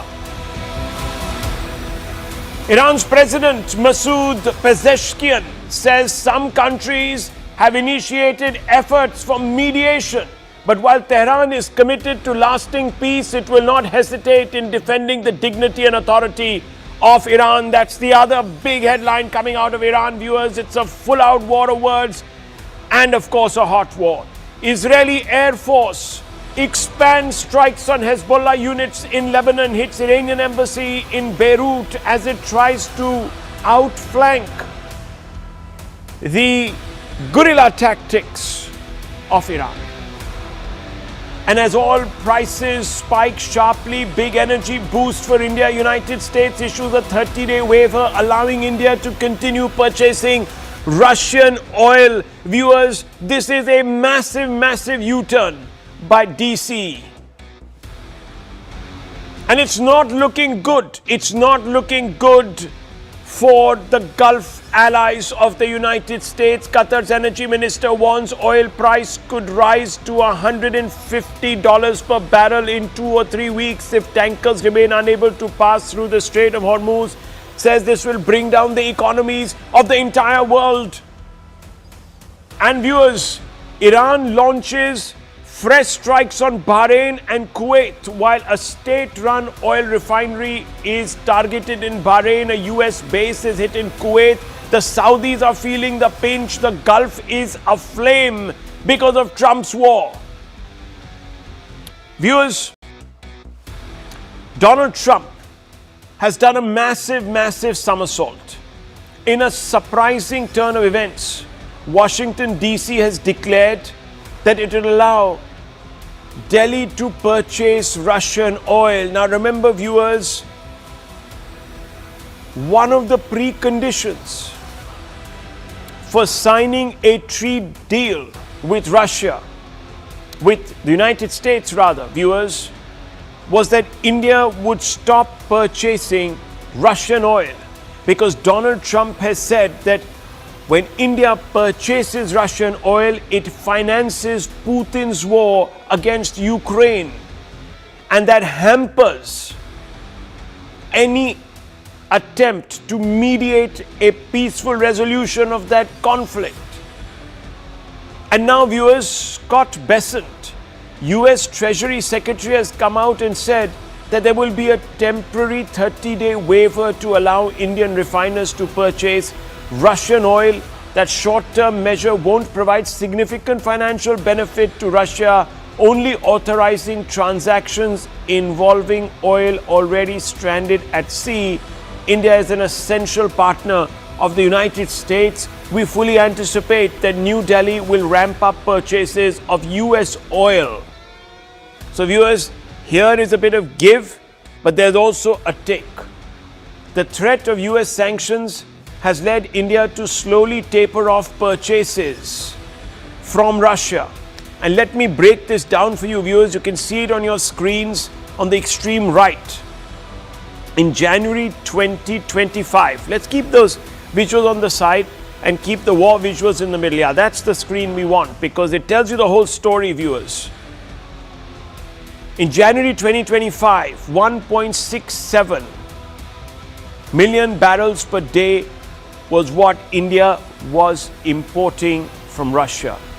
In September 2025, that came down marginally because Russian discounts had started tapering off. So Russia was giving us big discounts after a while it decided not to.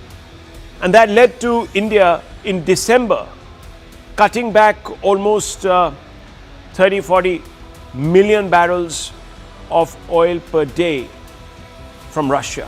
By January 2026, we had almost got this down by 65 million barrels, viewers. So it was on a downward trajectory, but we did not stop importing Russian oil even when a gun was literally put to our head, a tariff gun, not a real gun.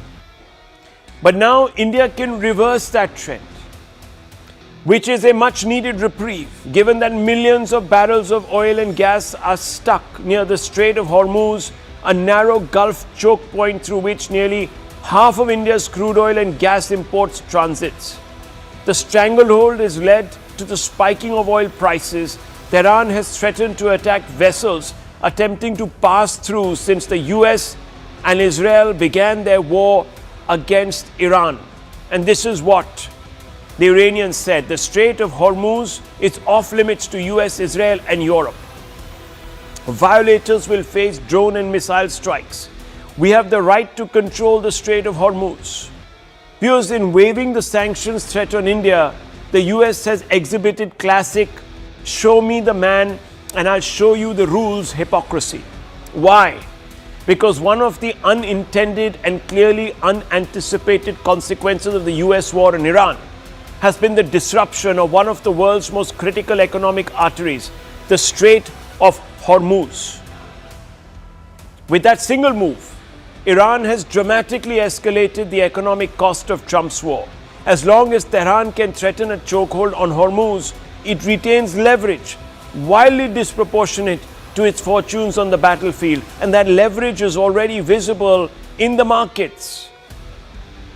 Washington knows that a sustained spike in oil prices could fracture the fragile coalition backing its war effort, which is where India enters the equation. Given its centrality to the Indian Ocean region and West Asia, New Delhi is perhaps the single most consequential ally whose cooperation the US cannot afford to lose. The waiver therefore stems from strategic necessity. The BJP has naturally claimed the reversal as a big win for India's oil diplomacy. BJP national spokespeople have been coming out and saying India's oil diplomacy has succeeded. And it has gone on to say our action averted market disruption. The question remains, has Trump's overreach on attacking Iran, on bullying India, misreading the fallout of the war returned to haunt him? Let's open this up because there is a conversation to be had here, viewers. And I want to begin with Errol Morkic, who's a senior spokesperson for the Republicans overseas. Errol, thank you very much for joining us. And I know these are difficult times, but I want you to have a look at what the consequences of this catastrophic war that is being waged are. One of them is that the Strait of Hormuz has emptied out of vessels, fishing, oil tankers, trading ships, all gone. Which means that a large number of people who the Americans count as allies are feeling the pinch. Has Trump realized this, and has he therefore pulled back, at least in India's case, from that position that at the end of the day, if India were to import Russian oil, it would face huge sanctions? Is this a realization? Well, it's certainly the reality of an ever-changing battlefield. So the objective, of course, is to keep oil prices down to reduce Putin's ability to conduct his war. By closing the Strait of Hormuz and interacting with Iran, as we've done, of course, that's caused it to spike. Now we need Indian buyers to clear the market of existing Russian oil off the oceans so we can hopefully at least stabilize the short-term OTC markets there. So, I mean, in some ways, it's a little quid pro quo, it's a little bit give and take, but the United States didn't enter into this event without the knowledge that Iran would do this. This was basically their only strategic play. As you said in your monologue, this overshadows their actual battlefield competence, and I agree with you entirely. On a 22-mile narrow strait, they can do whatever they want. Are you saying that the great strategist sitting by the Potomac in Washington, D.C. did not game theory a response of this nature? I mean, this looked the most obvious. The first thing that we knew. Well, if you did, then you seem to suggest that you didn't. But if you didn't, no. To be very clear, this is the only expected retaliation by the Iranians. So this is their only leverage they have. So during this time period will be the increased strikes, the increased military actions, and then of course diverting American resources, Venezuelan oil, finding these new supply chains, allowing the Russians to sell to the Indians, hopefully bringing Russia more economically to the table as that conflict is there. So I would say the great strategists around the Potomac are certainly pulling the strings, and everybody is coming along gracefully, we hope, as we, of course, eliminate a common enemy in the Iranian Islamic State. Gracefully. Viewers, I just want to go across to this big map that we've got up here for you. What is this map? This is the Strait of Hormuz, viewers. This is the strait. It's at one point about 40 kilometers wide, and at certain points it's only about 20 meters or so deep. And you can see it's completely emptied out. All these ships that bear oil, trading vessels that bear cargo, perishable goods and so on and so forth are all stuck here. If you just pull back a little bit, this is Dubai, this is Sharjah, that's Abu Dhabi. All the ships are in port. They can't move out, viewers. And they're not going here. And ships that are bringing material, and you can see some of these arrows that point to tell you the direction in which these ships were supposed to go. These ships that are bringing in goods that would have actually fed all these city-states are stuck here because Iran has decided that anything that goes across will be targeted. So viewers, you have a situation where there is a potential economic crisis and the cost of war is escalating. Now, America knows that if this cost goes too high, this fractious coalition of support might actually crumble. And there are already noises coming out of Europe and out of the Gulf countries. So it's decided to throw a bit of a bone. And look at the hypocrisy here, Sushant Sareen. I find this absolutely hypocritical. I know America can dictate terms right now because, you know, some people believe that we are not really in a multipolar world. We're still in a unipolar world and that America holds all the cards because it's a power and this, that, the other. But look at the hypocrisy. When the Americans need something and they want interests to serve their cause, they will relax the moral position. Then the poor people of Ukraine who are being bombed by Russian missiles and so on and so forth can go to hell while we buy Russian oil and fund Putin's war for another 30, 40 days. I mean, show me the man and I'll show you the rule. What kind of diplomacy is this?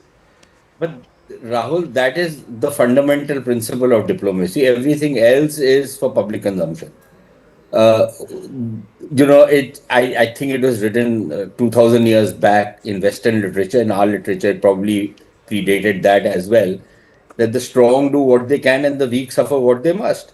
Now, that is the fundamental principle of international relations. Now, having said that, I think if the Russian oil sanctions, number one, it is utter nonsense for anyone to argue that because India was buying Russian oil, Putin was profiting and he was getting money to fight his war.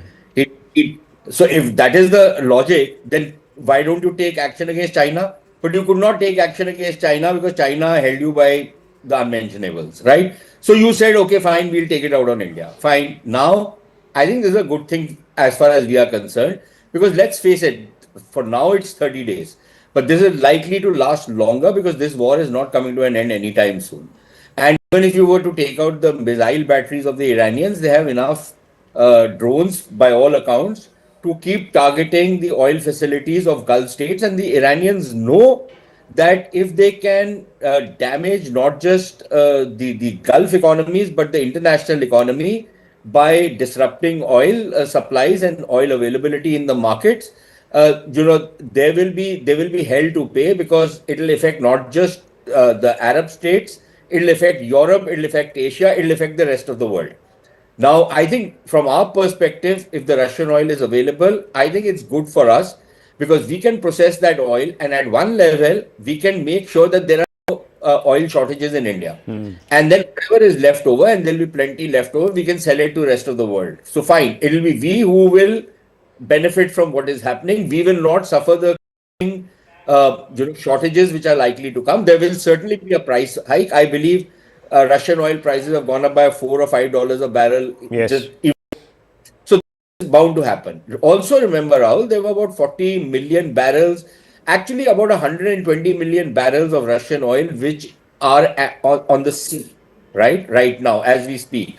But out of which about 40 million barrels were oil which they were sanctioning in a big way. The rest is going to countries which are beyond American sanctions like China and others. So about 40 million barrels of oil are already available. And this figure is likely to increase for one reason. Please remember that it is not just important that oil is produced, but also that oil is refined. Not many refineries have the capability of processing all varieties of oil. I think India has 2 or 3 huge refineries which have those capabilities, which is why that oil comes to India.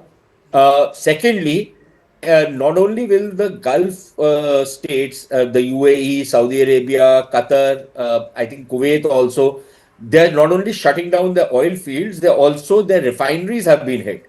We know that the Bahrain refinery has been hit. A couple of others have taken hits, and perhaps, God forbid, something more might happen going forward, which means that you will need all the refining capacities you can get.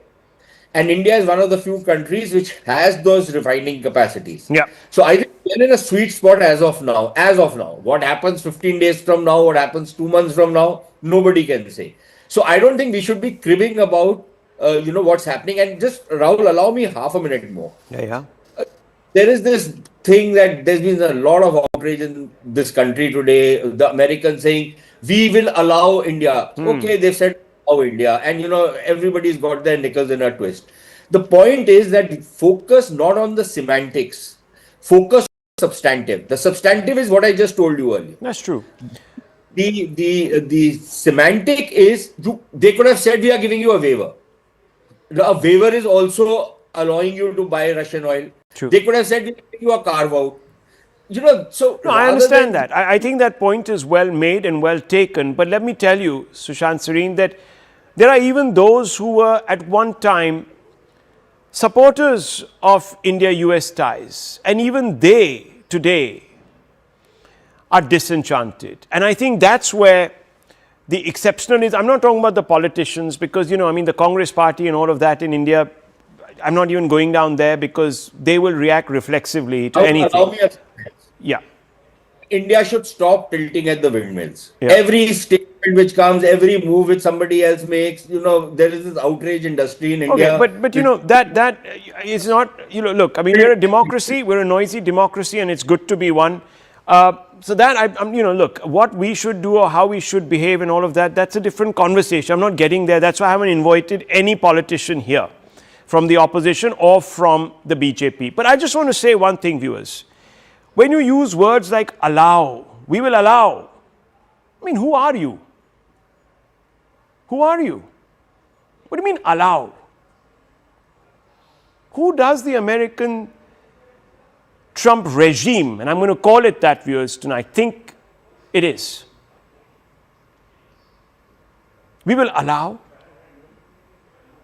India should remember this arbitrary weaponization of trade and patronizing attitude of the US and not buy US oil actually in the long term, viewers.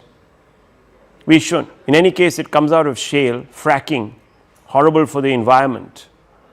Just like, viewers, these Western countries say that we are not going to buy goods from Indian sweatshops which might have that kind of labor and this kind of labor, we should say, well, we're not wanting to buy oil that comes out of the soil, which actually causes environmental depletion by draining water aquifers and all of that. You can make some excuse. Don't let them get away with this. Angie Wong, I have to ask you this question. Are American morals so elastic that now you're giving up the pretense that the money that you pay to Russia for its oil is going to go to further Russia's ambitions maybe by 2 or 3 months in Ukraine? Is that what it's come down to? We're not giving money to Russia. In fact, we have sanctions against working with Russia and their oil program. So no, but you've just relaxed those sanctions, right? You put those sanctions on India. Yes, so you said India was one of the biggest buyers of Russian oil, and that's funding Putin's war. Now, when you are feeling the pressure, when you've realized that you miscalculated, misread the battlefield, you say, oh my God, this is going sideways. This is escalating costs for all our allies. And if the world's biggest democracy says, actually, we don't agree with what you're doing in Iran, let's keep them happy. Let's keep them sweet. Let's give them a waiver. Let them buy their Russian oil for a month or so, maybe even more. Who knows? They'll be quiet and happy. Let's throw a bone to them. That's what this is coming across as. Can you dispute this? Yes, I can. I think that was complete misinformation. I think Trump considers Modi and India a real ally. Right. I know that Modi and Bibi Netanyahu, they met just 2 weeks ago, and they spoke about what was going to happen, what was going to take place in Iran. So they understand that this is a global play. Now, what has actually happened, not that we're allowing you to just buy oil from Russia, is that there's a 30-day waiver. This is temporary. This is for all the shipment that you've already purchased that's stuck out in sea. And Trump is saying, well, get it back into your country because we're going to give you 30 days to do it. So this is a temporary license that has been offered. Now, if India wants to continue doing trade with the U.S. in the future, this is going to be the conditions, right? We're going to have to work together. We can easily cut off the H-1B going mainly to Indian citizens here in the U.S. So much American dollars are being transited out of our country back into your country. So we can do things. Angie Wong, the only people who are actually creating jobs in your economy are Indian startup companies. A lot of them, That's untrue. by the way. I'm not saying the only, but a lot of them. And let me also That's tell you something actually else, false. Angie. Also ask you a question. Please. Who buys the most Russian oil? I have no idea. You have I no don't idea. have that fact Wow. coming in. No, wow, I do not viewers. have that fact Look at coming their in. I can inward. tell you I'll tell you it's which not the country, US. viewers. It's China. China buys the most Russian oil, not India. How much of a sanction was slapped on China? And understand that Zero. President Trump and Viewers, Xi Jinping, zero. This is how much Donald Trump loves the Ukrainian people that he is trying to save. The country that that's buys the untrue, highest amount of Russian oil in the world is China. And But that's China not gets zero away tariff. with zero sanction. We get slapped with a 25% extra sanction, which he now says could go up to 100% if we buy Russian oil. But when it suits him, Trump decides that he is going to completely wave that threat aside. That, viewers, is not how you treat an ally. That's not how you treat those a are partner. lies. That's not a lie. We are It's a fact. actually slapping. Ma'am, no, we go are and do your actually research. putting Angie tariffs Wong, do your on research. China. Don't come to this show without your research. Don't accuse me your of lying. producers invited I have me made onto an the show, and I absolute will tell factual you point. that Go and China is Google, actually go and being Google, sanctioned. go and Google, ma'am, and There's look no at the Google. I've number. been covering Go and tariffs Google and for look at the multiple amount of weeks, Russian oil and the China US is putting buys. tariffs Come on on, China as well. come They're prepared. actually Come prepared. meeting We're nobody's together with fools. Xi Jinping later Angie this Wong, month, I'm not going to get into a word war with you. but you are Please actually come with lying your on facts, air. ma'am. Please come with your facts. I will request you. I will request you to look up right now, use your phone, and find out how much Russian oil is being purchased by China. Do me that favor. I'm going to go to the next guest. General Dillon, let me ask you this question, sir. Has the time come when we stop soft peddling the United States of America on the basis of this so-called exceptionalism that it resorts to? Absolutely. Absolutely. And just to quote the point which was being discussed, Ukrainians' life has no value for America. It is America's war which they want to fight. They are not interested, they're least bothered if Ukraine can fight or not fight or what Russia does to them. Suits them, they will speak it. When it suits them, they won't. Now coming to your question proper. See, India cannot be wished away. We are 1/6 of the world in population. We have our domestic needs of petroleum products. And if the Strait of Hormuz is closed because America decided to launch a war against Iran, and Iran did what it did, and America thought they will finish it off in 3 days or 4 days, and then 4 weeks, and then we will fight till ever, then there is going to be a crisis in the world. And India being 1/6 of the world in population, as I just said, we are going to feel the pinch, and we are the world's largest democracy. And we have stood on our 2 feet when the sanctions were imposed. Today 20%, tomorrow 50%, then this person, that person. Right. And good thing is, the strategic thinkers in America understand the value of India in this region of the world. They understand the strategic value, they understand the economic value, they understand the partnership value, they understand the trading value of India. We are a nuclear state. We are the world's largest democracy. We are 1/6 of the world. Anyone who makes even a needle has to come to India to sell it. We are a mighty military.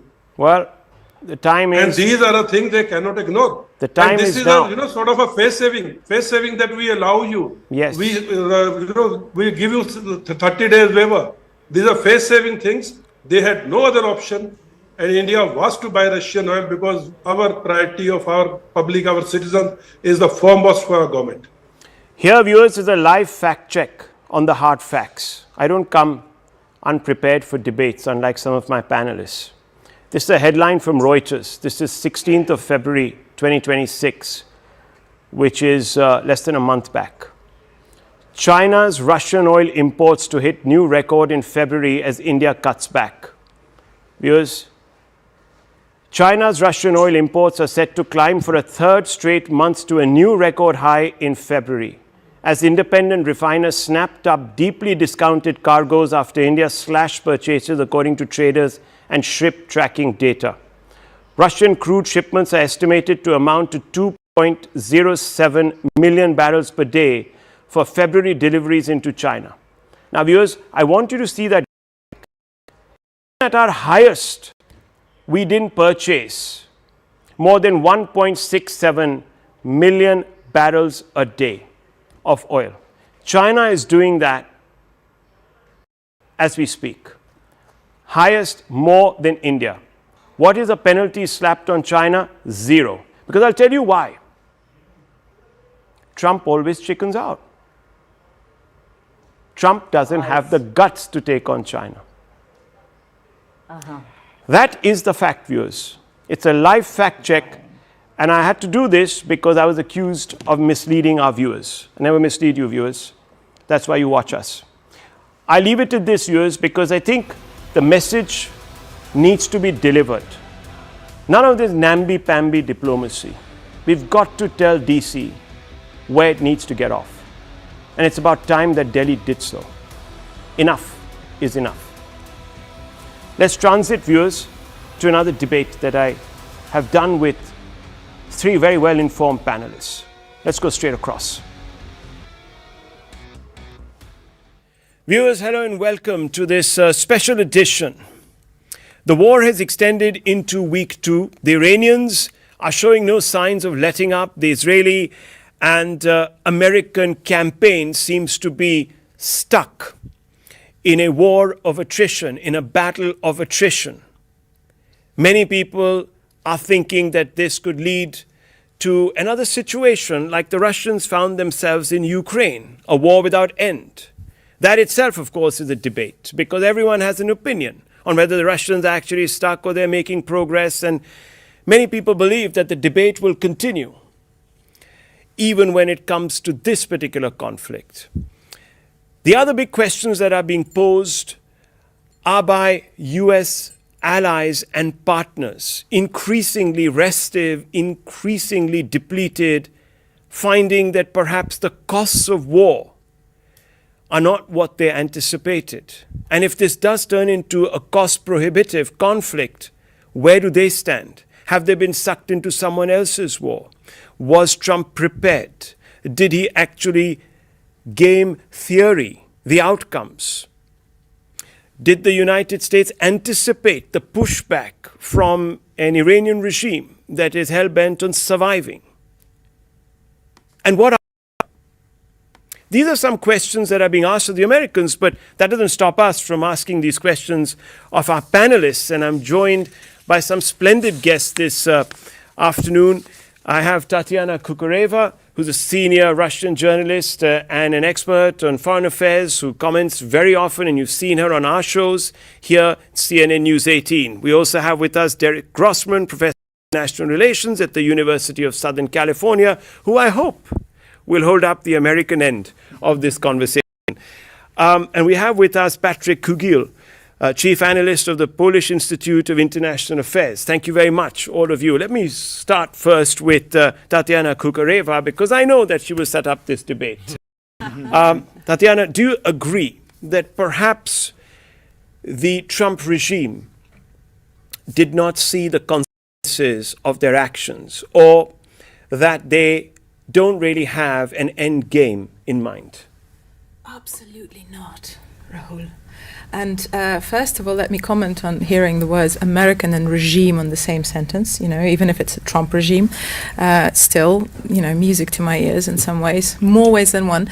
But also, we know that this campaign was months in the making. We can be sure of that. Both Donald Trump and actually Benjamin Netanyahu has said that, we decided on the phone. Of course not. Campaigns like this take months to prepare. We saw American ships pull out from the Gulf, so we know they were preparing. We also know that, and we can assume, I'm sure, we don't know because it's difficult to know with Iran, but we can assume safely that Iran had been preparing for this. We're seeing a response, and it doesn't look like just a barrage of uncoordinated attacks. They're very it feels like there is a strategy to what they're doing. And also, again, assuming that that was some sort of a spur of the moment thing, it kind of is based on the idea that Donald Trump is extremely impulsive, which he's not really, not if you listen to what he's actually saying. And there's also the Israeli side. Having lived in Israel, having worked with the Israelis, there's a very clear, and we had the privilege of listening to Israel's foreign minister yesterday. There's a very clear message that they're sending, and it's once you sift through the surface level of the narrative being that we are doing the effort, but the regime change has to come from Iranian people. At first, it looks logical because we're talking about democracy and all things good. But essentially, that absolves Israel from any sort of responsibility for the said endgame, which means that they're not looking for a regime change, really. From the Israeli standpoint, and they do perceive that as an existential threat. Right. It's more about weakening Iran, not even the government, not even the regime, if you will. It's about weakening them, pushing back the effort to obtain a nuclear weapon. Because when you live in this war kind of mentality, which Israel does since its inception, because it's been at war with, or rather its neighbors have been at war with it, depends on which side you're looking from. Mm-hmm. You do not think like 10 years ahead, 20 years ahead. It is about pushing back the work on the nuclear weapon. For the American side, and I'm not sure if my fellow panelists will agree, I think it is about the money. It's about money? Absolutely. Okay. What are the objectives then? Well, thanks for having me, and it's very unfortunate that we have to have this conversation. The objectives are very unclear. I can sit here right now and give you at least 10 different potential objectives, and none of them would necessarily make sense. So let's list them. I could list a bunch of them. Academic exercise. So one of them is regime change, right? So Trump was unhappy about the protesters being executed and warned the Iranian regime not to execute anymore. Otherwise, the U.S. would respond. And he said very publicly, "I have your back," to the protesters, right? So that's, and he hasn't really had their backs as far as we could tell. All right, so that's one explanation. Another is oil. We saw that during the Venezuela operation in January, that we got our oil back, right? Well, we know Iran pumps a lot of oil. That oil is under sanction. I think President Trump would like to have that oil in our inventory so that gas prices will go down even further. So that's Tatiana's point. So that's part of money, right? Mm-hmm. Another reason, I think, is because after kidnapping Maduro in Venezuela, Trump had some momentum, had some pep in his step. Well, military to do all things. Maybe I should use it even more, right? It's winning begets winning in a way, right? Another aspect of this is Trump always chickens out. I'm sure you've heard that. Right, Everyone's yes, heard we that. And Yes, we so have. in order to build an anti-taco narrative, sometimes you actually have to push that little red button.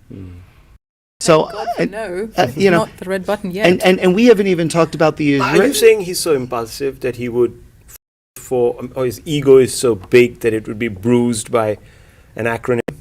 Oh, absolutely.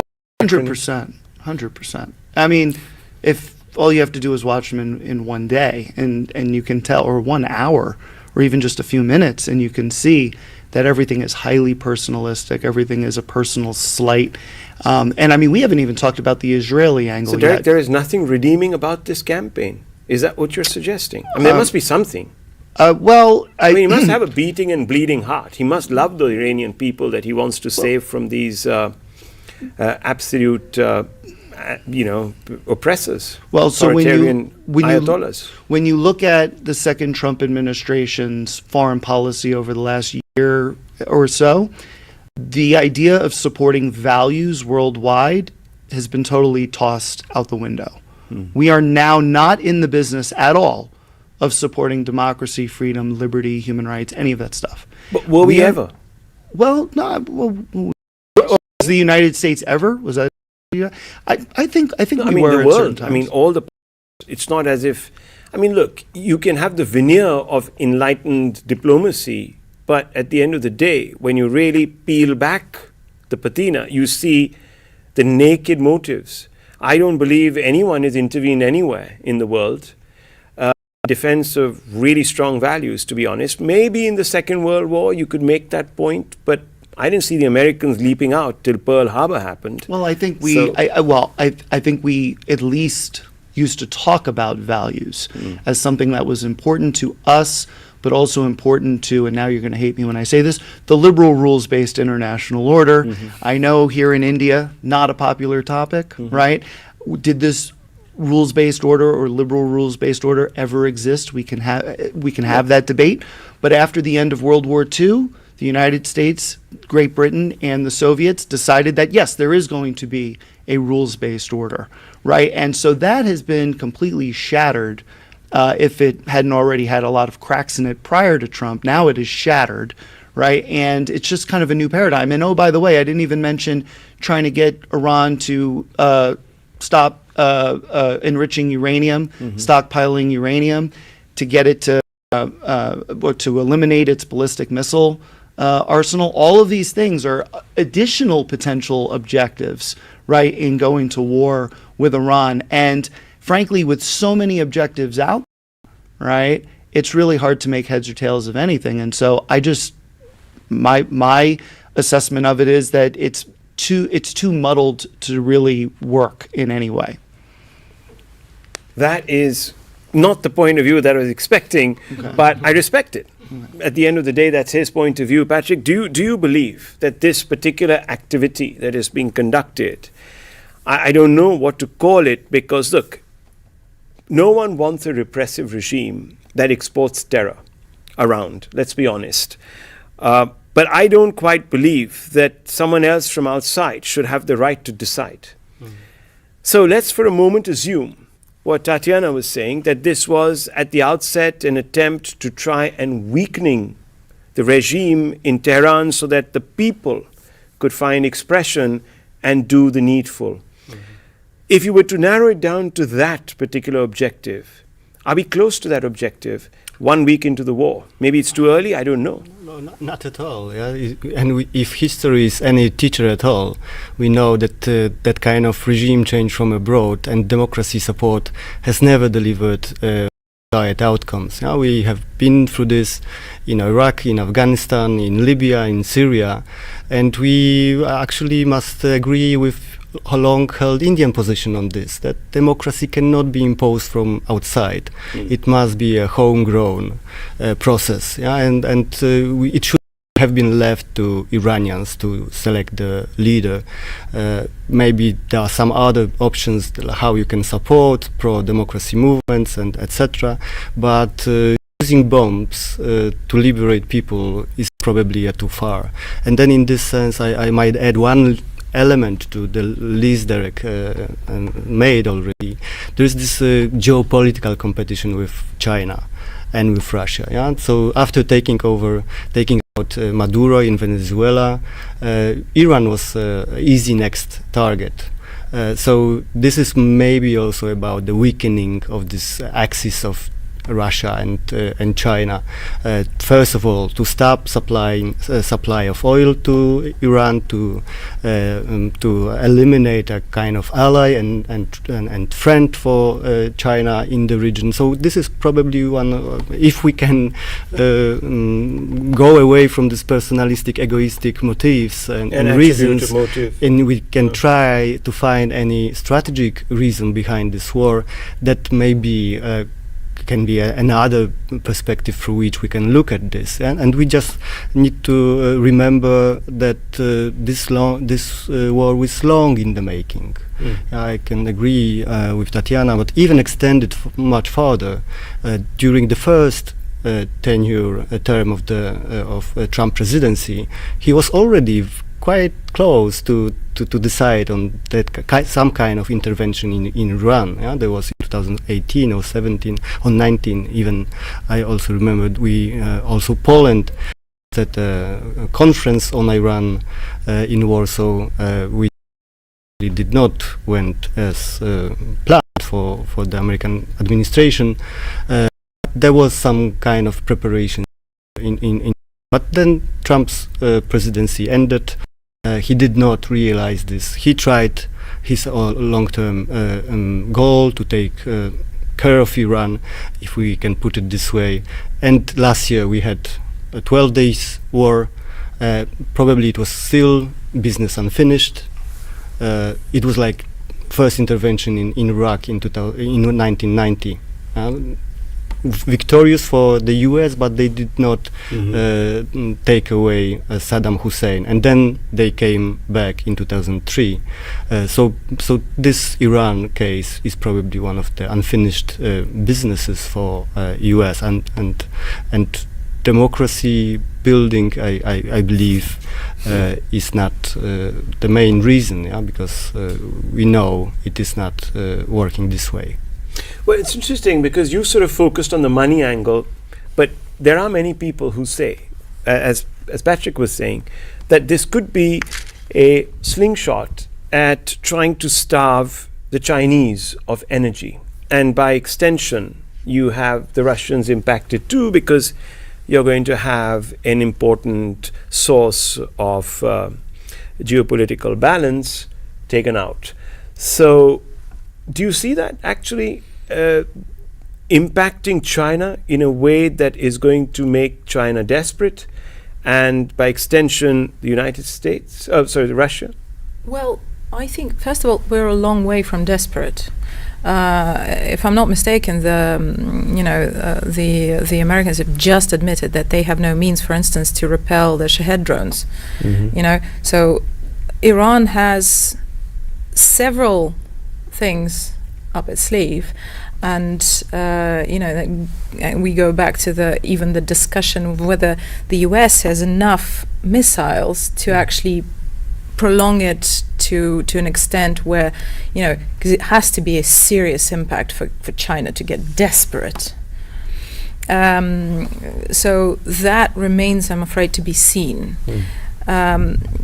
Especially in terms of the military capabilities, because for now, from a narrative standpoint, we have come to a situation, and it's very clear. It was very clear when the special military operation in Ukraine started, but it is more so clear now, because from the media standpoint, we've come to a war of slogans from both sides. If you look at the reports from side by side, from the Iranian side and from, for instance, the Israeli side, they contradict each other completely. Right.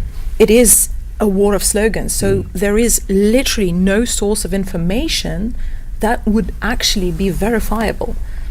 Specifically with Iran, because the first thing they did, closed off the internet. We don't have the numbers. We don't know what's happening. We have a bunch of experts, specifically coming from the opposition, who they grew up in the West. who claim to know something that they cannot technically know because they haven't been in Iran for years. So we don't even know how much stockpile they have, Absolutely. of what they have, Absolutely. and where they have it. And I mean, so with on all and so due forth. respect to the Israelis, intelligence, we heard in June last year, we heard that, okay, Iran is on its knees, Iran is, we hit all of the facilities. But the facilities, the very next week, they showed us, didn't show us the facilities, obviously, but the facilities were up and running. No, so hang on. Let me come back to the question, because many people are alluding to this theory that China is the end point. Now, we know that Trump is going to be meeting the Chinese president very soon, and that's a slated meeting. And he wants to go there with something on the table, some leverage. Is that really why Iran has been knocked about? That might be a leverage, because as well as we all do, that Donald Trump negotiates in a very specific way. We've seen it. His negotiations with Prime Minister Modi shocked the entire nation, I believe. But to argue my previous point, I genuinely believe that everything he's done so far is about the money. Even considering his negotiations with India, he eased up on the sanctions on buying Russian oil. So you're not sponsoring the war anymore, Yeah, for at least Suddenly, a month. yes. Yeah. Because the objective, it was never about Ukrainian children. It was just as I believe genuinely he doesn't want the protesters, because his concern is, and it should be, the American people. He wanted to sell American oil to India. He got his wish. He then wanted more oil. We all know how he got that wish. Now, what do we see with the oil prices?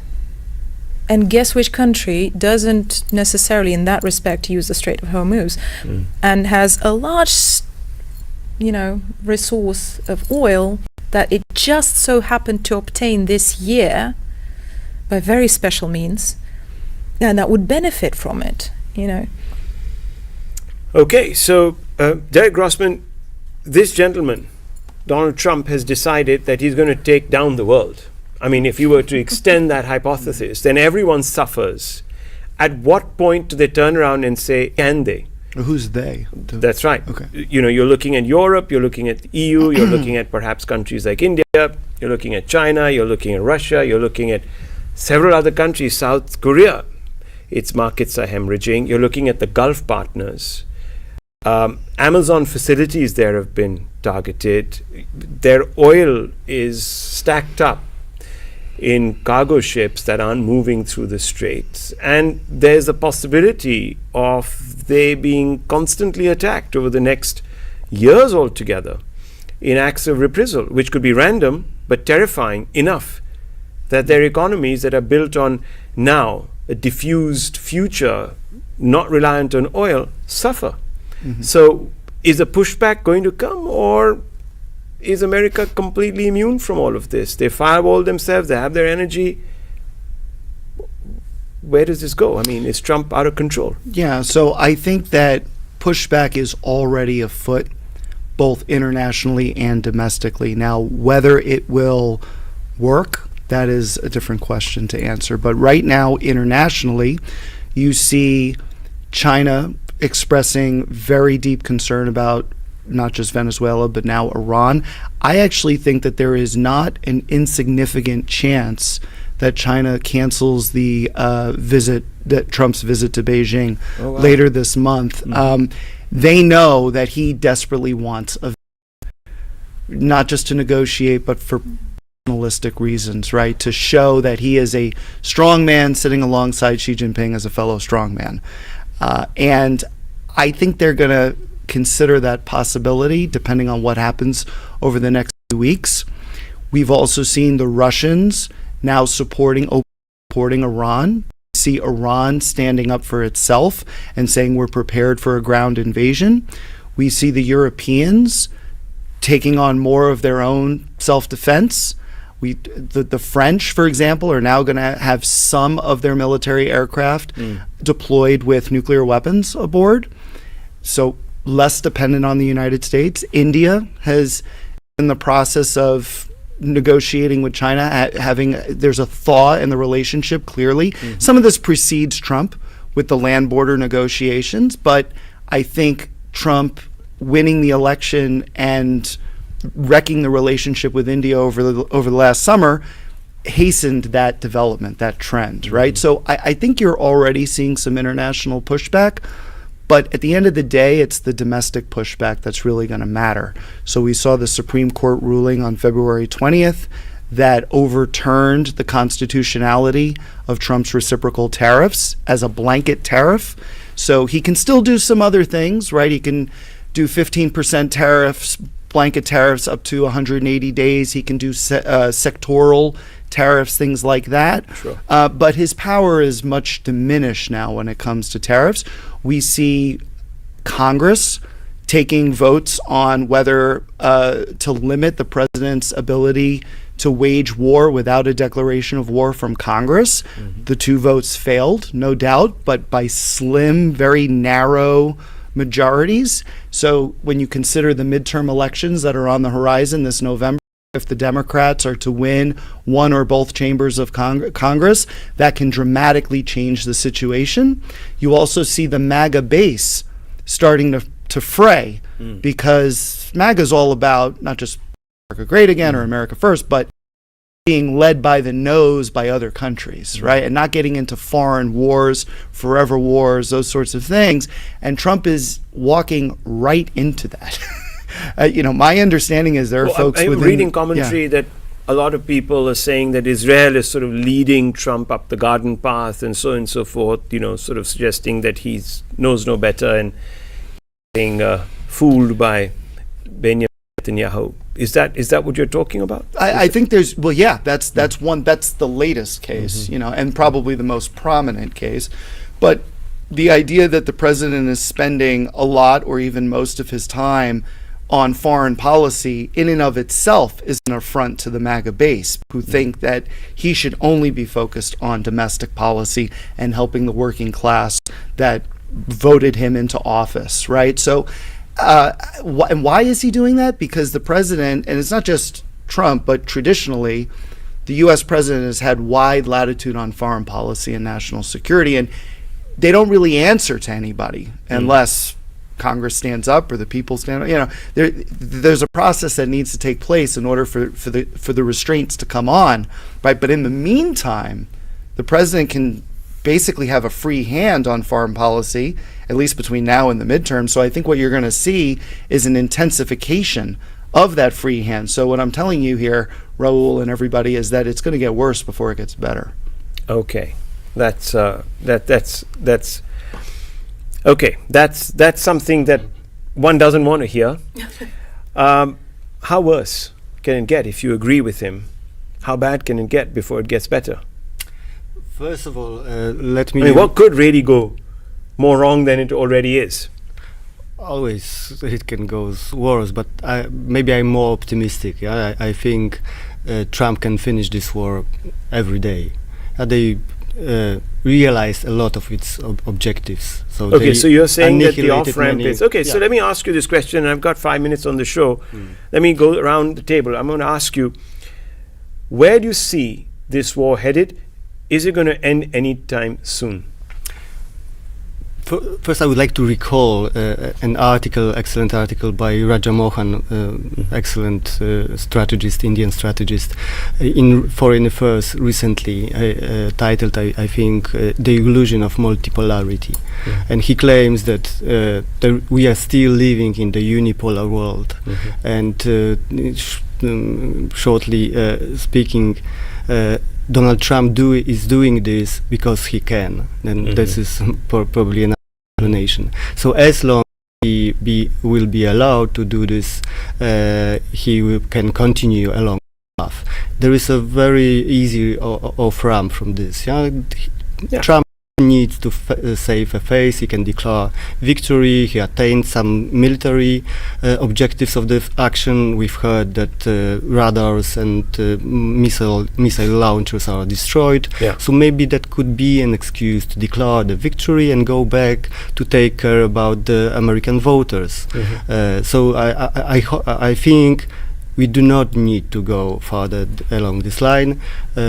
A lot will depend on the behavior of its allies in the Middle East, but also Europe has a role to play.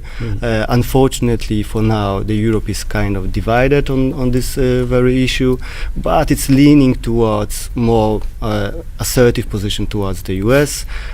We would like to also to hear more clear position from India that is also not risking the wrath of Donald Trump at this very delicate moment. But I do hope that even living in the unipolar world, it matters what other countries has to say, and we as a friends of the United States, I think Europeans has a role to play, to somehow pull him back from to help make peace in this very strategic region of the world. Okay, what about you? Final comments on where this is going, and will it end soon? I do agree on the fact that he can end it anytime soon. And I think that with Trump, it's all about the perspective, it's all about the perception. So whenever the real objective, and I don't buy the regime change objective for a second, because we've seen America sponsor revolutions. We specifically in Moscow have seen America sponsor revolutions very close to home. We know how it's done. They know how it's done. They know we know. But at the same time, as soon as he can portray this, just as has been said, we've had objectives. We've hit, the ballistic missile program is years behind. The nuclear facilities are damaged. Whether we'll, know that it's not true, that's another story. I do believe that it also has to do with midterms. I think that he's going down a very familiar route, and he's sort of kind of saber rattling and showing him in a position of a strong man, kind of solidifies the support. And also, should America benefit from the current fluctuations of the energetic market, that would also ensure that the same working class actually gets somehow the support that it awaits from the president. In the meantime, the one I agree on is the notion about unipolarity, and this is, I think, very important. I think that as we step away from this binary perspective that, something is right and another thing is wrong, because it genuinely doesn't exist in the real world, the Indian position is actually very clear. And it's a very strong one. We don't need to take a side. Okay. Not every day. Some things you just need to watch unfold. Derek? Yeah, I agree with everything that was already said. Trump can end this war today, if he wants to. The question that I have, though, is, the law of unintended consequences, right? Are there certain things that can't be put back into place because of the ill will and the destruction that's been wrought over the last few days? That's possible, but I think when you look at the signaling from the Iranians, they're ready to call it quits, so long as the U.S. and the Israelis stop the aggression toward them, right? And I think the Chinese and the Russians are advocating for that, and I think India is advocating for that, and most of the world is advocating for that. So I don't want to make this sound like a nice, neat little war, because it may not be, but I think over the next week or so, we could easily see a back to status quo ante. Well, thank you, everybody. We've run out of time. We've had an engaging conversation, and we didn't know where time went. So I'll leave it at this. I'm closing without comment. It's for you, viewers, to figure it out for yourselves. Thank you very much for watching.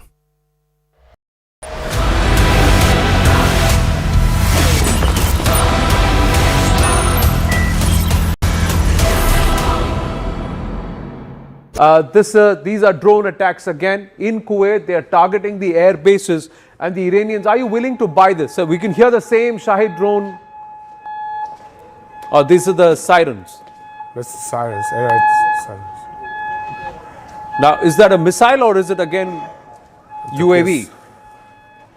Hard to say from here. Yeah, but they have targeted yet another US airbase with missiles, yes, as well. With missiles as well. It's moving very slowly, or relatively slowly, perhaps too slowly for. No, that's an interception that's happened. These are pictures. Or it was a SAM that was hitting something. Yeah. The SAM that was hitting something. But I want to understand when it is targeting these air bases, Iran. We'll call up the graphic of where all Iran has attacked so far, and we put that out here. But understand from Tom, what is Iran's strategy here? Is it going to continue to focus only on the US air bases? Disruption. Guerrilla, missile guerrilla, and the resulting disruption. This is exactly like strike on Ben Gurion or attempted strike on Ben Gurion, trying to disturb the Israeli Air Force operations. In this case, trying to disturb Kuwaiti operations, whether military or oil export or normal life, actually. It's similar in Bahrain, Qatar, in United Arab Emirates. The local economy in Emirates is at standstill. Nothing is going on. Nobody works. Everybody is in shelter or hiding somewhere, hunkering. So this is what Iranians want to cause. Or precisely the IRGC wants to cause, because as a punishment for these countries enabling US and Israeli strikes or supporting them in one way or the other, or housing US military facilities. If US and Israel claim they have 80% control of the Iranian airspace, yes, how is it that the Iranians are able to come back and strike almost at will? Or is it that out of 10 attempts, only one is succeeding? How do you read It's a mix of both of this. Okay. The claim we are controlling 80% of Iranian airspace, this is a pipe dream. Iran has a huge airspace, and with what the Americans have, whether in the Gulf of Oman or at air bases in Jordan and in Eastern Mediterranean and so on, is simply too little to exercise really effective 1000% control of even 20% of Iranian airspace. Right.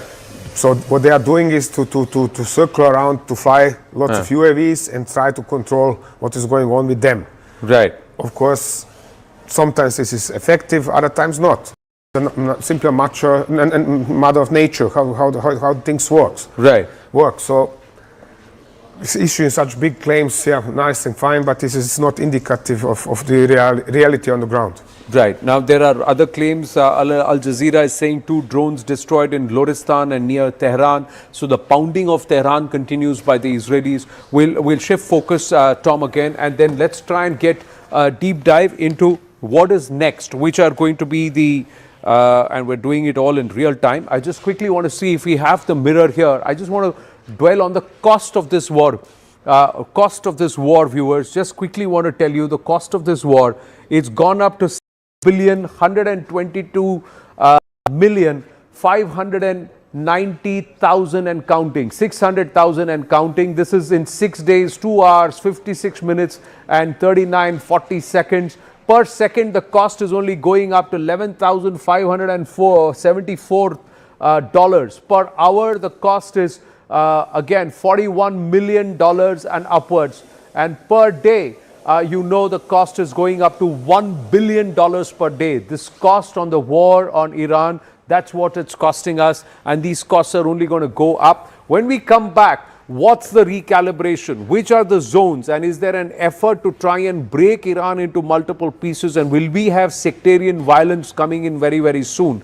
The Kurds, the Azeris, and of course the Baloch on the other side. And there is a solid Sunni population near Sistan and Balochistan. All of those, will they start getting activated on ground? With Tom Cooper when we come back after a short break.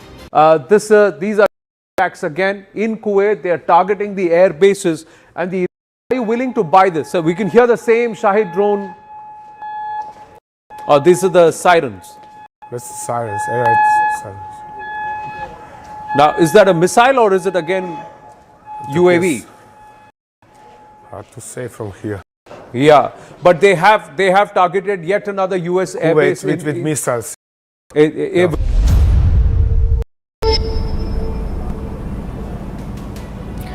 Namaskar. This is First Post and you're watching Vantage with me, Palki Sharma.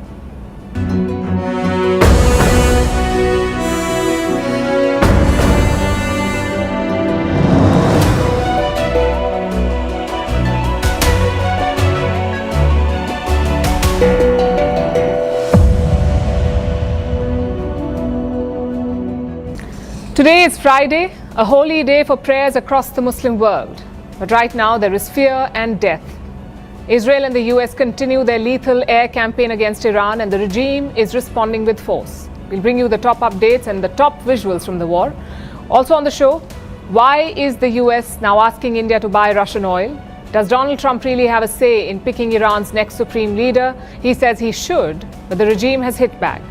Can the US push Kurdish militants to fight the Iranian state? And what is the cost of the relentless US onslaught on Iran? All this and more lined up. The headlines first. 2 Indian Air Force pilots killed after a Sukhoi 30 fighter jet crashes in Assam. The aircraft was on a training mission, but it went missing shortly after takeoff. The wreckage was later found after an overnight search. Karnataka proposes a ban on social media for children below the age of 16. The move aims to protect children from the adverse effects of excessive screen and social media use. If implemented, Karnataka will become the first state in India to introduce such a restriction. Indonesia has also announced a similar ban today. The US economy loses 92,000 jobs in February. The drop in employment is driven largely by strike activity in the healthcare sector. The unemployment rate has also ticked up to 4.4%. The figures raise fresh concerns about the strength of the US labor market. Canada's Prime Minister Mark Carney meets Japanese Prime Minister Sanae Takaichi in Tokyo. The two leaders agree to boost defense cooperation, intelligence sharing and economic security. Carney's visit to Tokyo comes as part of a larger Indo-Pacific tour. And Kosovo's president dissolves the parliament, paving the way for the country's third general election in just over a year. This comes as the lawmakers fail to agree on a new head of state. Kosovo has been in a political crisis since last year.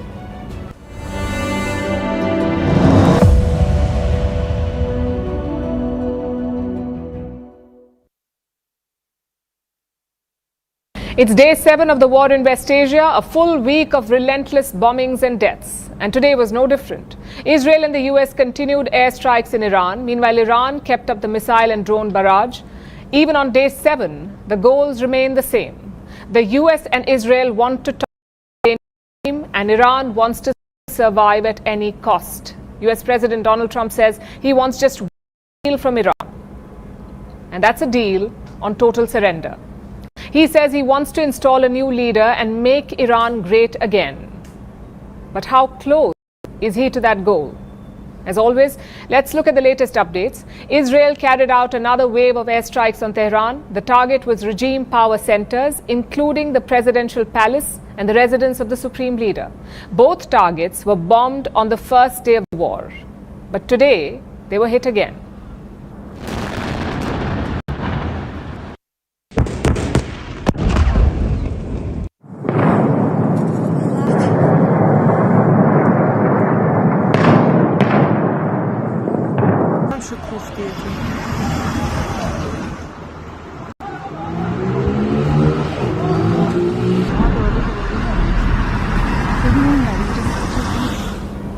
So why the double hit?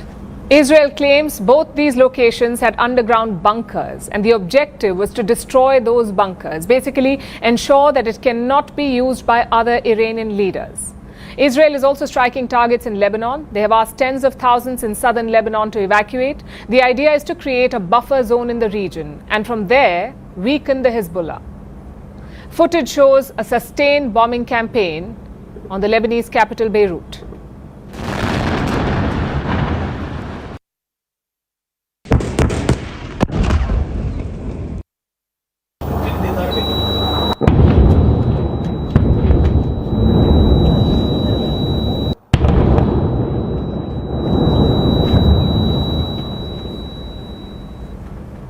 Now to the other side. Iran has launched another wave of strikes on the Gulf and Israel. They appear to be using heavier missiles now, including the Fujairah 4.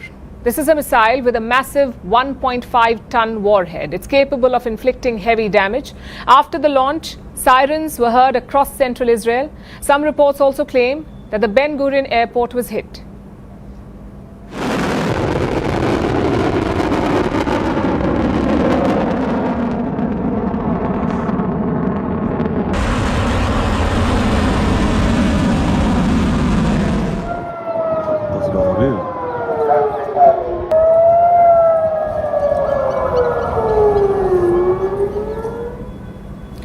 Kuwait is also being hit today. Iran attacked a US-flagged oil tanker near Kuwait.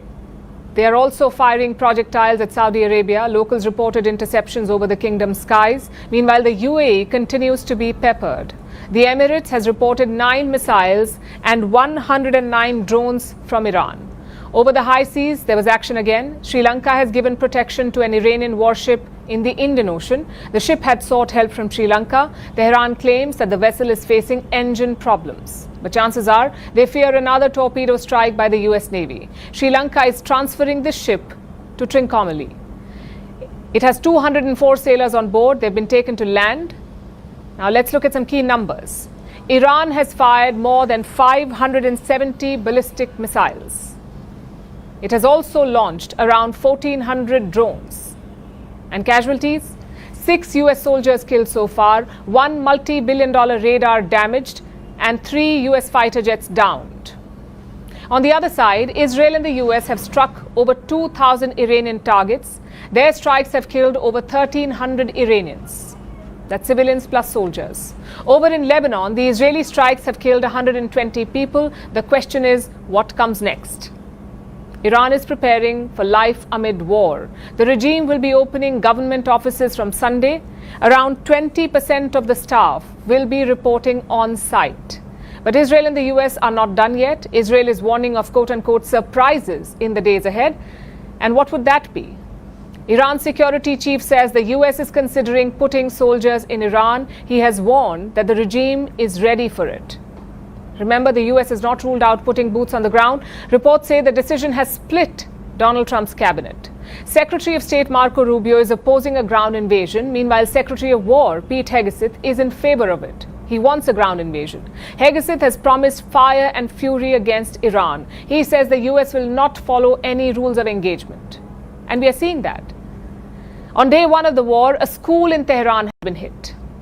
More than 100 schoolgirls were killed on the spot. The US military is investigating the strike, and reports say it could have been a US attack that killed them. Now, this won't be a one-off. Israel and the US are in a race against time to defang the regime, to take out their missiles and launchers. But what happens after that? It's not missiles that kept the regime intact. It's the iron grip over institutions and power centers. Airstrikes cannot weaken that grip. Only putting soldiers on the ground will help. And history shows that's a mistake.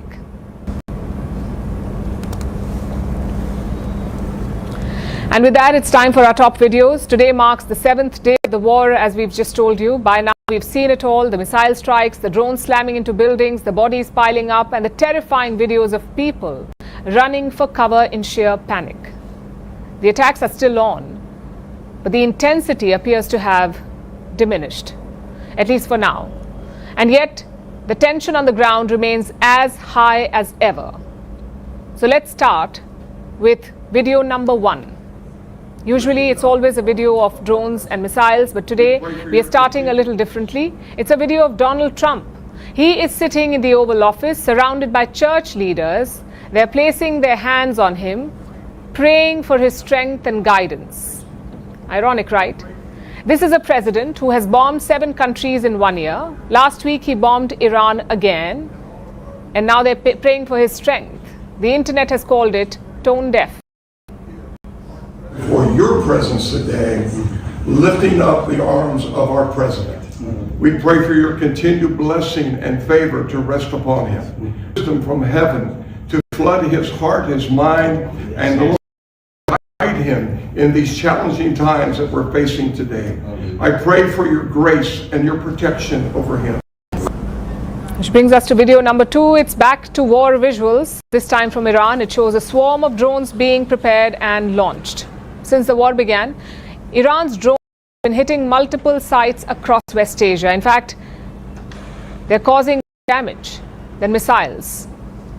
And they're cheaper to make, the drones. Iran says these drones, the ones on your screen, targeted Israeli sites, including a radar installation.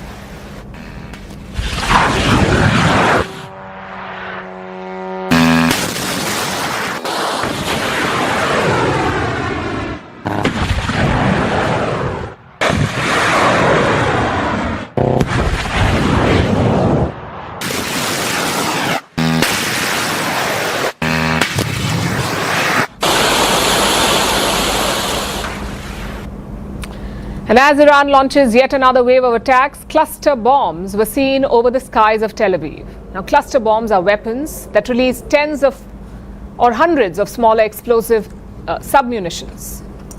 Like in a cluster, these are often called bomblets, the smaller bombs, and they're released mid-air. Some of them often fail to detonate. So as these cluster bombs headed towards Israel, sirens rang out in different parts of Israeli cities. People were seen scrambling for shelters.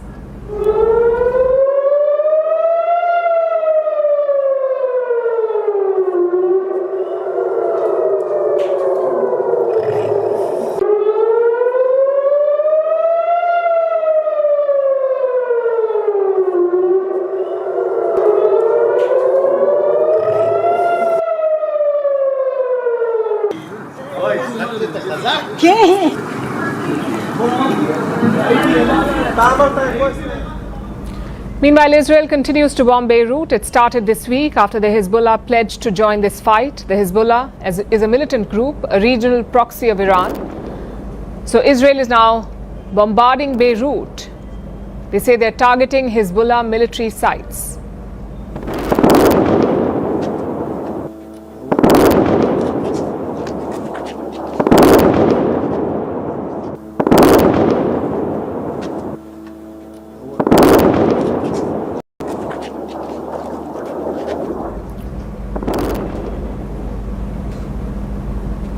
Over the last week, we've also been telling you about curated war videos. And here's yet another one of them from the United States. The US Central Command, or CENTCOM, has released new footage. It shows FA-18 Super Hornets operating from a US aircraft carrier at sea. Jets can be seen taxiing across the flight deck. Ground crew guide them into position. Moments later, the fighters launch into the sky. Other scenes show jets landing back on the carrier. A helicopter is also seen touching down nearby. CENTCOM says the footage is linked to Operation Epic Fury. That's what the Americans are calling this. But the exact time and location were not revealed, the exact time and location of these launches. So the footage cannot be independently verified. Right now, the United States has two aircraft carriers deployed in West Asia. One is the USS Gerald R. Ford, the world's largest aircraft carrier. The other is the USS Abraham Lincoln.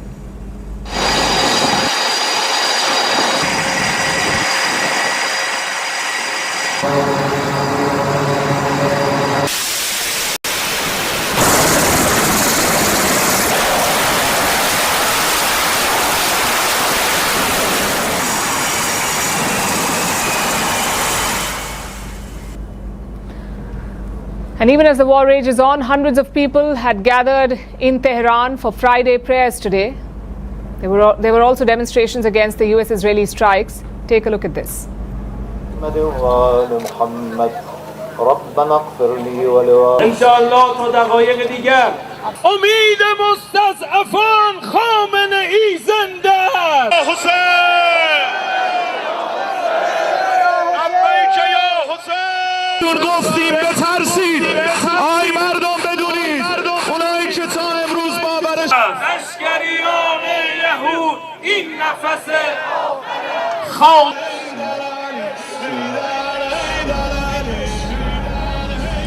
Now you may ask why we do this every day. Why do we show you the top videos of the day every day?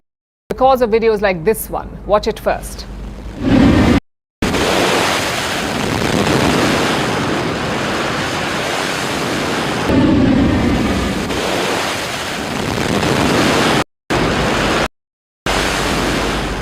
Well, this is a video of Israeli Defense Forces hitting a helicopter.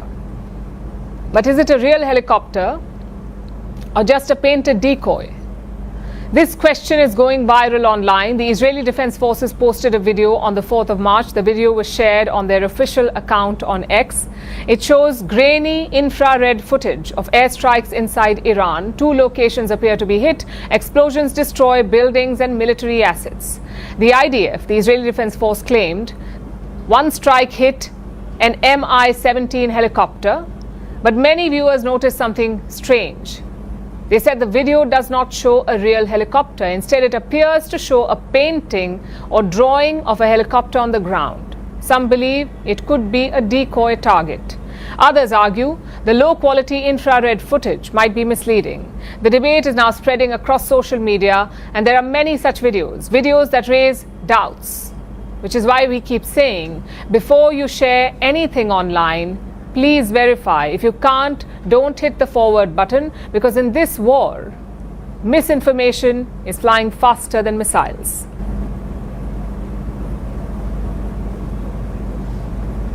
The US is doing what it does best. It is trying to solve a problem that it created in the first place. America's war on Iran has created an energy crisis. Tehran has blocked off the Strait of Hormuz. This is a crucial waterway in West Asia. It carries nearly 20% of the global crude supplies. It's the preferred export route for the Persian Gulf states. And if Hormuz is closed, what happens to the oil? Well, this was a big concern for India. We get nearly 40% of our crude through this waterway, and right now we have around 50 days worth and fuel reserves. After that, we could face shortages.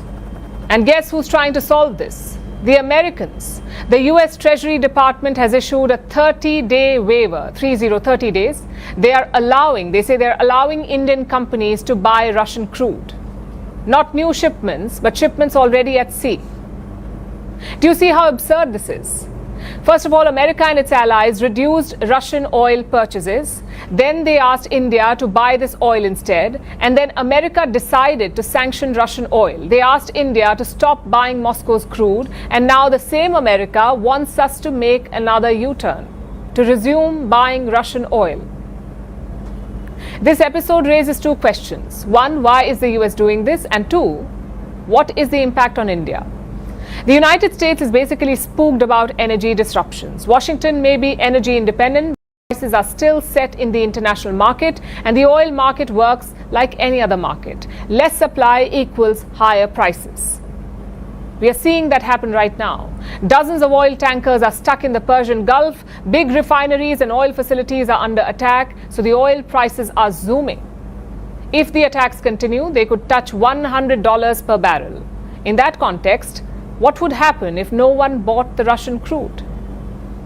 You would have more dollars chasing fewer oil supplies, and the result will be even higher oil prices.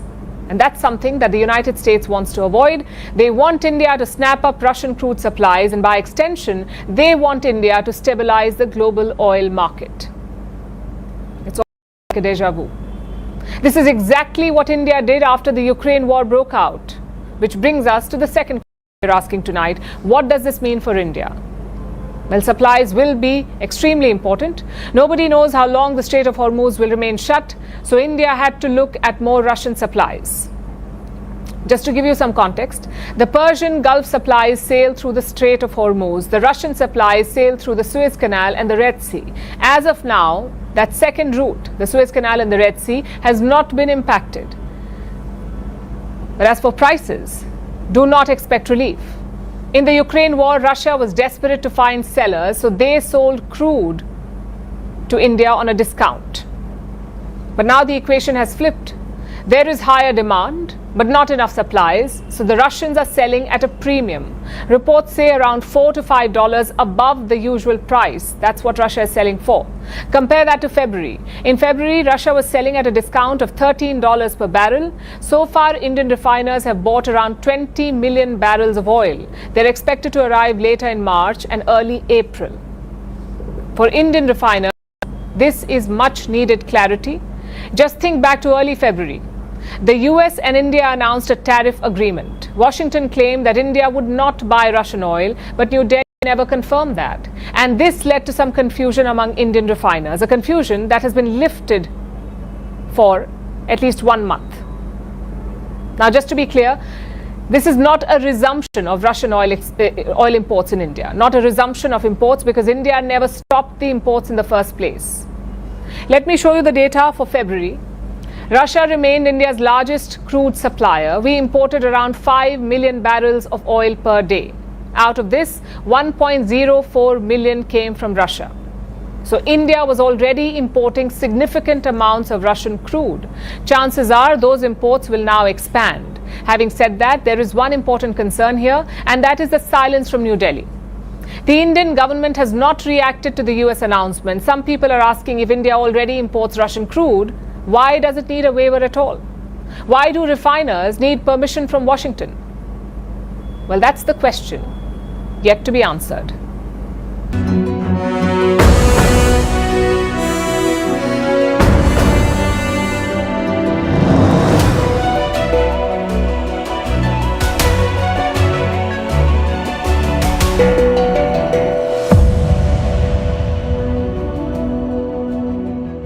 These are drone attacks again in Kuwait. They are targeting the air bases, and the Iranians, are you willing to buy this? So we can hear the same Shahid drone. Oh, these are the sirens. That's the sirens. It's sirens. Now, is that a missile or is it again UAV? Hard to say from here. Yeah, but they have targeted yet another US airbase with missiles, yes, as well. With missiles as well. It's moving very slowly, or relatively slowly, perhaps too slowly for. Now that's an interception that's happened. These are pictures. Or it was a SAM that was hitting something. Yeah. The SAM that was hitting something. But I want to understand when it is targeting these air bases, Iran. We'll call up the graphic of where all Iran has attacked so far, and we put that out here.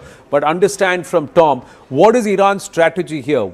Is it going to continue to focus only on the US air bases? Disruption. Guerrilla, missile guerrilla, and the resulting disruption. This is exactly like strike on Ben Gurion, or attempted strike on Ben Gurion, trying to disturb the Israeli Air Force operations. In this case, trying to disturb Kuwaiti operations, whether military or oil export, or normal life, actually. It's similar in Bahrain, Qatar, in United Arab Emirates. The local economy in Emirates is at standstill. Nothing is going on. Nobody works. Everybody is in shelter or hiding somewhere, hunkering. So this is what Iranians want to cause. Or precisely the IRGC wants to cause, because as a punishment for these countries enabling US and Israeli strikes, or supporting them in one way or the other, or housing US military facilities. If US and Israel claim they have 80% control of the Iranian airspace, yes, how is it that the Iranians are able to come back and strike almost at will? Or is it that out of 10 attempts, only one is succeeding? How do you read It's a mix of both of this. Okay. The claim we are controlling 80% of Iranian airspace, this is a pipe dream. Iran has a huge airspace with what the Americans have, whether in the Gulf of Oman or at air bases in Jordan and in Eastern Mediterranean and so on, is simply too little to exercise really effective 1000% control of even 20% of Iranian airspace. Right. So what they are doing is to circle around, to fly lots of UAVs and try to control what is going on with them.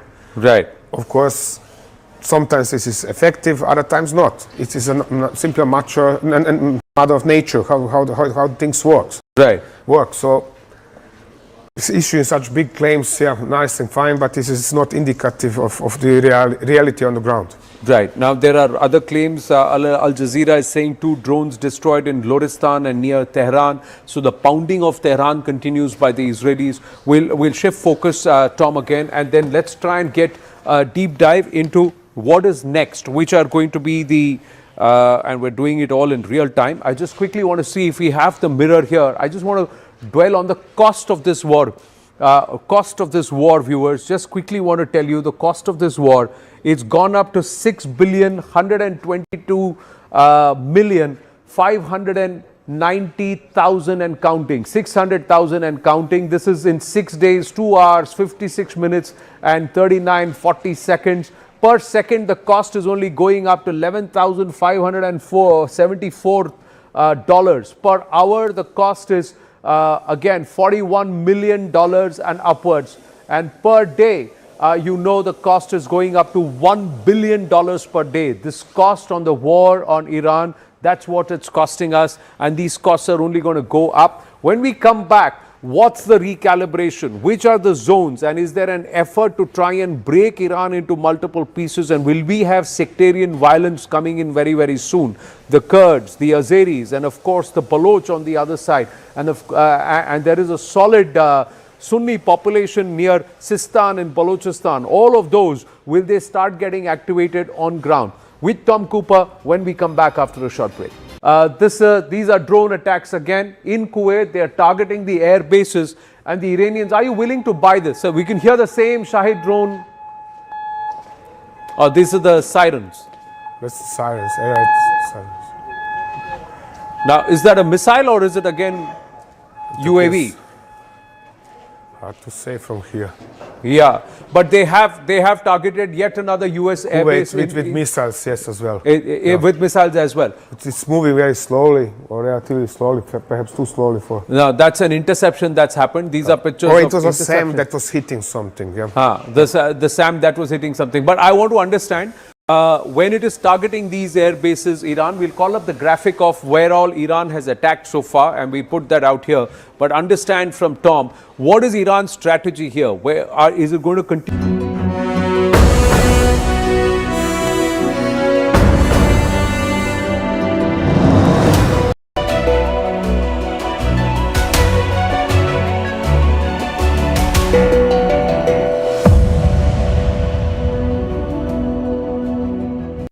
The most powerful office in the Islamic Republic of Iran is empty. Even before Tehran officially names a successor, Donald Trump has made his move. The US president wants to pick Iran's next leader himself. He wants to do it Venezuela style. Trump has given a few statements, and he's quite serious about this. Trump said, and I quote, "I have to be involved in the appointment." He challenged the frontrunner, Mojtaba Khamenei. He's the son of Ayatollah Ali Khamenei. Trump called him a lightweight. And he's been quite forthright about this, about his endgame. Donald Trump has publicly declared that he wants regime change in Tehran. And this week he said, and I quote, "We want to go in and clean out everything. We don't want someone who would rebuild over a 10-year period. We want them to have a good leader. We have some people who I think would do a good job." So who would fit that profile? Well, Trump has not named anyone. He earlier said that he had 3 choices in mind, but in Trump's own words, most of them are dead. So no one knows who Trump may pick. But he does have a model in mind, like I said, Venezuela.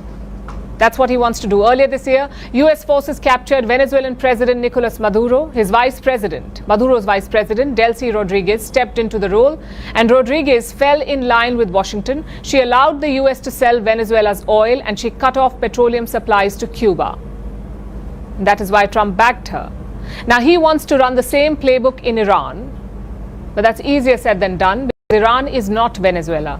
Venezuela had one leader, and that was Nicolas Maduro. The US forces captured him, and despite that, the government in Caracas remained intact.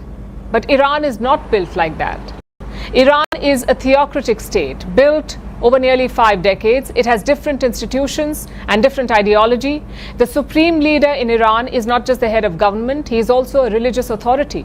His legitimacy does not come from an election. He is appointed by religious scholars. In fact, to become a supreme leader, you need to be a senior cleric first. And then there is the IRGC, the Islamic Revolutionary Guard Corps. Most people think of it as a military force, but it is much more than that. The IRGC runs businesses, it controls borders and shapes policy.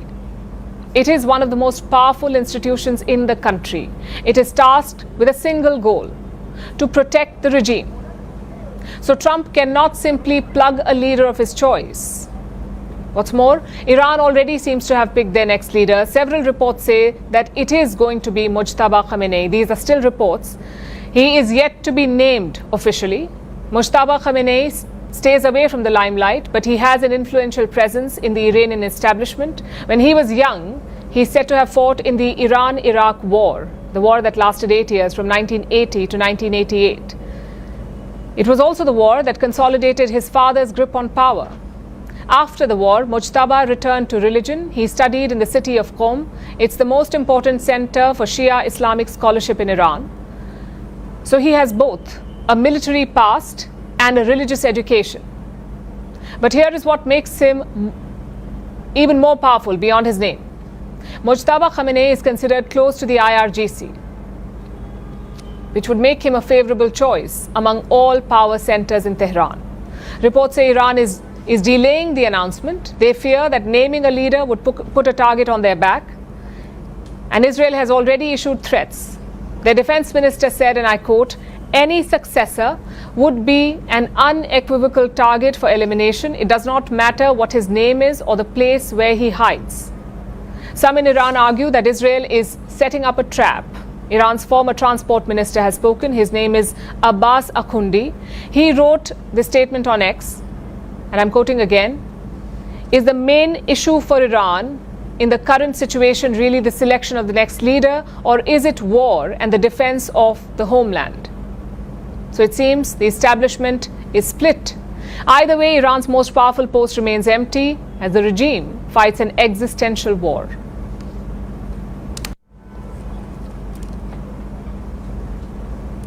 The fallout from the Iran crisis is now going global. From Europe to Latin America, governments are reacting with alarm, criticism, and urgent diplomacy. Some leaders warn that this conflict could spread beyond West Asia. Others say the rules that once governed international conflict are being pushed to the breaking point.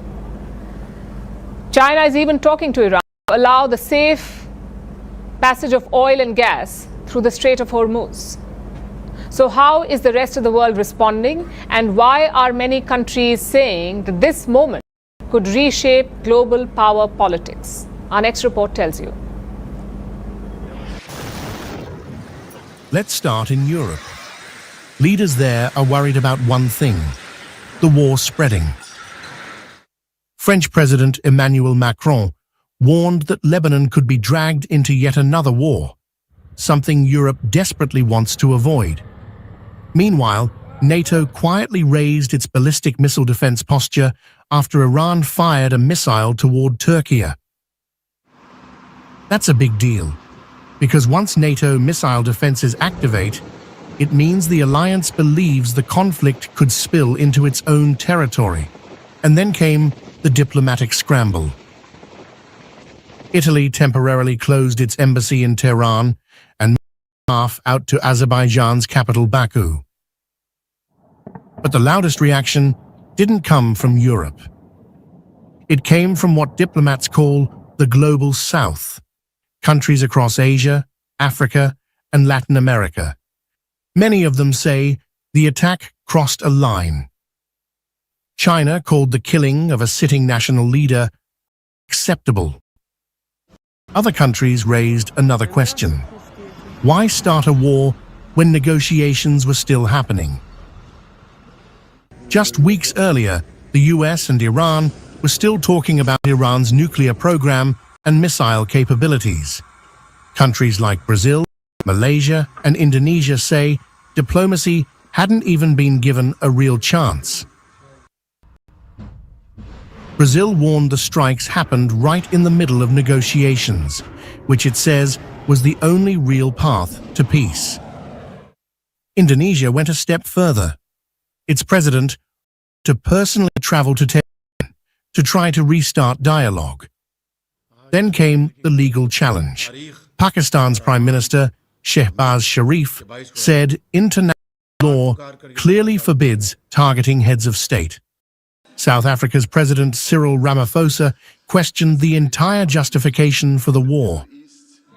According to international law, he argued, self-defense only applies when a country is responding to an actual invasion. And that wasn't the case here. His message was blunt. Political problems cannot be solved with bombs. In America, the war has triggered a different fear. Some leaders worry Washington could feel emboldened after recent interventions abroad. Political analysts say countries like Cuba now fear they could be next on the list. There's a growing belief in parts of the developing world that international law is slowly being eroded, especially for smaller, militarily weaker nations. Countries rich in natural resources but lacking military power are watching closely. Because if global rules stop protecting them, they may have very little defense left. So the world's reaction to this war isn't just outrage or support. It's something deeper. A growing divide in how countries see power, law, and diplomacy. For some governments, this was a necessary strike. For many others, it was proof that global rules are breaking down. And the biggest question now is not just what happens in Iran. It's whether the world is entering a new era, one where wars are decided less by diplomacy and more has the power to act first.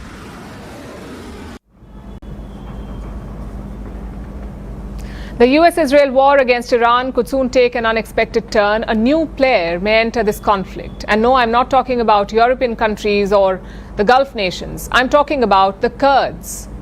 They are an ethnic group spread across several countries in West Asia, and millions of them live inside Iran. Some Kurdish groups say that they are ready to challenge Tehran. President Donald Trump has said that he would support such a move. But this idea is already raising concerns in the region. So will the Kurds open a new front in this war? And what will it mean for West Asia? Here's a report.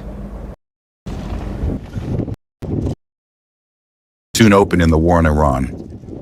And the fighters at the center of it may come from the mountains along Iran's border. They are the Kurds, one of the largest ethnic groups in the world without a country. For over a century, they have fought for a homeland that never became a reality. Around 30 to 40 million Kurds live across Turkey, Iraq, Syria, and Iran. They have their own language, culture, and identity, but no state to call their own.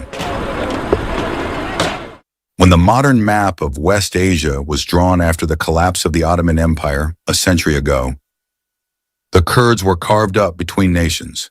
That division has shaped everything since. Rebellions, crackdowns, and temporary alliances that collapsed when they were no longer useful. Today, around 9 million Kurds live inside Iran alone. Most are concentrated along the country's western border, with Iraq and Turkey, and several Kurdish opposition groups want a political change in Tehran. Our struggle is for a democratic and decentralized Iran that guarantees the Kurds and other peoples the right to self-determination. Now the war has placed them back in the spotlight. U.S. President Donald Trump has said he supports the idea of Kurdish fighters launching an offensive inside Iran. I think it's wonderful that they want to do that. I'd be all for it. But he did not say whether Washington would provide air cover or any military support. The comments come as the United States and Israel continue strikes on Iranian targets. Along the Iran-Iraq border, several Iranian Kurdish opposition groups say they have been preparing for this moment. Kurdish officials claim thousands of fighters are ready in northern Iraq. Many of these groups operate from bases in Iraq's semi-autonomous Kurdistan region. Iran has taken notice. In recent days, Iran has launched missile and drone strikes on Kurdish opposition positions in northern Iraq. Tehran says it targeted what it calls anti-Iran separatist forces. Still, the Kurds are no strangers to war. Their most well-known forces are the Peshmerga. The name means those who face death. These fighters gained global attention during the war against ISIS. They fought alongside the US-led coalition in Iraq and Syria and helped push the terrorist group out of key strongholds. That battlefield experience is one reason why Kurdish fighters are now being discussed as possible partners in the conflict with Iran. But the situation is complicated. Iraq's Kurdish authorities say they do not want attacks on Iran launched from their territory. They fear that it could drag Iraq deeper into the war. Turkey, meanwhile, is also wary of armed Kurdish groups gaining strength near its borders. And the Kurds themselves remain cautious. Their history with global powers has often ended with disappointment. They remember being abandoned before and worry it could happen again. For now, Kurdish fighters say they have not crossed into Iran. But as the war continues and pressure builds on Tehran, what they do next could reshape this conflict in West Asia.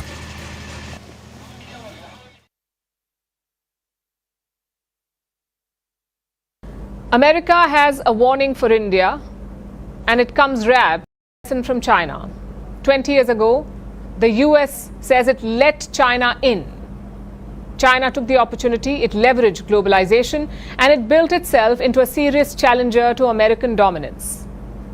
Washington now says it made a mistake with China and it will not repeat the same mistake with India.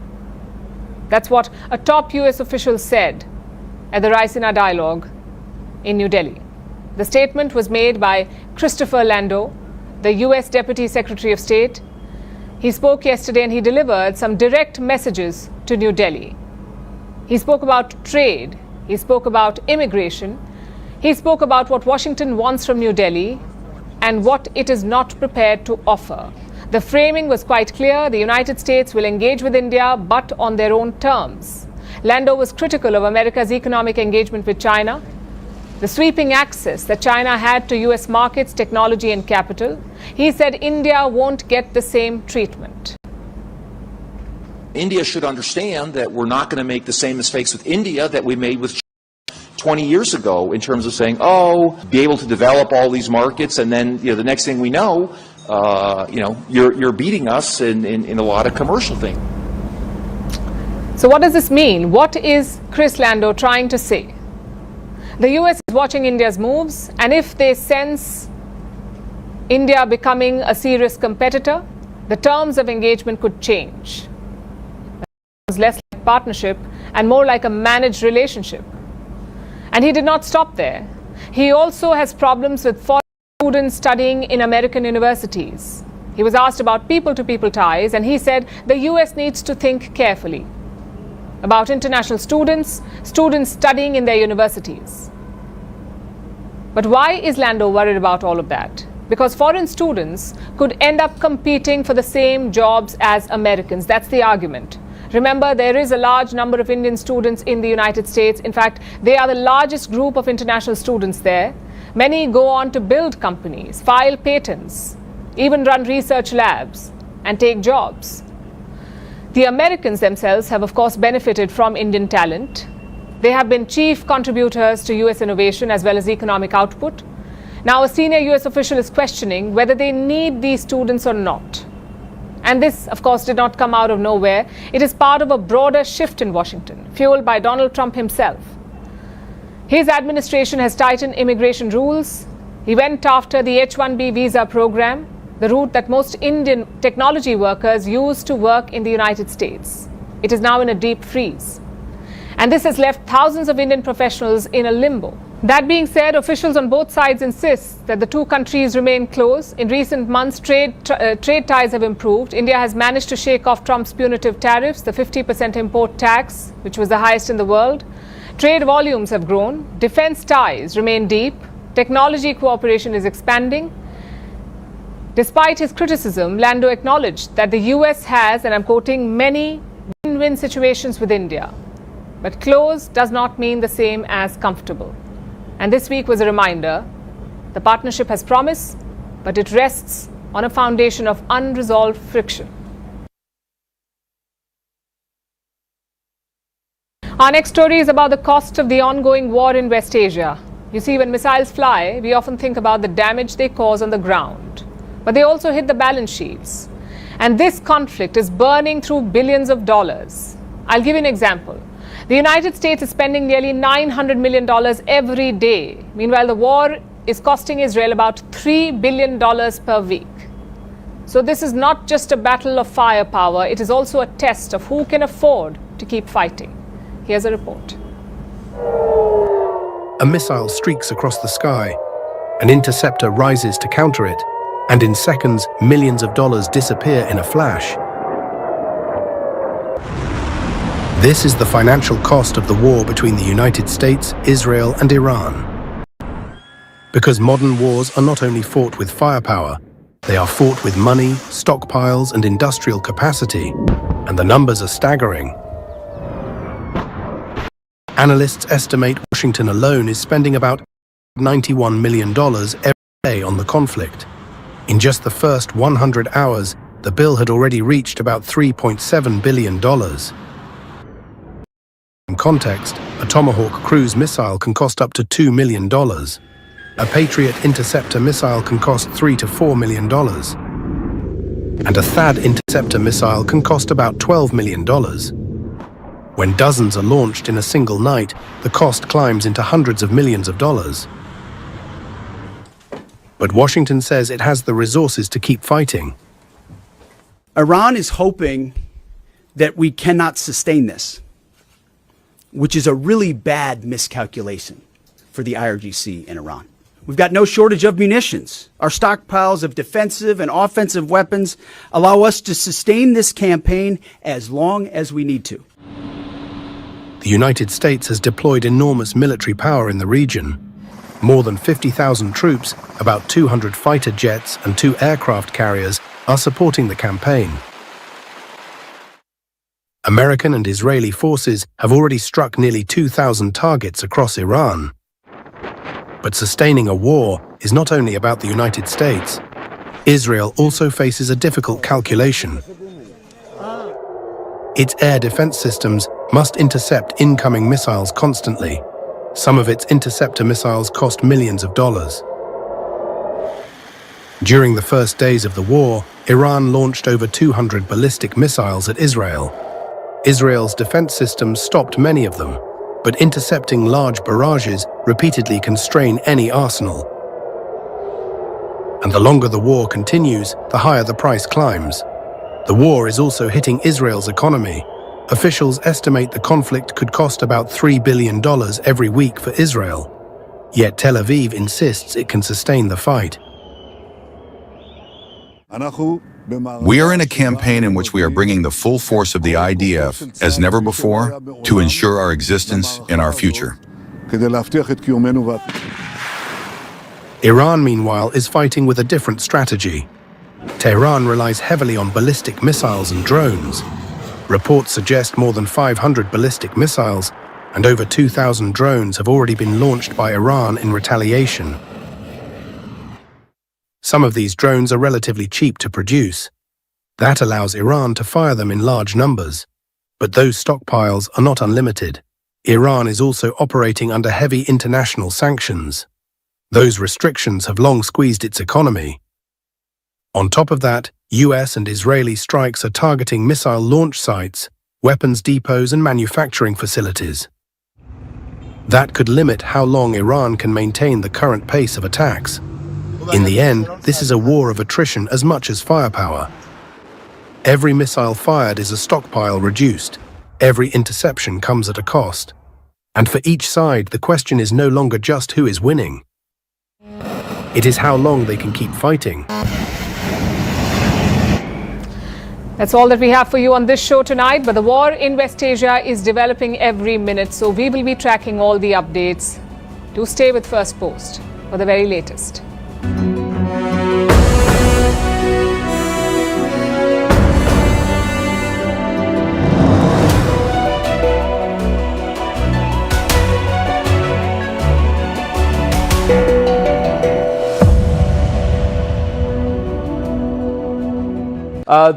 These are drone attacks again in Kuwait. They are targeting the air bases and the Iranians. Are you willing to buy this? So we can hear the same Shahid drone. Oh, these are the sirens. That's the sirens. Sirens. Now, is that a missile or is it again UAV? Hard to say from here.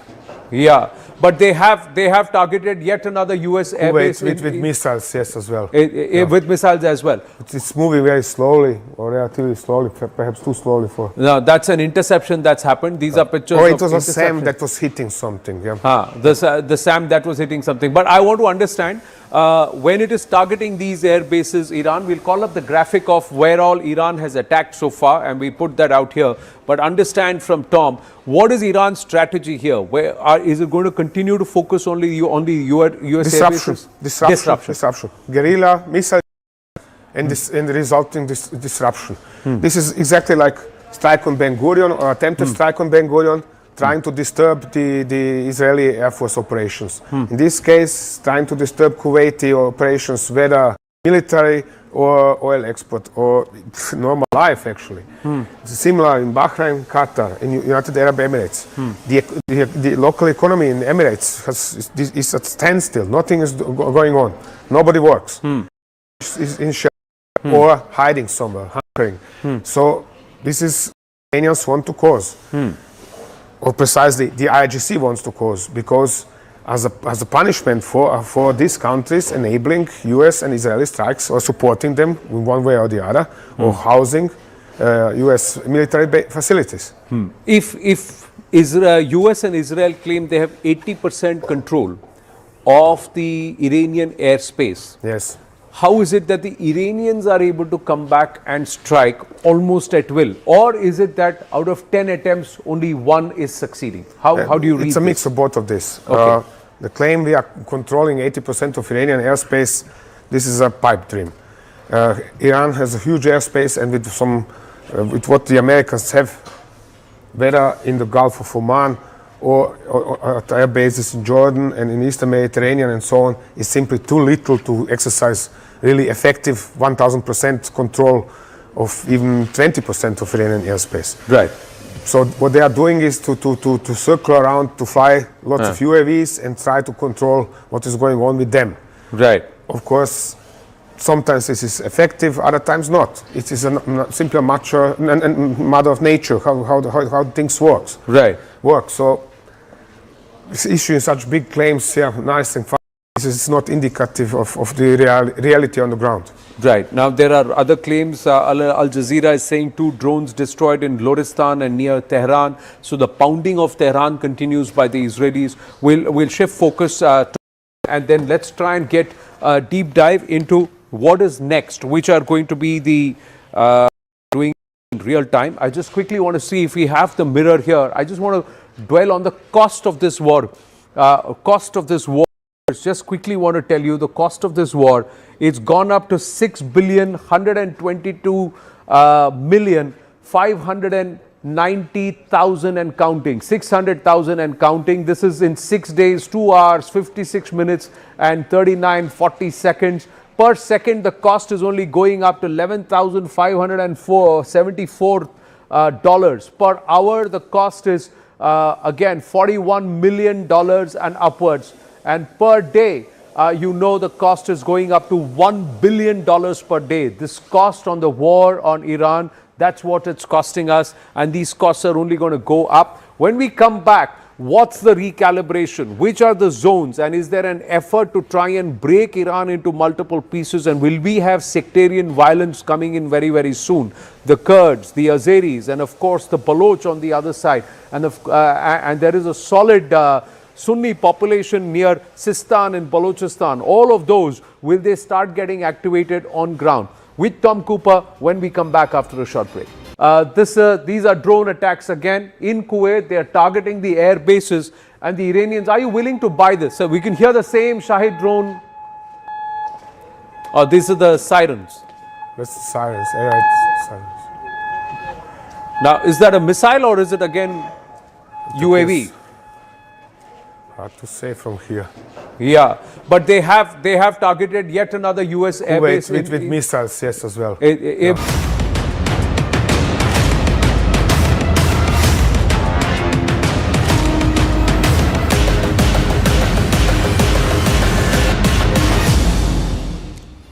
Hello and welcome. I'm Ayushman Singh Jamwal, and you are watching the continuous rolling coverage on the Gulf War that continues to escalate. The conflict in the Middle East has expanded beyond direct battlefield engagements. The United States has deployed bombers and naval forces to target Iranian missile systems and warships, while Iran has threatened shipping routes and Western vessels. Tensions in the Strait of Hormuz, a critical route for global oil trade, have surged, with traffic dropping sharply as shipping companies are avoiding the area due to missile and drone threats. About 20% of the world's oil passes through this strait, and the disruption has already pushed energy markets into volatility. Now, Qatar has stated that the cost of oil could go up to $150 a barrel, which would be a death knell for global economy.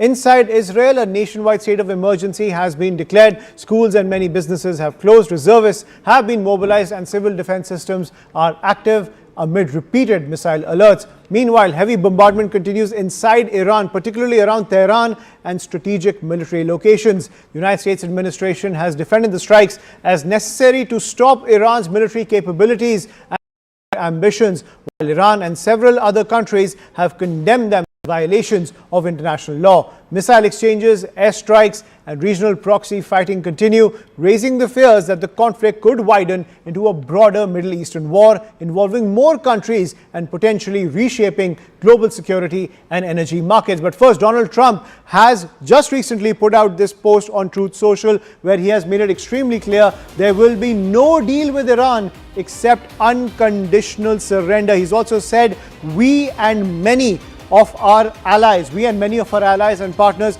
will work tirelessly to bring Iran from the brink of destruction, making it economically stronger than ever before. Iran will have a great future is the pitch that's coming in from Donald Trump. He's even coined the term MIGA, make Iran great again, in this Truth Social post, as he has made it extremely clear there will be no deal with Iran. But a big statement coming in on the energy front after the concession which has come in from the Donald Trump administration, pretty much allowing India to buy Russian oil. So that 30-day waiver has come in from the Trump administration. But it's a stunning statement coming in from US Energy Secretary Chris Wright. He has said, and I quote, US has reached out to India for help to reduce oil prices. We have reached out to our friends to buy stored Russian oil that pulls oil into Indian refineries and releases pressure on the other global refineries. Listen in to what he had to say. This is what Chris Wright is saying that he's reached out to India to control the spike in global energy prices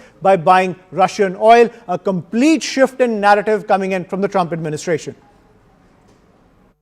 China just backed up. China does not treat their suppliers well. So there's a bunch of floating barrels just sitting there. We've reached out to our friends in India and said, buy that oil, bring it into your refineries. That pulls stored oil immediately into Indian refineries and releases the pressure on other refineries around the world to buy oil that they're no longer competing with the Indians for in that marketplace. So we have a number of measures like that are short-term and temporary. This is no change in policy towards Russia. This is a very brief change in policy just to keep oil prices down a little bit better than we could otherwise.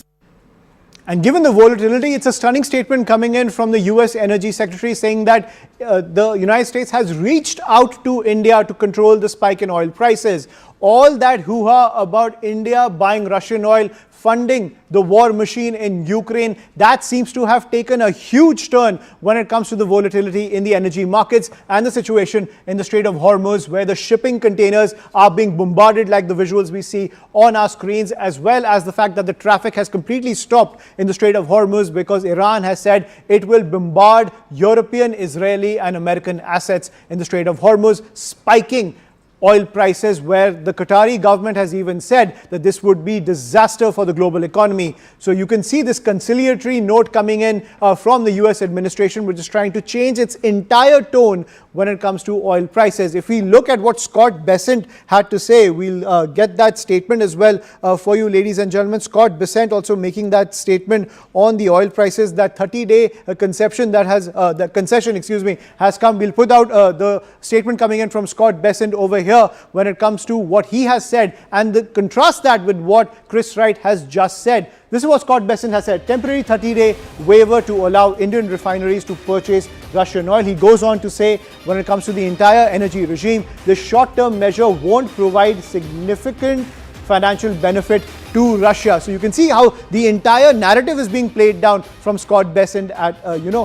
Earlier he used to say that India is funding the war machine in Ukraine, and now he's playing down the entire narrative because it's contingent on the United States to control energy prices, only authorizing transactions involving oil already stranded at sea. Also, he goes on to say that India is an essential partner of the United States, and also adding that he will give that 30-day concession that's coming in from the Trump administration when it comes to the energy markets to control the price of oil. We fully anticipate that New Delhi will ramp up purchases of US oil. So that statement also coming in from Scott Bessent, saying that the supply chains will shift, but this 30-day concession coming in from the US administration, also a huge U-turn on their language surrounding India buying Russian oil. And at the same time, Chris Wright has also stated that they reached out to India so that they would buy Russian oil and bring down those energy prices. Let's get to our guests. I'm joined by Prabhu Dayal, former diplomat, as well as Anat Bernstein-Reich,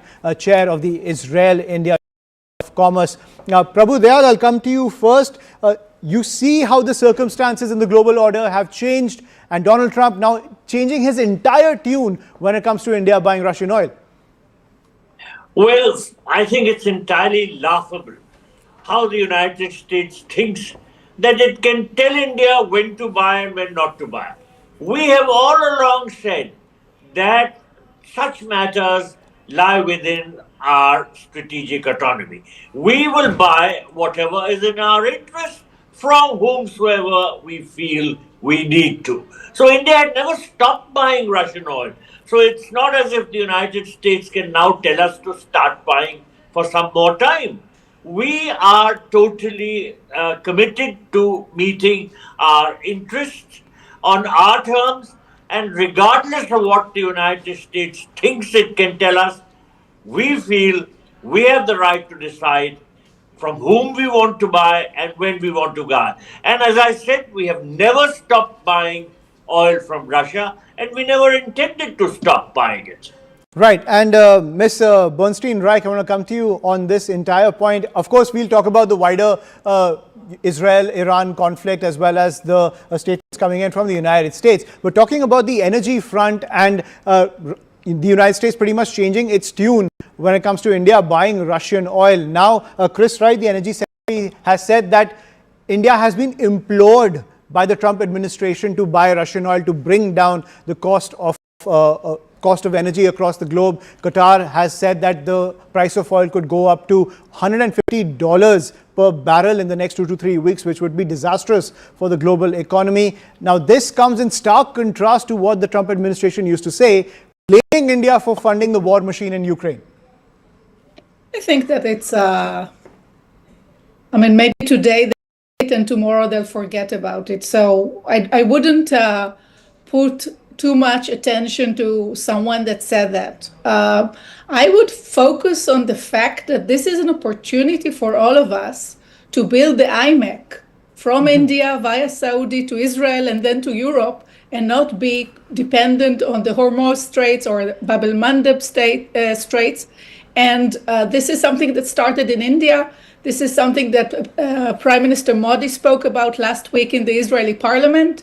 This is an opportunity, and now we see how important it is to build this bridge through Saudi and going to Europe. So this is my take. I wouldn't bother about blaming India or not blaming India. We know that India will do what's good for India. That's the motive that Prime Minister Modi and Dr. Jay Shankar are carrying all through. We all know that. And this 30 days will be extended to another 30 days and so on. So I wouldn't put any too much into that. And I'm definitely sure this 30 days will turn into another 30 days, because it doesn't seem that the war with Iran will wind down anytime soon. And the aim of the United States will be to control those global oil prices. And what I'm trying to figure out over here, and as an Israeli yourself, and given the fact that you're being supported by the United States in this campaign against Iran, is it a little problematic how sharply the narrative changes from Donald Trump? Donald Trump, we know that he is an unexpected person. it's expected him to be unexpected. That's what we are saying all the time.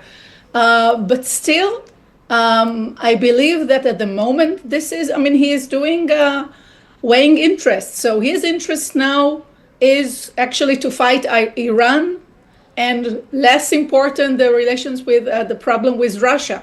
So he allowed this purchase of oil from Russia. Let's say that in 2 months, the war with Iran, as we say, inshallah, will be over, and this regime will be down, and then he will be back to imposing those, I wouldn't say sanctions, but restrictions on India. And this is an agreement that just a few weeks back, US and India reached some understanding about the oil from Russia. So I can't believe that we as, people who observe global affairs are saying that with such a straight face, that he is so unpredictable that currently he's giving us a concession. Tomorrow he'll just take it back. Prabhu Dayal, when it comes to the global world order, what does that do to long-term plans? Because diplomacy is not done on a day-to-day basis. We have long-term strategies from economic standpoints also. We have long-term strategies. The IMEC is a long-term economic strategy. And it seems that you should bank on strategies such as IMEC to ensure energy security, or just wait out till Donald Trump gets elected out of power in the next 3 years. Until then, just face the chaos on the global stage. Well, you're right. Strategies are fashioned on the basis of long-term interest. But as Ms. Bernstein pointed out, Donald Trump is very unpredictable, and he changes his stance so rapidly. We are getting used to it. But nonetheless, we have learned how to fashion our policy in the face of such rapid volte-faces or transformations on the part of the Trump administration. His administration says something one day and says something totally different the other day. Now, let me briefly talk about the IMEC corridor, to which Ms. Bernstein referred. That was our Prime Minister, Mr. Modi's idea. But to approach the landmass in the Arab Peninsula, we would have to enter through the Strait of Hormuz. So, peace in the Gulf region, peace in the Strait of Hormuz would still be necessary for the corridor to reach UAE, from there go on to Saudi Arabia, then Jordan, Israel, and then on to Europe. And in any case, there is so much instability in that region that for the present, this great project which we had wanted to execute has been brought to a standstill. However, we have a long-term vision. We keep our options open. And I think the government of India has made it very clear that it will base its foreign policy on its national interest. Right. And it will exercise strategic autonomy. Right, Prabhu Dayal, and I want to get to you on this point because you're getting a huge update that's coming in on the concept that you're talking about, strategic autonomy. According to top government sources, India has provided refuge to the Iran warship, the IRS Lavan in Kochi. Now, according to top government sources, days before the IRS Dena incident, which took place south of Sri Lanka, India was approached by Iran to take in the Iranian ship, the IRS Lavan, which was also in the region for the International Fleet Review.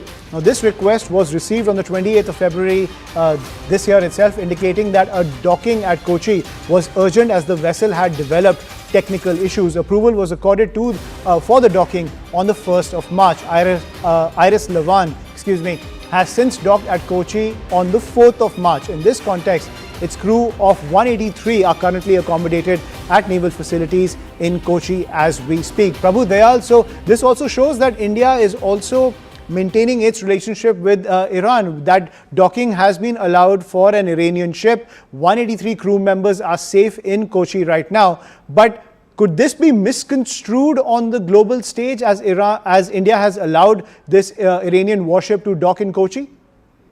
Well, India had invited Iran to send warships to take part in the Milan naval exercise, in which a whole lot of other countries also took part, including the United States. And therefore, giving the rights to dock and to provide accommodation, look after the sailors who were on board this vessel, was something that was really in the course of our duty, because we can't invite people on one hand, and when they face difficulties, we can't tell them to go to hell. We have to maintain the sort of policy we have towards the countries with which we have, for instance, naval exercises, and whom we invite to exercises like Milan, which are multinational in nature. So, in a nutshell, I think we did the right thing. And we had been accused of sort of facilitating the downing of the IRS dinner, which was total nonsense, because the incident never happened anywhere close to us. It happened in open seas, south of Sri Lanka. It was not in Indian territorial waters, but there were some voices which ridiculously blamed India. In any case, there are also ridiculous voices now blaming India for giving shelter to or allowing docking rights to this other Iranian vessel.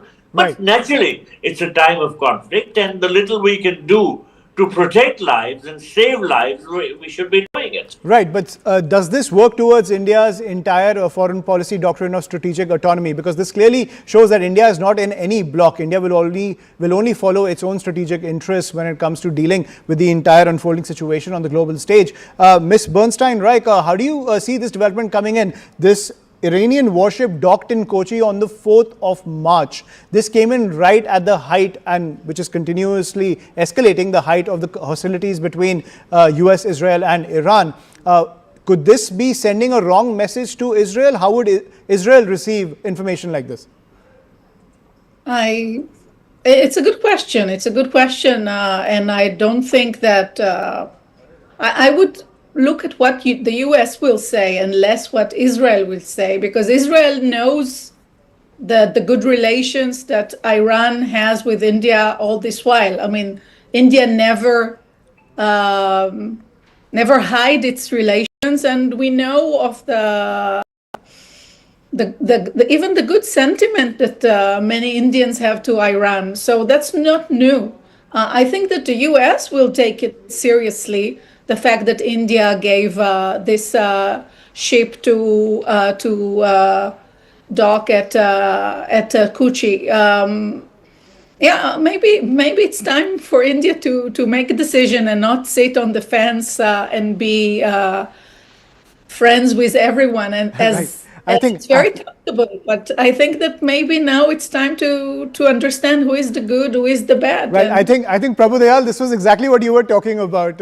The calls for India not to sit on the fence. We saw it in Russia, Ukraine, and now we're seeing it in this fight between the United States, Israel, and Iran. No, I don't think we should be taking sides at all. It's not our war in any case. And for instance, when we came under terrorist attack from Pakistan, how many countries openly sided with us or took part in the war? We had to fight it alone. So what's going on in the Gulf is not our war.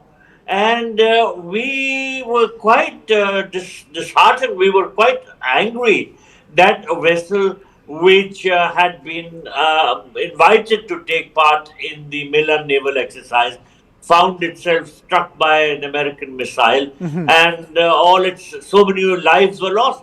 So if we allowed docking rights to the other Iranian vessel, I think it was a good thing. Why should lives have been lost on a ship which we had invited to take part in a naval exercise? I think we did the right thing by allowing docking rights to the ship. Right, but India have to balance its approach towards... Right, yeah, go ahead, ma'am. Go ahead. I do want to comment on Ambassador Prabhu. Israel always sided with India. And let's remember that, okay? Going back to Kargil's days and the recent Palgam events, Israel is always siding with India with everything we can. So we need to remember that. Right. But at the same time, India will have its own interests when it comes to dealing with any unfolding situation on the global stage. Let's not forget, Donald Trump has plunged this entire world into a sense of uncertainty. So each and every country is looking at its own interests. Prabhu Dayal, you wanted to say something? I'm getting another huge update coming in. Well, I was only saying that if this ship which had developed some technical trouble, sought permission to dock in Kochi. We did the right thing by allowing it to dock, because how could it have sailed into the high seas if it was facing technical problems? And that would have also meant endangering so many human rights, human lives. So I think on humanitarian grounds, giving the ship permission to dock, and this was not as if we were furthering the naval aggressive activities. We were just trying to Absolutely. give But shelter Abu to Dayal, protect human I lives. hope That's that all. Donald Trump doesn't see it that way.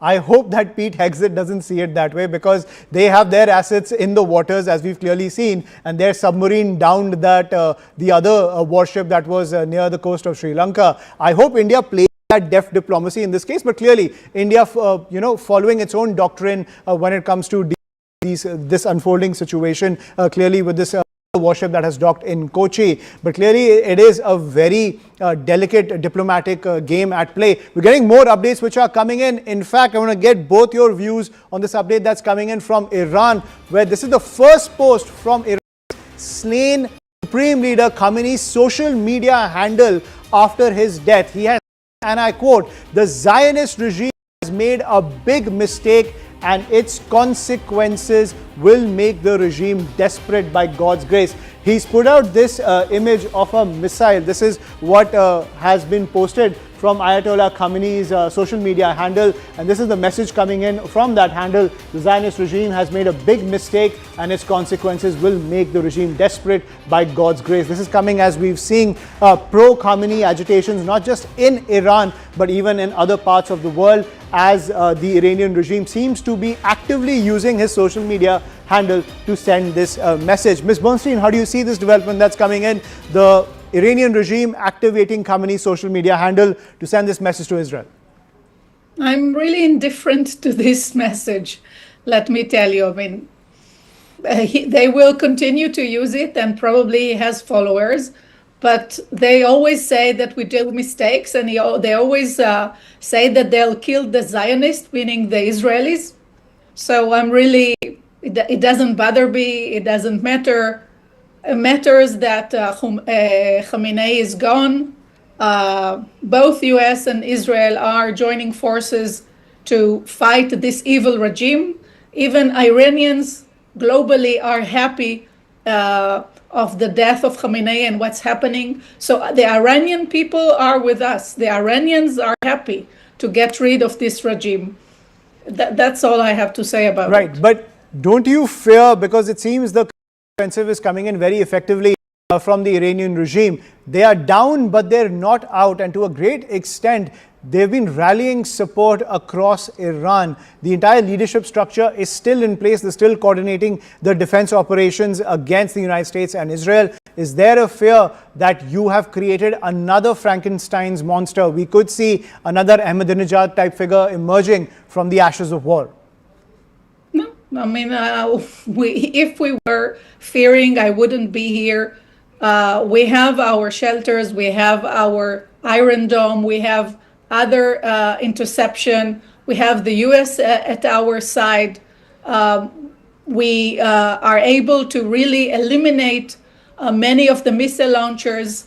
It will take some time, but it's about time to get rid of those, I would say, crazy people that are handling nuclear weapon, and it's for the benefit of everyone. I mean, the world now see how lunatic they are by launching missiles on all their neighbors. I mean, what are they doing? Launching a missile toward Cyprus, toward Turkey, toward Qatar, Saudi, UAE. I mean, does it look normal to you?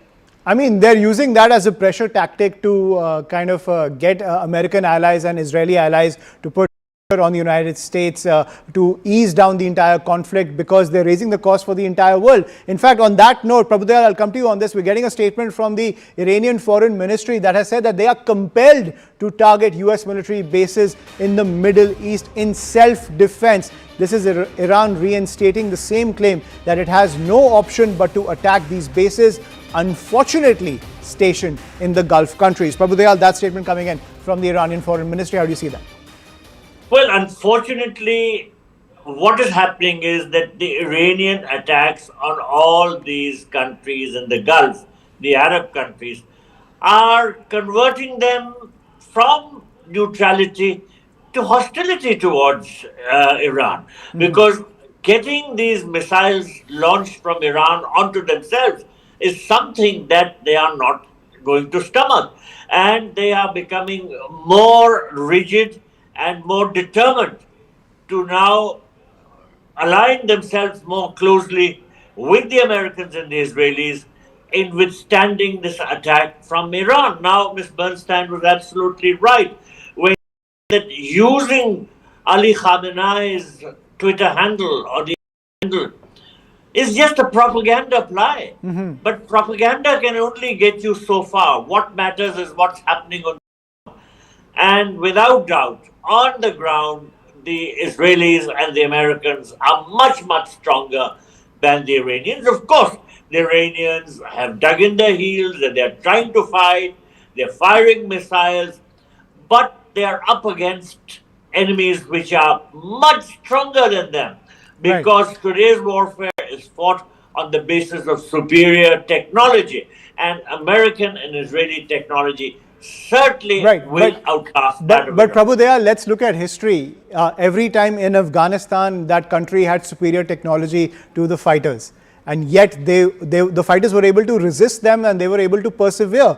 I think Iran is using that same strategy. They are persevering the attacks coming in from the United States. Their entire command structure has gone underground. They're using these mini drones to raise the cost of war and send shockwaves across the energy markets. Technology is not giving the United States and Israel that edge, which we've seen in other theaters. Lebanon has continued its offensive against Iran using homemade rockets. The Vietnamese did that successfully against the Americans. The Taliban has done it against the Soviets. There are several examples in history. Is Iran going down that path? Well, I've served in Iran for 3 years as a diplomat. And I can tell you that Iran is a little different in some sense from Afghanistan, because Iran has densely populated urban centers. And these urban centers are coming under very heavy attack. There is a huge loss of lives taking place in Iran.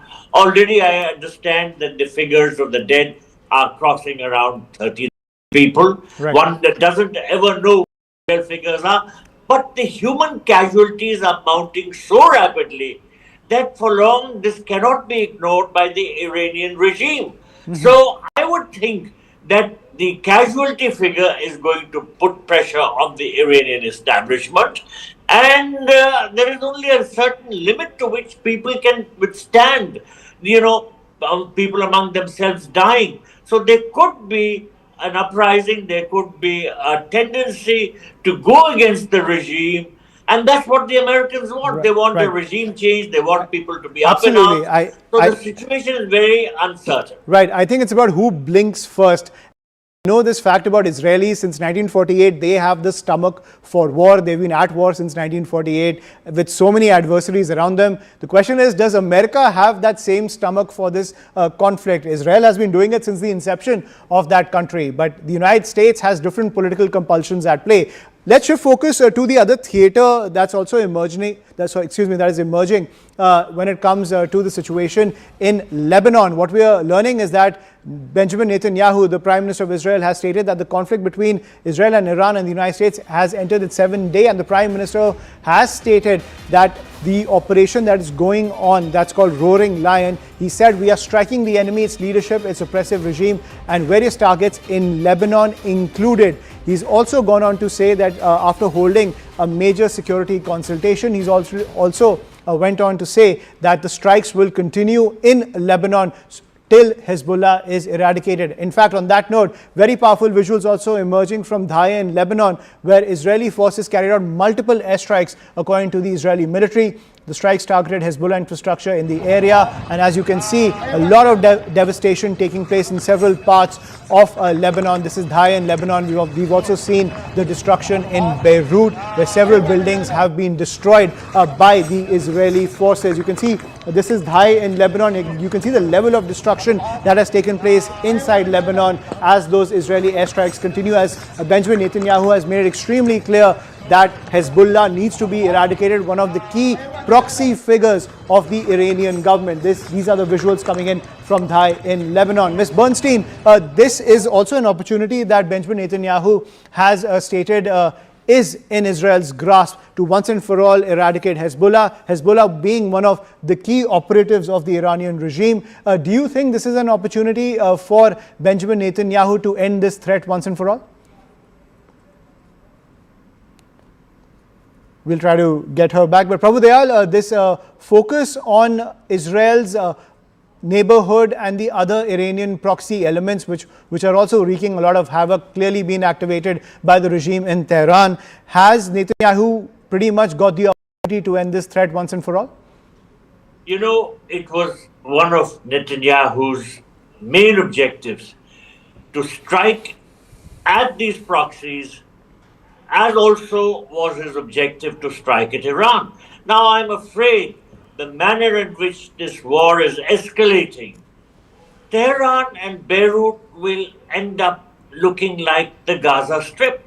There is so much of devastation, and the Iranian regime does not seem to be at all inclined to move towards peace. It is said that it will not settle for peace. In other words, it's prepared for a long haul. And the longer the haul, the more severe the damage to urban centers in Iran, especially Tehran, which is already getting such a serious pounding. So I'm afraid things don't look good for the Iranians. Of course, there are casualties in Israel also, but much, much lesser than they are in Iran. And although there are a few body bags that have gone, but I don't think Trump is really bothered too much at this stage. Of course, if the number escalates, it could become a cause of worry. But at the moment, I think the war is going as the Americans and the Israelis would like it to. In other words, Iran is suffering a lot. And although the Iranian Revolutionary Guard is fighting back, but you know, its capacity will automatically be limited. Missile areas from where they are launched, missile launch areas are being struck. And there are other military targets which are being annihilated. So as I look at the things, I think the Americans and the Israelis certainly have an upper hand in this conflict. Absolutely. Once again, let's just take you through those visuals coming in from Dhai in Lebanon, ladies and gentlemen. You see these visuals on our screen. This is one of the key cities inside Lebanon, facing the brunt of those Israeli airstrikes. You can see the plumes of smoke coming out as those Israeli airstrikes target this infrastructure in Dhai and Lebanon. Now, remember, a lot of the civilian infrastructure has been used by Hezbollah to launch attacks into Jerusalem as a television screen. This is also becoming an escalating war zone situation with Hezbollah, the key assets of the Iranian regime to target Israel. I was asking that question to Prabhu Dayal as well, and the concern that's emerging from the global stage is that you could turn Lebanon into another Gaza Strip.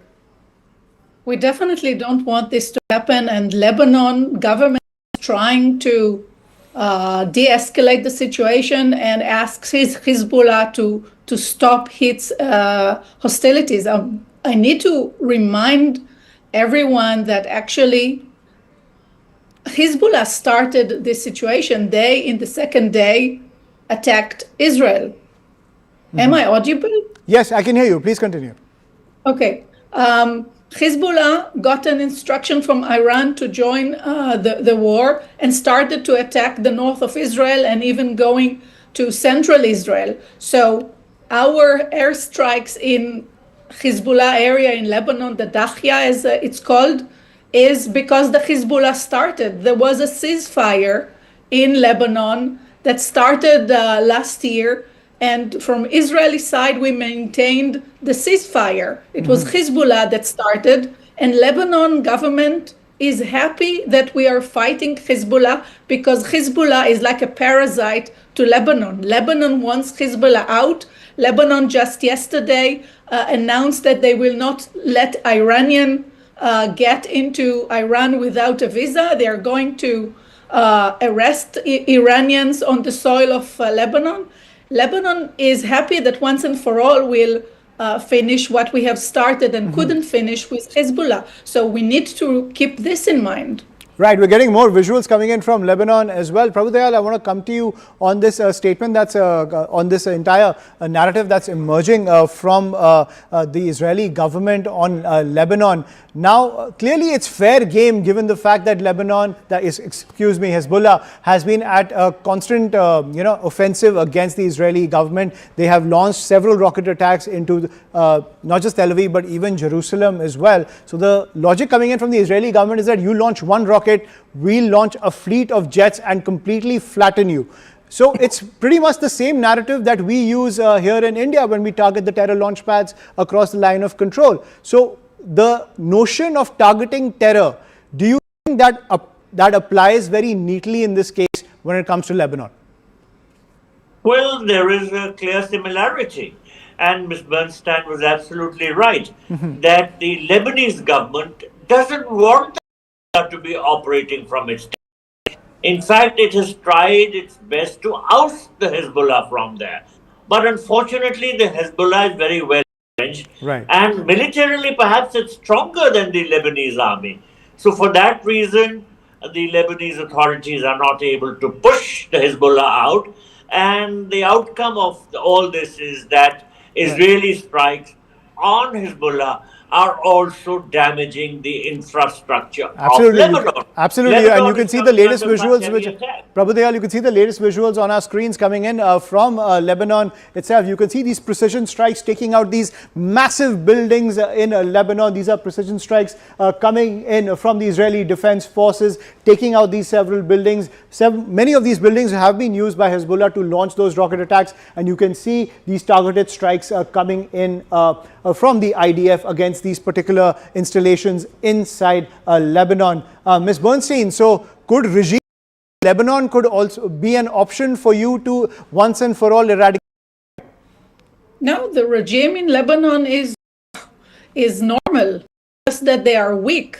And we are helping them get rid of Hezbollah, but there is a dialogue with the Lebanon government, and the Lebanon government wants peace. And you know that before 48 we could travel to Lebanon and they were our best friends. We wish it will be the situation again. So Lebanon has nothing to do bad with Israel, and I just want, when we're watching those pictures of the airstrikes, we need to keep in mind that the Israeli IDF spokesperson announced and gave a warning before doing those airstrikes so that people will evacuate, and this entire place was evacuated. So this is another thing that people think that we are doing those attacks without notifying. Israel notifies, and everybody got evacuated from this area. And this is important to remember. I mean, let's be clear. It's very easy to tell people to evacuate, and it's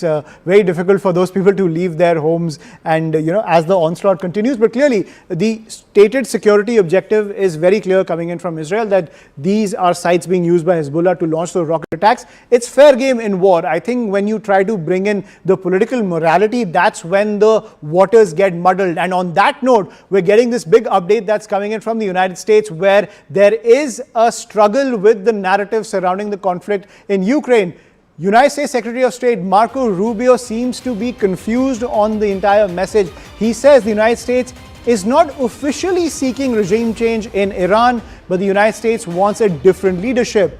War could now last for several more weeks is the pitch that's coming in from Marco Rubio. Prabhu Dayal, this entire quagmire of trying to explain the conflict, Donald Trump says war, Pete Hegseth says war, but J.D. Vance doesn't say anything. Marco Rubio says this is not war, this is a targeted strike. Several Republican leaders are saying that this is not war, these are just targeted strikes. We are not at war with Iran. And now when it comes to the regime change, Donald Trump, we just put out that post from Donald Trump right in the beginning of the show, where he said that he wants a new in place in Tehran. Now Marco Rubio saying the US is not officially seeking regime change in Iran. What's going on here? Well, there are conflicting voices which are coming out of the United States. The fact that it is war is beyond doubt. and the Trump administration has been given the authorization by the Senate under the 1973 War Powers Act. There was an attempt to stop this conflict, which was made by the Democrats, but the Senate has voted that down, and the Trump administration has the powers under the 93 War Powers Act. So it is war. The Trump administration is waging war. And as far as regime change is concerned, I think that Trump himself has made it very clear repeatedly that he wants a regime change. Though there are conflicting voices, conflicting interpretations, but there is no doubt that the United States and Israel both see this war as an opportunity to dislodge the Islamic regime and to put in place a new system.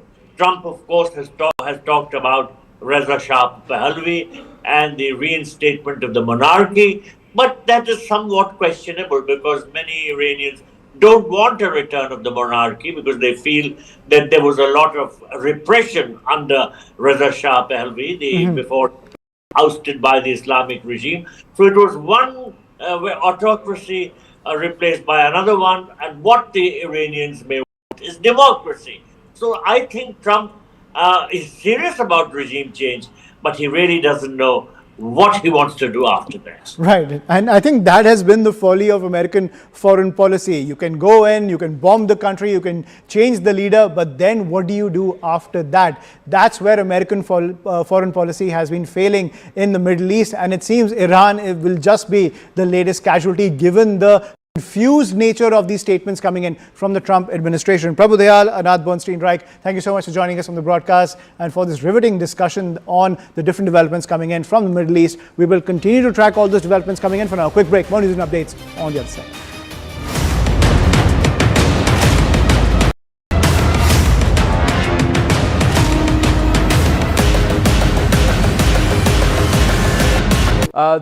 These are drone attacks again in Kuwait. They are targeting the air bases, and the Iranians, are you willing to buy this? So we can hear the same Shahid drone. Oh, these are the sirens. Sirens. Now, is that a missile or is it again UAV? Hard to say from here. Yeah, but they have yet another US air base with missiles, yes, as well. With missiles as well. Very slowly, or relatively slowly, perhaps too slowly for. Now, that's an interception that's happened. These are pictures. Or it was a SAM that was hitting something. Yeah. The SAM that was hitting something. But I want to understand when it is targeting these air bases. The graphic of where all Iran has attacked so far, and we put that out here. But understand from Tom, what is Iran's strategy here? Is it going to continue to focus only on the US air bases? Disruption. Guerrilla, missile guerrilla. And the resulting disruption. This is exactly like strike on Ben Gurion or attempted strike on Ben Gurion, trying to disturb the Israeli Air Force operations. In this case, trying to disturb Kuwaiti operations, whether military or oil export or normal life, actually. It's similar in Bahrain, Qatar, in United Arab Emirates. The local economy in Emirates is at standstill. Nothing is going on. Nobody works. Everybody is in shelter or hiding somewhere, hunkering. So this is what Iranians want to cause, or precisely the IRGC wants to cause, because as a punishment for these countries enabling US and Israeli strikes or supporting them in one way or the other, or housing US military facilities. If US and Israel claim they have 80% control of the Iranian airspace, yes, how is it that the Iranians are able to come back and strike almost at will? Or is it that out of 10 attempts, only one is succeeding? How do you read this? It's a mix of both of this. Okay. The claim we are controlling 80% of Iranian airspace, this is a pipe dream. Iran has a huge airspace, and with what the Americans have, whether in the Gulf of Oman or at air bases in Jordan and in Eastern Mediterranean and so on, is simply too little to exercise really effective 1000% control of even 20% of Iranian airspace. Right. So what they are doing is to circle around, to fly lots of UAVs and try to control what is going on with them. Right. Of course, sometimes this is effective, other times not. It is simply a matter of nature, how things work. Right. So issuing such big claims, yeah, nice and fine, but this is not indicative of the reality on the ground. Right. Now, there are other claims. Al Jazeera is saying 2 drones destroyed in Loristan and near Tehran. So the pounding of Tehran continues by the Israelis. We'll shift focus, Tom, again, and then let's try and get a deep dive into what is next, which are going to be the, and we're doing it all in real time. I just quickly want to see if we have the mirror here. I just want to dwell on the cost of this war. Viewers, just quickly want to tell you the cost of this war. It's gone up to 6,122,590,000 and counting, 600,000 and counting. This is in 6 days, 2 hours, 56 minutes and 39.40 seconds. Per second, the cost is only going up to $11,574 per hour. The cost is again $41 million and upwards, and per day the cost is going up to $1 billion per day. This cost on the war on Iran, that's what it's costing, and these costs are only going to go up. When we come back, what's the recalibration? Which are the zones? And is there an effort to try and break Iran into multiple pieces? And will we have sectarian violence coming in very, very soon? The Kurds, the Azeris, and of course the Baloch on the other side. And there is a solid Sunni population near Sistan and Balochistan. All of those, will they start getting active on ground? Tom Cooper, when we come back after a short break.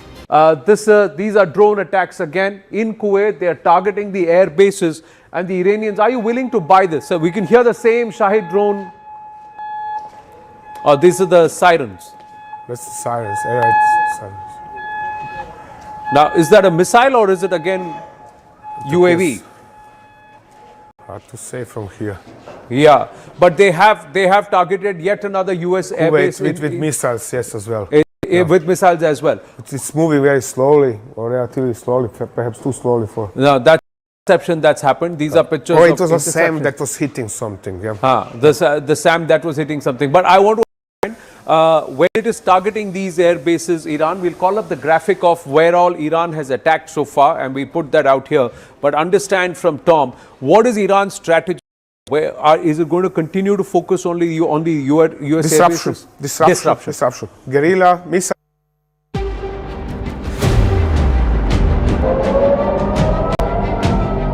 Well, here goes the siren again. A ballistic missile detected on its way here. Probably a good time to step into a shelter.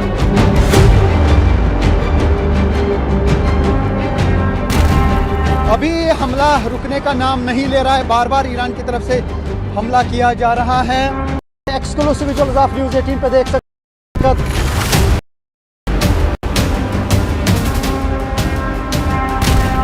We already went past one place where apparently there had just been an airstrike. There was thick black smoke billowing over one place, so it seemed like a fairly fresh airstrike. Also some destroyed buildings.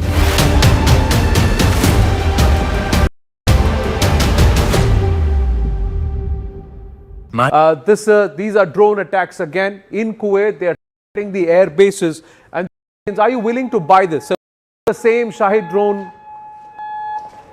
Oh, these are the sirens. That's the sirens. Sirens. Now, is that a missile or is it again UAV? Hard to say from here.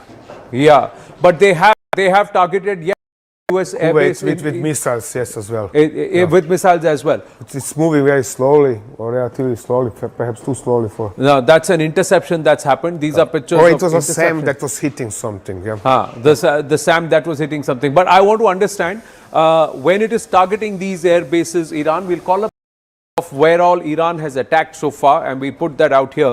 Understand from Tom, what is Iran's strategy here? Is it going to continue to focus only on the US disruption, airbase? Disruption, guerrilla, missile guerrilla, and the resulting disruption. This is exactly like strike on Ben Gurion, or attempted strike on Ben Gurion, trying to disturb the Israeli Air Force operation. case trying to disturb Kuwaiti operations, whether military or oil export or normal life actually. It's similar in Bahrain, Qatar, in United Arab Emirates. The local economy in Emirates is at standstill. Nothing is going on. Nobody works. Everybody is in shelter or hiding somewhere, hunkering. So this is what Iranians want to cause. Or precisely the IRGC wants to cause, because as a punishment for these countries enabling US and Israeli strikes or supporting them in one way or the other, or housing US military facilities. If Israel, US and Israel claim they have 80% control of the Iranian airspace, yes, how is it that the Iranians are able to come back and strike almost at will? Or is it that out of 10 attempts, only one is succeeding? How do you read It's a mix this? of both of this. Okay. The claim we are controlling 80% of Iranian airspace, this is a pipe dream. Iran has a huge airspace, and with what the Americans have, whether in the Gulf of Oman or at air bases in Jordan and in Eastern Mediterranean and so on, is simply too little to exercise really effective 1000% control of even 20%. So what they are doing is to circle around, to fly lots of UAVs and try to them. Right. Of course, sometimes this is effective, other times not. It is simply a matter of nature, how things work. Right. So issuing such big claims, yeah, nice and fine, but this is not indicative of the reality on the ground. Right. Now, there are other claims. Al Jazeera is saying 2 drones destroyed in Loristan and near Tehran. So the pounding of Tehran continues by the Israelis. We'll shift focus, Tom, again, and then let's try and get a deep dive into what is next, which are going to be the, and we're doing it all in real time. I just quickly want to see if we have the mirror here. I just want to dwell on the cost of this war. Viewers, just quickly want to tell you the cost of this war. It's gone up to 6,120,000,000.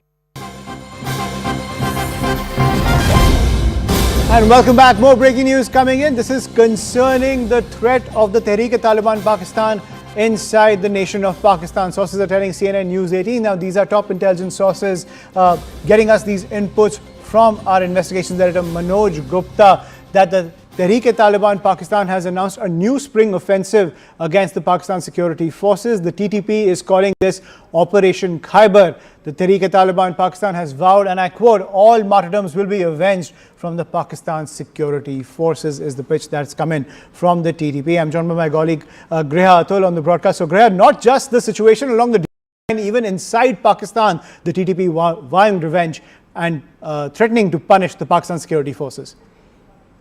Yes, Ayushman, and this seems to be a yearly phenomena when it is about the Tehreek-e-Taliban Pakistan.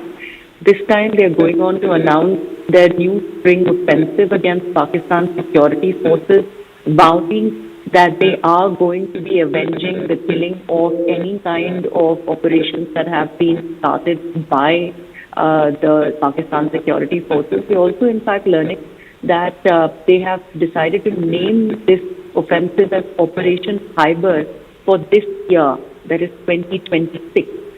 And the fact that this announcement has come in on the 17th day of the fasting season, fasting month of Ramadan, that's also significant, Ayushman, because they seem to have made this announcement today. And after that, we also are in fact learning of a suicide attack at the Chashma Sarabandi checkpost there, which is in North Waziristan. So right on the day when they have launched this offensive, when they have said that they are in fact starting their new spring offensive and called it Operation Khyber, we learn of a suicide attack as well. So this is rather significant, and would like to in fact bring in the parallels here, considering this suicide bombing in all likelihood is also the formal opening of this operation of TTP's Operation Khyber, and the formal leadership announcement that the religious of Ramadan and the immediate strike on the security forces checkpost in North Waziristan will go on a really clear picture that TTP is signaling to Islamabad that the offensive has not just been declared, it has already begun. Right. Thank you, Greya, for getting us that piece of breaking news coming in from Pakistan. So right after announcing the anti-Pakistan offensive called Operation Khyber, the Tehreek-e-Taliban Pakistan already taking action against the Pakistani state in North Waziristan. We will continue to track all those developments coming in. For now, quick break. More news and updates on the other side.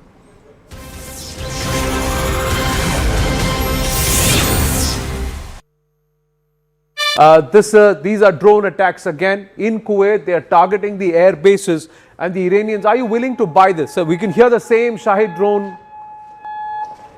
Oh, these are the sirens. That's the sirens. Sirens. Now, is that a missile or is it again UAV? Hard to say from here. Yeah, but they have targeted yet another US air base with missiles, yes, as well. With missiles as well. It's moving very slowly, or relatively slowly, perhaps too slowly for. No, that's an interception that's happened. These are pictures. Or it was a SAM that was hitting something. Yeah. The SAM that was hitting something. But I want to understand when it is targeting these air bases, Iran. We'll call up the graphic of where all Iran has attacked so far, and we put that out here. But understand from Tom, what is Iran's strategy here? Is it going to continue to focus only on the US air bases? Disruption. Guerrilla, missile guerrilla, and the resulting disruption. This is exactly like strike on Ben Gurion or attempted strike on Ben Gurion, trying to disturb the Israeli Air Force operations. In this case, trying to disturb Kuwaiti operations, whether military or oil export or normal life, actually. It's similar in Bahrain, Qatar, in United Arab Emirates. The local economy in Emirates is at standstill. Nothing is going on. Nobody works. Everybody is in shelter or hiding somewhere, hunkering. So this is what Iranians want to cause. Or precisely the IRGC wants to cause, because as a punishment for these countries enabling US and Israeli strikes or supporting them in one way or the other, or housing US military facilities. If US and Israel claim they have 80% control of the Iranian airspace, yes, how is it that the Iranians are able to come back and strike almost at will? Or is it that out of 10 attempts, only one is succeeding? How do you read It's a mix of both of this. Okay. The claim we are controlling 80% of Iranian airspace, this is a pipe dream. Iran has a huge airspace, and with what the Americans have, whether in the Gulf of Oman or at air bases in Jordan and in Eastern Mediterranean and so on, is simply too little to exercise really effective 1000% control of even 20% of Iranian airspace. Right. So what they are doing is to circle around, to fly lots of UAVs and try to control what is going on with them. Right. Of course, sometimes this is effective, other times not. It is simply a matter of nature, how things work. Right. So issuing such big claims, yeah, nice and fine, but this is not indicative of the reality on the ground. Right. Now, there are other claims. Al Jazeera is saying 2 drones destroyed in Loristan and near Tehran. So the pounding of Tehran continues by the Israelis. We'll shift focus, Tom, again, and then let's try and get a deep dive into what is next, which are going to be the, and we're doing it all in real time. I just quickly want to see if we have the mirror here. I just want to dwell on the cost of this war. Viewers, just quickly want to tell you the cost of this war. It's gone up to 6,122,590,000 and counting, 600,000 and counting. This is in 6 days, 2 hours, 56 minutes and 39.40 seconds. Per second, the cost is only going up to $11,574 per hour. The cost is again $41 million and upwards, and per day the cost is going up to $1 billion per day. This cost on the war on Iran, that's what it's us, and these costs are only going to go up. When we come back, what's the recalibration? Which are the zones? And is there an effort to try and break Iran into multiple pieces? And will we have sectarian violence coming in very, very soon? The Kurds, the Azeris, and of course the Baloch on the other side. And there is a solid Sunni population near Sistan and Balochistan. All of those, will they start getting activated on ground? With Tom Cooper when we come back after a short break. These are drone attacks again. In Kuwait, they are targeting the air bases, and the Iranians, are you willing to buy this? So we can hear the same Shahid drone. Oh, these are the sirens. That's the sirens. Yeah, sirens. Now, is that a missile or is it again UAV? Hard to say from here. Yeah, but they have targeted yet another US airbase with missiles, yes, as well. With missiles as well. It's moving very slowly, or relatively slowly, perhaps too slowly for. No, that's an interception that's happened. These are pictures. Or it was a SAM that was hitting something. Yeah. The SAM that was hitting something. But I want to understand when it is targeting these air bases, Iran. We'll call up the graphic of where all Iran has attacked so far, and we put that out here. But understand from Tom, what is Iran's strategy here? Is it going to continue to focus only on the US disruption, air disruption, guerrilla, missile guerrilla, and the resulting disruption. This is exactly like strike on Ben Gurion or attempted strike on Ben Gurion, trying to disturb the Israeli Air Force operations. In this case, trying to disturb Kuwaiti operations, whether military or oil export or normal life, actually. It's similar in Bahrain, Qatar, in United Arab Emirates. The local economy in Emirates is at standstill. Nothing is going on. Nobody works. Everybody is in shelter or hiding somewhere, hunkering. So this is what Iranians want to cause. Or precisely the IRGC wants to cause, because as a punishment for these countries enabling US and Israeli strikes or supporting them in one way or the other, or housing US military.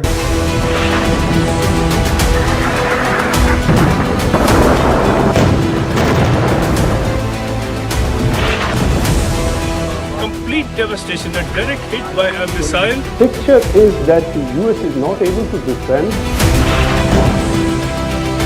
Of a drone, massive, the number of ballistic missiles. Where is it that Iran is actually placing its resources right now? Tabriz, Sanandaj, Kemal Shah. And this is now what they are doing since yesterday. They are conducting more or less an organized. These are drone attacks again. In Kuwait, they are targeting the air bases, and the Iranians, are you willing to buy this? So we can hear the same Shahid drone. Oh, these are the sirens. That's the sirens. Yeah, sirens. Now, is that a missile or is it again UAV? Hard to say from here.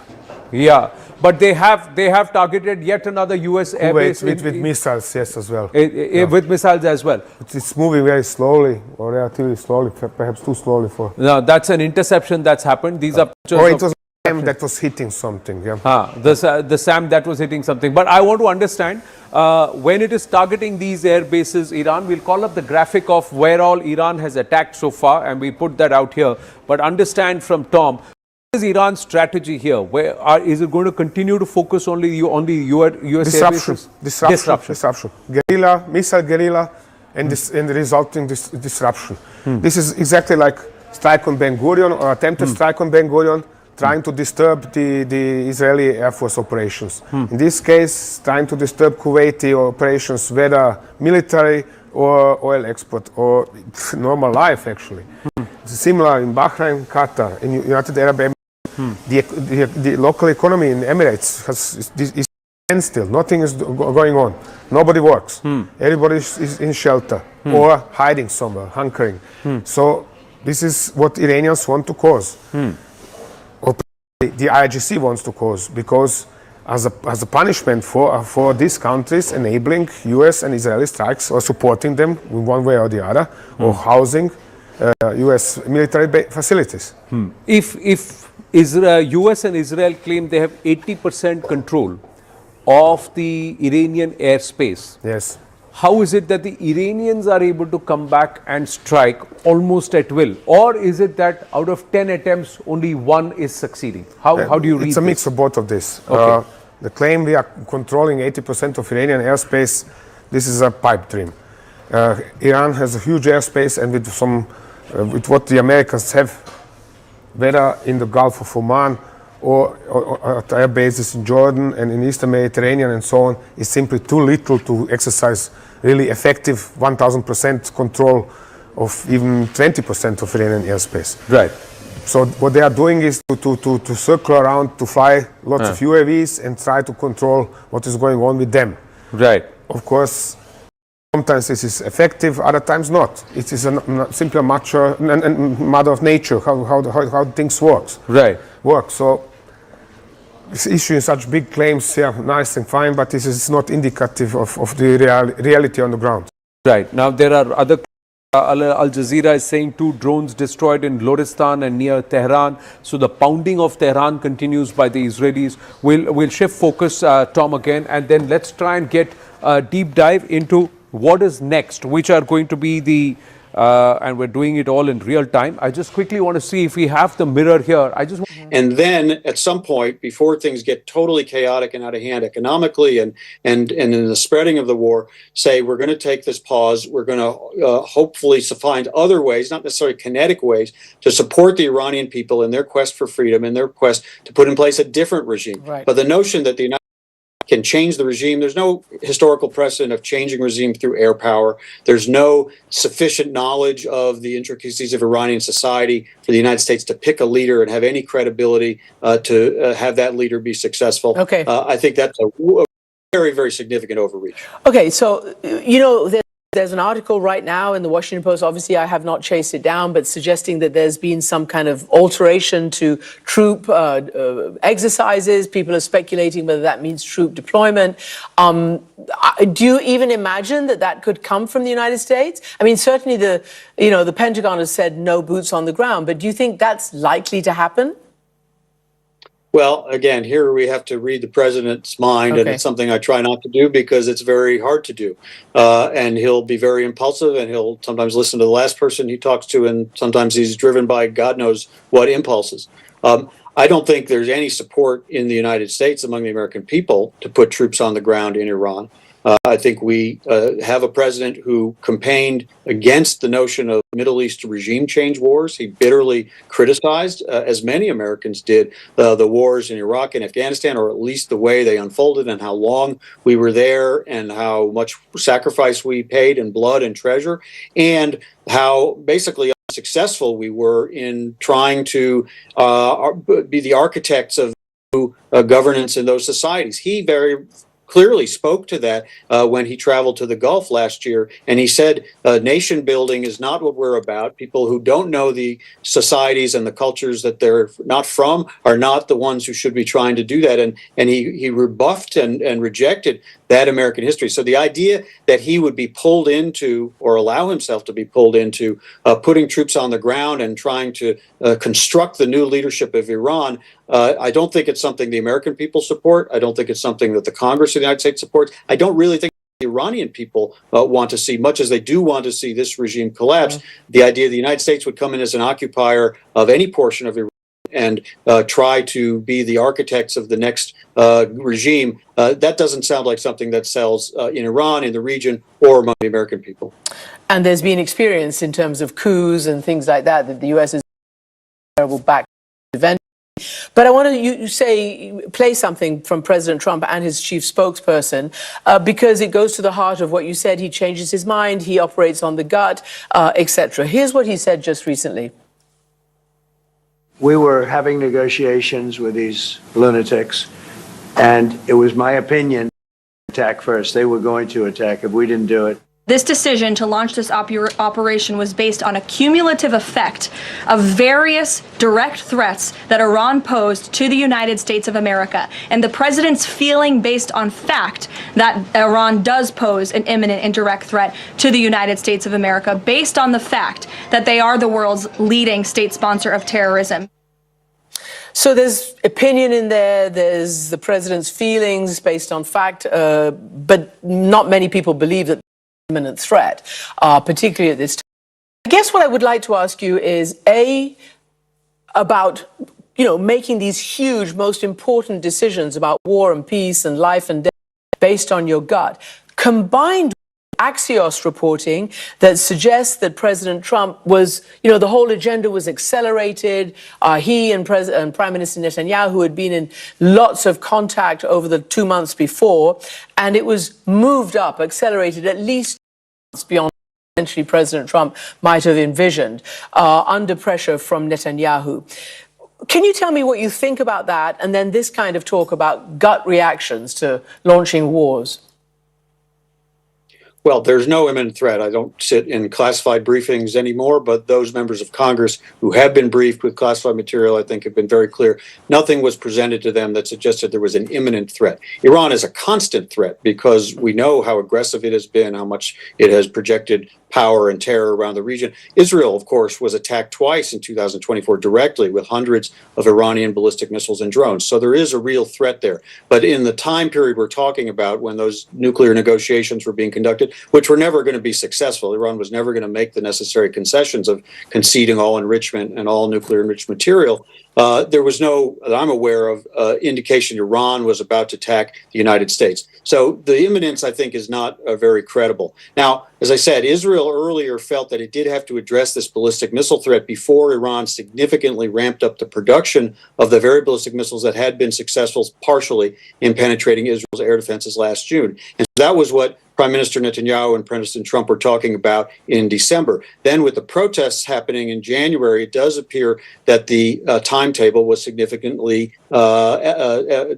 accelerated. And that's where I think the president made a big mistake. If you are going to move a big force like he did into the Middle East, and you are going to bring as many aircraft, as many soldiers and sailors and airmen into the region and put their lives on the line, you as the President of the United States, as almost every previous president in a similar situation has done, have the obligation to come to the American people, not to reveal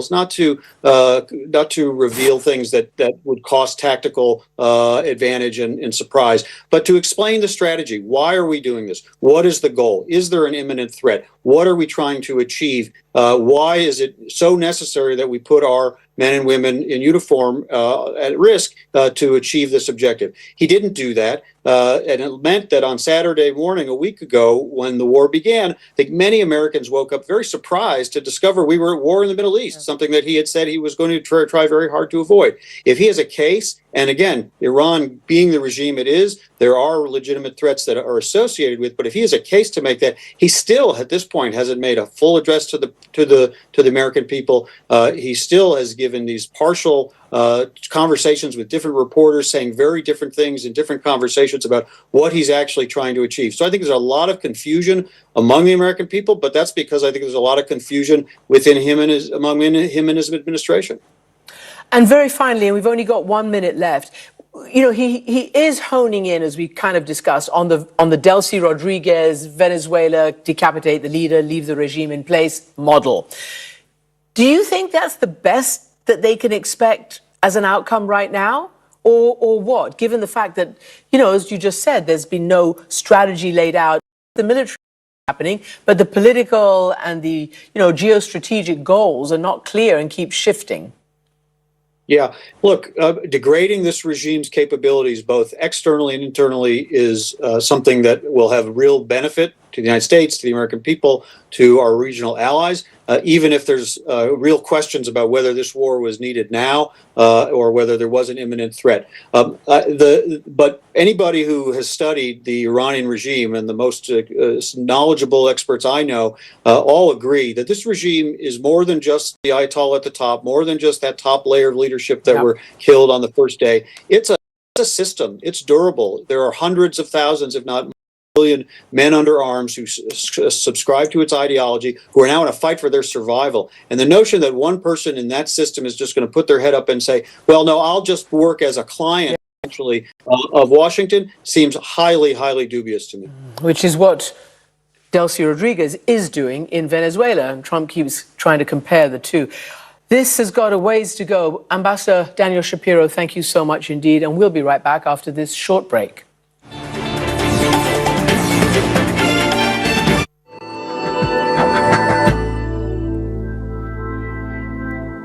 So are you busy tonight? Is there a booming market for Colin Smiths that I'm not aware of? Well, no, but it's just... What? Yeah, see you at 6. I felt that certainly Colin and Ray's story was being progressed and developed through the intimate scenes. Robbie, who was the intimacy coordinator on this, was fantastic.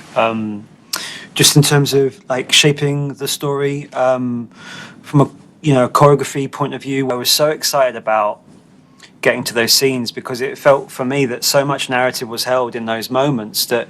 Rodriguez Zain is off today. You are watching One World. And let's start with the latest information we have on the war with Iran. Sources tell CNN that Russia has been providing Iran with intelligence about U.S. assets in the Middle East. Now, this comes as President Trump warns there will be no deal unless Tehran surrenders unconditionally. The Iranian capital is coming under intense aerial bombardment this summer. The Israeli military is also pummeling Beirut and ordering further evacuations from the southern suburbs. And Gulf nations remain under attack from Iranian retaliatory strikes. Iran has also targeted Israel, including a new round of strikes on Tel Aviv. The U.S. ambassador to Israel met with Israeli President Isaac Herzog earlier, where they discussed cooperation during the war. This is it's not a pleasant time, but it is an important and a necessary time for us to say to the regime that you can't keep killing Americans, Israelis, and frankly, people all over the world. Now is the time for resilience. And we know, and we tell the people... Trump says this war could empower what he describes as an untrustworthy president with a contempt for the law. Here he is with Michelle Martin. Thanks, Christian. David Frum, thank you so much for talking with us once again. Thank you. You are a staff writer at The Atlantic. Your latest piece, you wrote, The Paradox of Trump's Iran Attack. And you wrote that President Trump has launched a war that offers opportunities to the Middle East and threatens constitutional freedom at home. So Yes. walk us through that tension. Well, let me give with this the danger here at home. There is now an alleged shooter identified in the Austin, Texas mass shooting attack. The alleged shooter reportedly wore an Iran T-shirt as he committed the attack. Now, I don't for a moment believe that the shooter, the alleged shooter, is in any way connected to the government of Iran. But it's not hard to imagine how, when you are fighting a war with the world's leading a country that does have networks all over the world, that has carried out terrorist attacks on foreign soil, including here in the United States, that the president would say, you know what, we need to ramp up Homeland Security activity to head off a threat. And everything you've seen in Minneapolis and places like that to date is just the opening course, the overture. Now must come to protect against Iranian terror attack. I think that is going to be a really severe risk in the days ahead. You've described Trump's foreign policy as being driven by fantasy and image more than strategy. In the Iran case, is there a clear example of that? The fantasies that drive him is he does have the sense of himself as this great figure in history, who is beloved at home and commands respect abroad, when obviously none of that is very, very true. And he is attracted to cheap and easy successes. Look, last year when he struck the Iranian nuclear program, that was a short, sharp strike, and then he said, it's done. And many people were more experts said, well, that's not done. If you're going to start this thing, it's going to have to be finished, and it's going to be a much bigger project to finish it. And so, duly, a year later, President Trump is saying, I told you was cheap and easy and free last year. Turns out we paid one installment, but there are now more installments that must be paid. Well, Ukraine being an example where during his campaign for his latest term, the president said that he would solve this problem within a day. And clearly it is not yet. Do you see an example in the Iran case of where the president seems to have a notion that doesn't seem to be borne out by facts as they're understood by? Well, we have clues about his idea of an end state, is he thinks he can do what he did in Venezuela. So in Venezuela, you had a corrupt, authoritarian, brutal, which was massively unpopular with its own people. In fact, as you will remember, there was even, the regime attempted to fake an election a year ago, and they were so unpopular they couldn't even win a faked election. And it became clear there is an agreed, democratically legitimate leader of the Venezuelan people. But Trump did not want her to be the leader because it would be more difficult, more work, and maybe she wouldn't be as amenable to his will as the next thug in line was. So in Venezuela, he struck, removed one thug, replaced the thug with the next thug in line, and he's got a situation he finds satisfactory, although the Venezuelan people are no better off than they were before.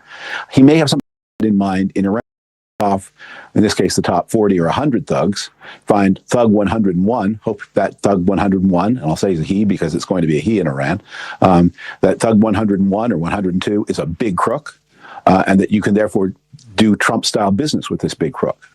That's a hope. Maybe it's more than a hope, but it's not a very attractive future if you're an Iranian who has risked life or sacrificed the life of yourself or your loved ones to say, we want freedom. On Trump saying, well, no, what we're going to give you is the next crook in line.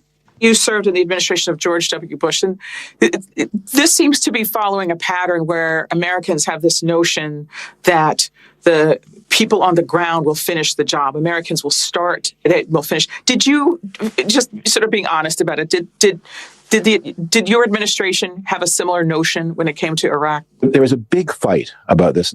The George W. Bush administration had people who wanted to be involved in the future of Iraq and people who did not. And basically, the people who wanted to be more involved were able to win the argument about should we go to war, and they then lost the argument about what should happen after the war. And so I think the people what ended up happening was the Iraq war became a kind of raid. Rush into Iraq, get Saddam, topple the Ba'ath regime, then get out as fast as possible and count on the Iraqis to sort things out. But Iraq was a badly damaged society. They'd been under tyranny for so long. The institutions of state were smashed. Basic amenities like water and electricity were in ruins. The country, and of course, when you have as cruel a government as Iraq had, it leaves behind a legacy of vendetta. There are people who have suffered terribly, or their relatives have suffered terribly, and they have payback impulses. And it's going to take a lot of policing to keep those payback impulses under control. I fear that very much in Iran. And Iran is a more cohesive society than Iraq was. It's, the vast majority speak the same language. The vast majority they're 60% Persian, but most Iranians are Shiite Muslim. Most of them speak some form of Persian. And it's much more urbanized. But there is a lot of pain left behind, and there's a lot of damage. Tehran doesn't have enough drinking water. How do you keep the power on? There are pensions that have to be paid, hospitals that have to keep working, children need to go to school. It's an advanced society. All those things need to happen. Who's in charge of delivering those results?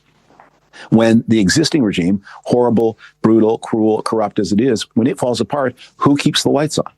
What do you think should happen at this point? How do you think Congress should react? I understand why Democrats are very angry about the way the president has treated them. I mean, he gave a State of the Union address full of stunts and insults. He did not ask Congress's consent for this war. He did not invite debate. He went to war anyway, and now he's going to need a lot of money to pay for it, and he's going to ask Congress to vote money that it was not allowed to debate in advance. And there are a lot of Democrats who feel they can't trust him and want to impose war powers restrictions. And there are a lot of them who will fear, as I do, the use that Trump will make of his war powers at home to suppress dissent, to compromise elections. That said, there is no undoing what has been done. There is no return to the pre-war status quo. You can't stop this. It's on. And so getting to a better tomorrow does not allow you, wishing to go back to yesterday does not get you to a better tomorrow. So I think Congress has to take decisive action to take more charge. And here's the lever. Speaker Johnson does not have a Republican majority to fund this war. There'll be enough Republican defections. You cannot get supplemental authorizations or appropriations for the war through the House of Representatives on Republican votes alone. So he is going to need Democratic votes to pay for the war. And for all practical purposes, the Republican majority is over. It is not a majority House anymore. So it has to run its affairs as if it were had to be bipartisan, as if there's now a joint Republican-Democratic coalition majority funding to fund the cost of war, and Democrats have to have equal voice in a war that they're going to be indispensable to funding. The Military Religious Freedom Foundation says it's received more than 200 complaints from service members alleging that some commanders framed the Iran mission in religious terms, including one briefing where troops were reportedly told that President Trump had been, quote, anointed by Jesus to light the signal fire in Iran to cause Armageddon, sort of unquote. And I just wonder what you make of that. Well, personally, if I were going into battle under a commander, I'd want a commander who thought our job was to prevent Armageddon rather than to cause it. Like, that's not like, oh, if we're on the path to Armageddon, maybe we should be on some other path. Look, people, it's a big military. There may be all kinds of lower ranking people who say crazy things. The question you have is, what about the senior most leadership? The Secretary of Defense, or Secretary of War as he styles himself illegally, Secretary of Defense Pete Hegseth, gave a press conference at the beginning of the week in which he said the United States will not do democracy building, it will not do state building in Iran. And you think, well, if you're not doing it, who's in charge of that? And then what happens once you've smashed up the existing leadership? There's a lot of perhaps democratic capacity within Iranian society, but to get from here to there, after all these years of oppression, in the midst of a battle zone, that's not going to happen automatically. And if it's not the American job, whose job is it? And if it doesn't happen, the United States will not escape the consequences of it not happening. And what might those consequences be for people who have not or would prefer not to spend a lot of time thinking about that? Here are two. One, as I mentioned, that 60% of the population of Iran is Persian. You can do the math. 40% is not. Some of them may have separatist sympathies or separatist inclinations. There's also a problem that there are tens of thousands of Iranians who have lost people they love to cruel butchery by the authorities. If the authorities are defenseless, what will the people do? Well, some of them will pray and mourn, but some will take action. Some will take up whatever weapons that come to their hand and go to a police station and chop up the police officers. And that's a natural human impulse, I think, after what they've been through. But it leads to carnage in the streets and possible civil war. And what might be the consequences for the United States? Iran is crammed with weapons. Most people can't get them because they're held by the police or the authorities. If the police and authorities are defeated, those weapons become available. There's fissile material present in Iran. There's a lot of people with the skills and know how to do terrorism on a global scale. I'll be unemployed. We saw what happened when the Ba'athist officers in Iraq lost their jobs. They went and did what they knew how to do best, which was terrorize fellow Iraqis.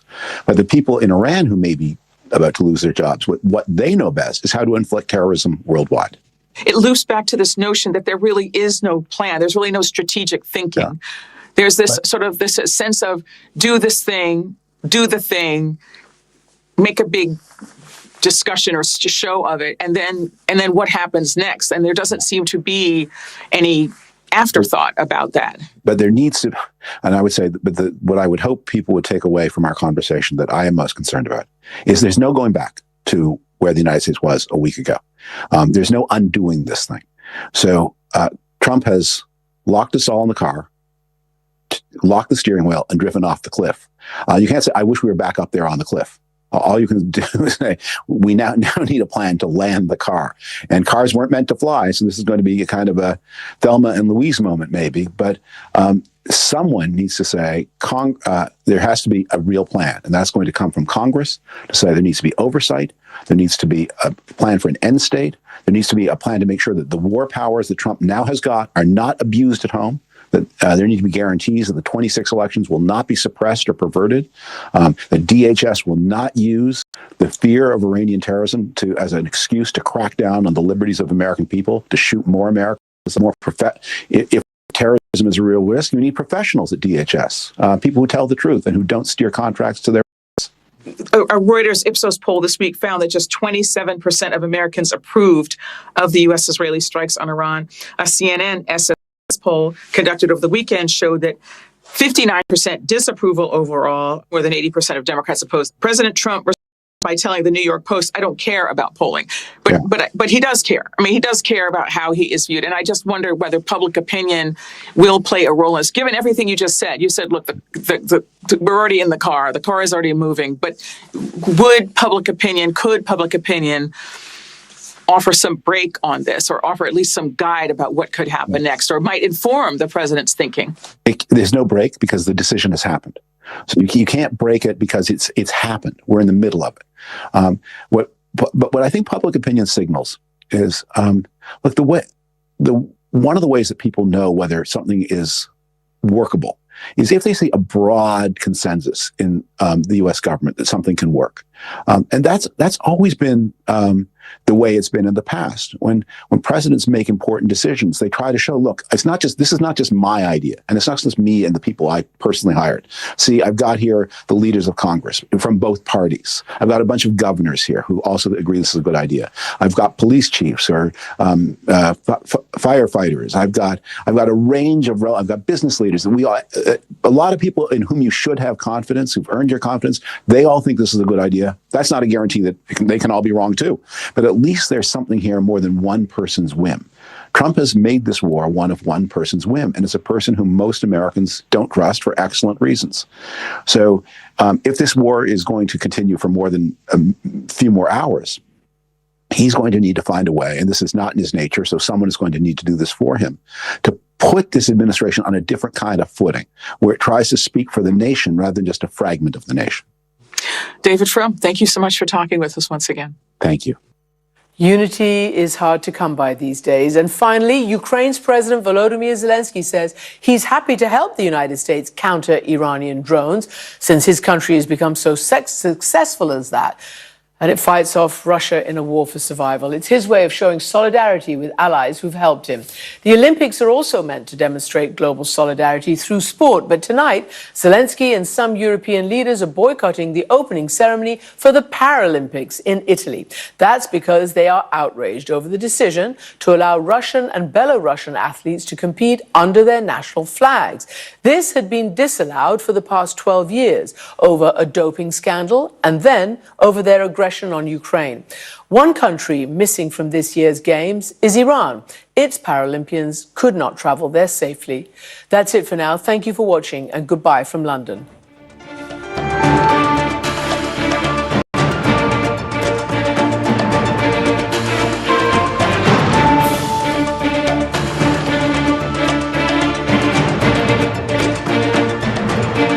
Rodriguez Zain is off today. You are watching One World. And let's start with the latest information we have on the war with Iran. Sources tell CNN that Russia has been providing Iran with intelligence about U.S. assets in the Middle East. Now, this comes as President Trump warns there will be no deal unless Tehran surrenders unconditionally.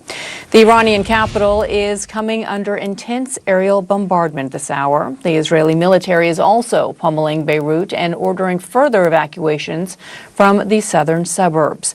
And Gulf nations remain under attack from Iranian retaliatory strikes. Iran has also targeted Israel, including a new round of strikes on Tel Aviv. The U.S. ambassador to Israel met with Israeli President Isaac Herzog earlier, where they discussed cooperation during the war. This is it's not a pleasant time, but it is an important and a necessary time for us to say to the regime that you can't keep killing Americans, Israelis, and frankly, people all over the world. Now is the time for resilience. And we'll tell the people this moment will be judged in his moment of change that will bring a better future for all. Now is the moment to be resilient. Thank you very much, Ambassador. CNN's Zachary Cohen joins me for more on the breaking news that CNN has been able to confirm as well. And Zachary, it's quite striking, and that is that Russia has been providing Iran with intelligence on U.S. assets in the region. And of course, this comes just days after the United States lost 6 of its service members in the region from strikes from Iran. Just talk to us about what you're learning from the.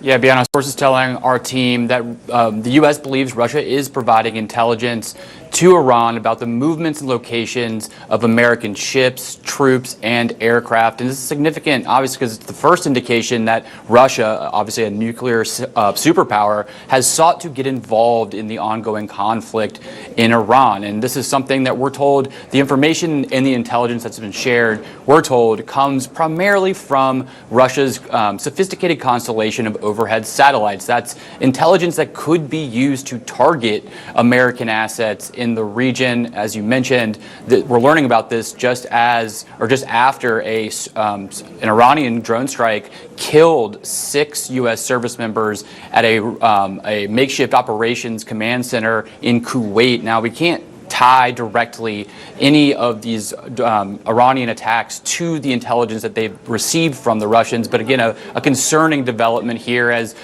two longstanding partners in Iran and Russia do seem to be collaborating in the current war there. And we're also learning, too, Bianna, that another nuclear superpower, China, is weighing whether to provide financial support to Iran, as it potentially could enter this conflict in a support capacity. We're told, in addition to financial support, China providing things like spare parts, missile components, logistical support. Obviously, Beijing much more cautious in considering getting involved in this conflict, seeking to largely avoid a direct confrontation with the United States. And for now, Beijing does seem to be staying out of the ongoing conflict, but it remains to be seen if that will stay true. And this comes as Secretary of Defense Pete Hegseth just saying yesterday to reporters that Russia and China are, quote, not really a factor in this war.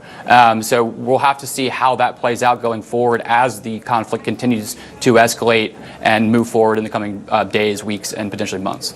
Yeah, it does appear now that Russia is indeed a factor in this war if it's directly providing Iran with intelligence on U.S. assets in the region. And it is important to note this comes after President Zelensky in Ukraine has actually offered to help and other Western allies in Europe in terms of bringing down some of these Shahed drones that they've come so familiar with, tragically, over the course of these last now 4+ years of war. Zachary Cohen, thank you so much. Well, some attacks are playing out on live television. One loud explosion in Tehran sent this reporter running for cover.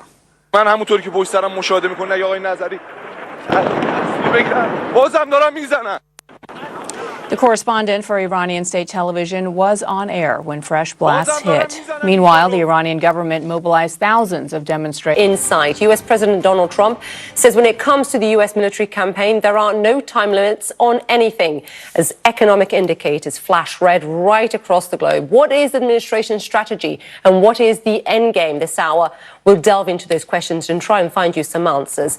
But first, I want to bring you up to date with the very latest developments from the region. President Trump says there will be no deal with Iran except unconditional surrender. The president tells CNN he's not worried about whether Iran will become a democratic state. The United States and Israel are ramping up attacks on Iran with a major bombardment of the capital.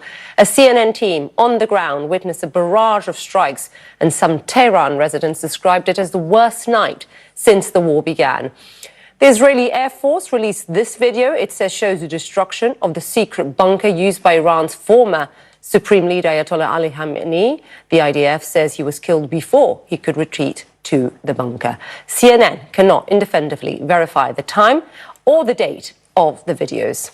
Well, Israel says it's planning to push deeper into Lebanon as it moves to what it's calling the next phase of the war. More than 200 people have been killed there in the last week. That is according to the Lebanese Health Ministry. We're joined by CNN's senior White House reporter Kevin Liptak and Jeremy Diamond, who's now in Tel Aviv after spending a long time along the Israel-Lebanon border.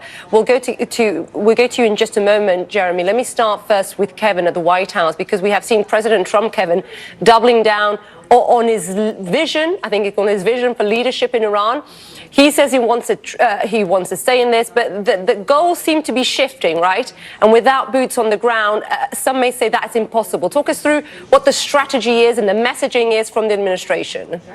Yeah, and I think the messaging from the administration writ large has now kind of diverged from the message Trump himself. You know, he's talking about what he calls an unconditional surrender. He doesn't actually specify what that might look like in his message. And he says that after the selection of a great and acceptable leaders and many of our brave allies and partners, we will work tirelessly to bring Iran back from the brink of destruction. He seems to be suggesting a much broader goal than what you've heard from the White House itself, which has tried to kind of contain the the objectives that the U.S. is seeking in this war. They've limited it to annihilating the Navy, getting rid of Iran's missiles and its nuclear program, and eliminating its support for proxies in the region. President Trump is suggesting something much bigger, and it does follow this pattern of the president kind of bobbing and weaving throughout all of this, and his aides sort of scrambling to catch up with what exactly he meant. Because remember, it was just earlier this week that the Defense Secretary Pete Hegseth insisted this was not a regime change war. You heard similar from the Secretary of State Marco Rubio. Now President Trump is saying that, in fact, that is exactly what is going on here. We did hear just in the last hour from Caroline Leavitt, the press secretary, who was asked what actually this meant. Said. What the president means is that when he, as commander-in-chief of the U.S. Armed Forces, determines that Iran no longer poses a threat to the United States of America and the goals of Operation Epic Fury has been fully realized, then Iran will essentially be in a place of unconditional surrender, whether they say it themselves or not. Okay, so now I guess President Trump will be deciding what unconditional surrender looks like in Iran, but the details of that totally unclear. I think maybe the best explanation of what it is Trump is looking for came in that interview with Dana Bash earlier today, saying that it's going to work very easily. It's going to work like in Venezuela, suggesting he envisions finding someone currently in the Iranian leadership, like Delcy Rodriguez, the one-time Venezuelan vice president, finding someone like that to take control of Tehran. But of course, the differences in these countries could not be bigger. For one, Iran is 3 times the size of Venezuela. It is run by a clerical leadership. And so a lot of questions about how that situation could be applied. And Trump seems to think it could happen. Kevin Liptak for us at the White House. Thank you very much, Kevin. Let me go to Jeremy, who is joining us from Tel Aviv. And Jeremy, as President Trump there doubles down on his demands, I think he said, for a great and acceptable lead in Tehran, we have been seeing a dramatic surge in strikes inside the country, in Tehran even. Give us a sense of what the US and Israel have been targeting overnight and throughout the day. Yeah, that's right, Issa. Well, today alone, the Israeli military says that they have struck over 400 targets in Iran. They are continuing, of course, to hunt those ballistic missile launchers that threaten Israel and its population. We know, of course, that those attacks have been largely successful in destroying at least 60% of Iran's ballistic missile launch capabilities, and has resulted in a reduction of the number of ballistic missiles that Iran is firing towards Israel. In addition to that, we're continuing to see efforts by Israel to go after Iranian Revolutionary Guard Corps, as well as internal security forces targets as well. And the hunt that Israel is embarking on to kill as many senior Iranian political leaders as possible is also continuing, as the Israeli military is indicating today that they struck a secret bunker of the former supreme leader Ayatollah Khamenei, which was beneath regime headquarters in central Tehran. The Israeli military releasing a video of this strike and saying that in recent days it appears that this command bunker was being used by some of Iran's current leadership as well. They have yet to actually talk about any specific individuals who they believe they have killed as a result of this strike, but it shows, of course, Israel's continued ability and desire to go after Iran's political leadership, in addition to targeting Iran's military capabilities. Yeah, and for Israel, this is, of course, as you and I have been discussing, it's a two-pronged war as it takes the fight to Lebanon, where I'm just seeing more than 200 people have died, where almost 500,000 people have been displaced, according to one NGO. Give us a sense of what is happening in Lebanon. Yeah, well, my team and I were along the Israel-Lebanon border today, and I got to tell you, it was very active, far more active than I even anticipated, especially when you consider the fact that Hezbollah, for over a year was supposed to be gone from the areas closest to Israel, pushed back not only by the Israeli military and continued strikes, some of which continued even during this ceasefire between Israel and Hezbollah, but also by the Lebanese military, which was in the process of and had claimed success in disarming disarming Hezbollah south of the Litani, but what my team and I saw today suggests a conflict that is only escalating.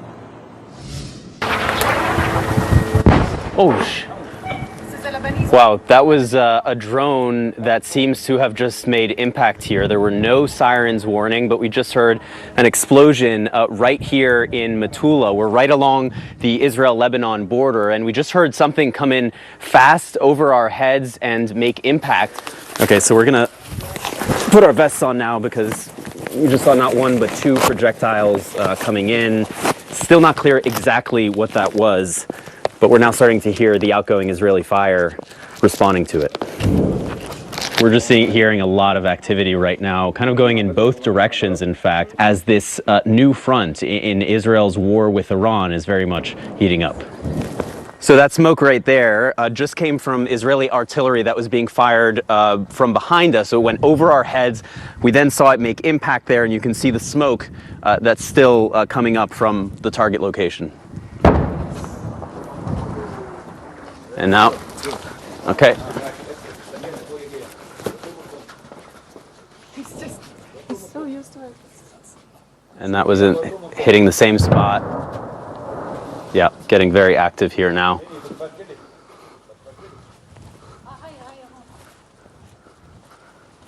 Here too.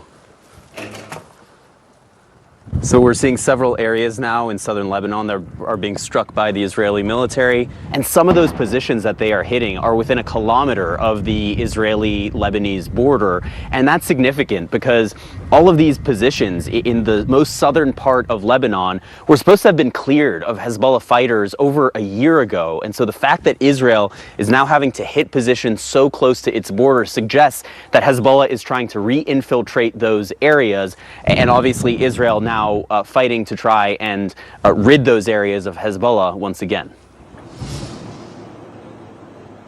And so as you can see there, Issa, very active crossfire on the Israel-Lebanon border. And today, in fact, Hezbollah was able to seriously wound several Israeli soldiers as a result of some of these attacks. 5 Israeli soldiers in serious condition. 3 additional soldiers were lightly wounded as a result of one of those cross-border attacks. And while we were down there, beyond the projectiles that we ourselves saw, the air raid sirens that went off at one point due to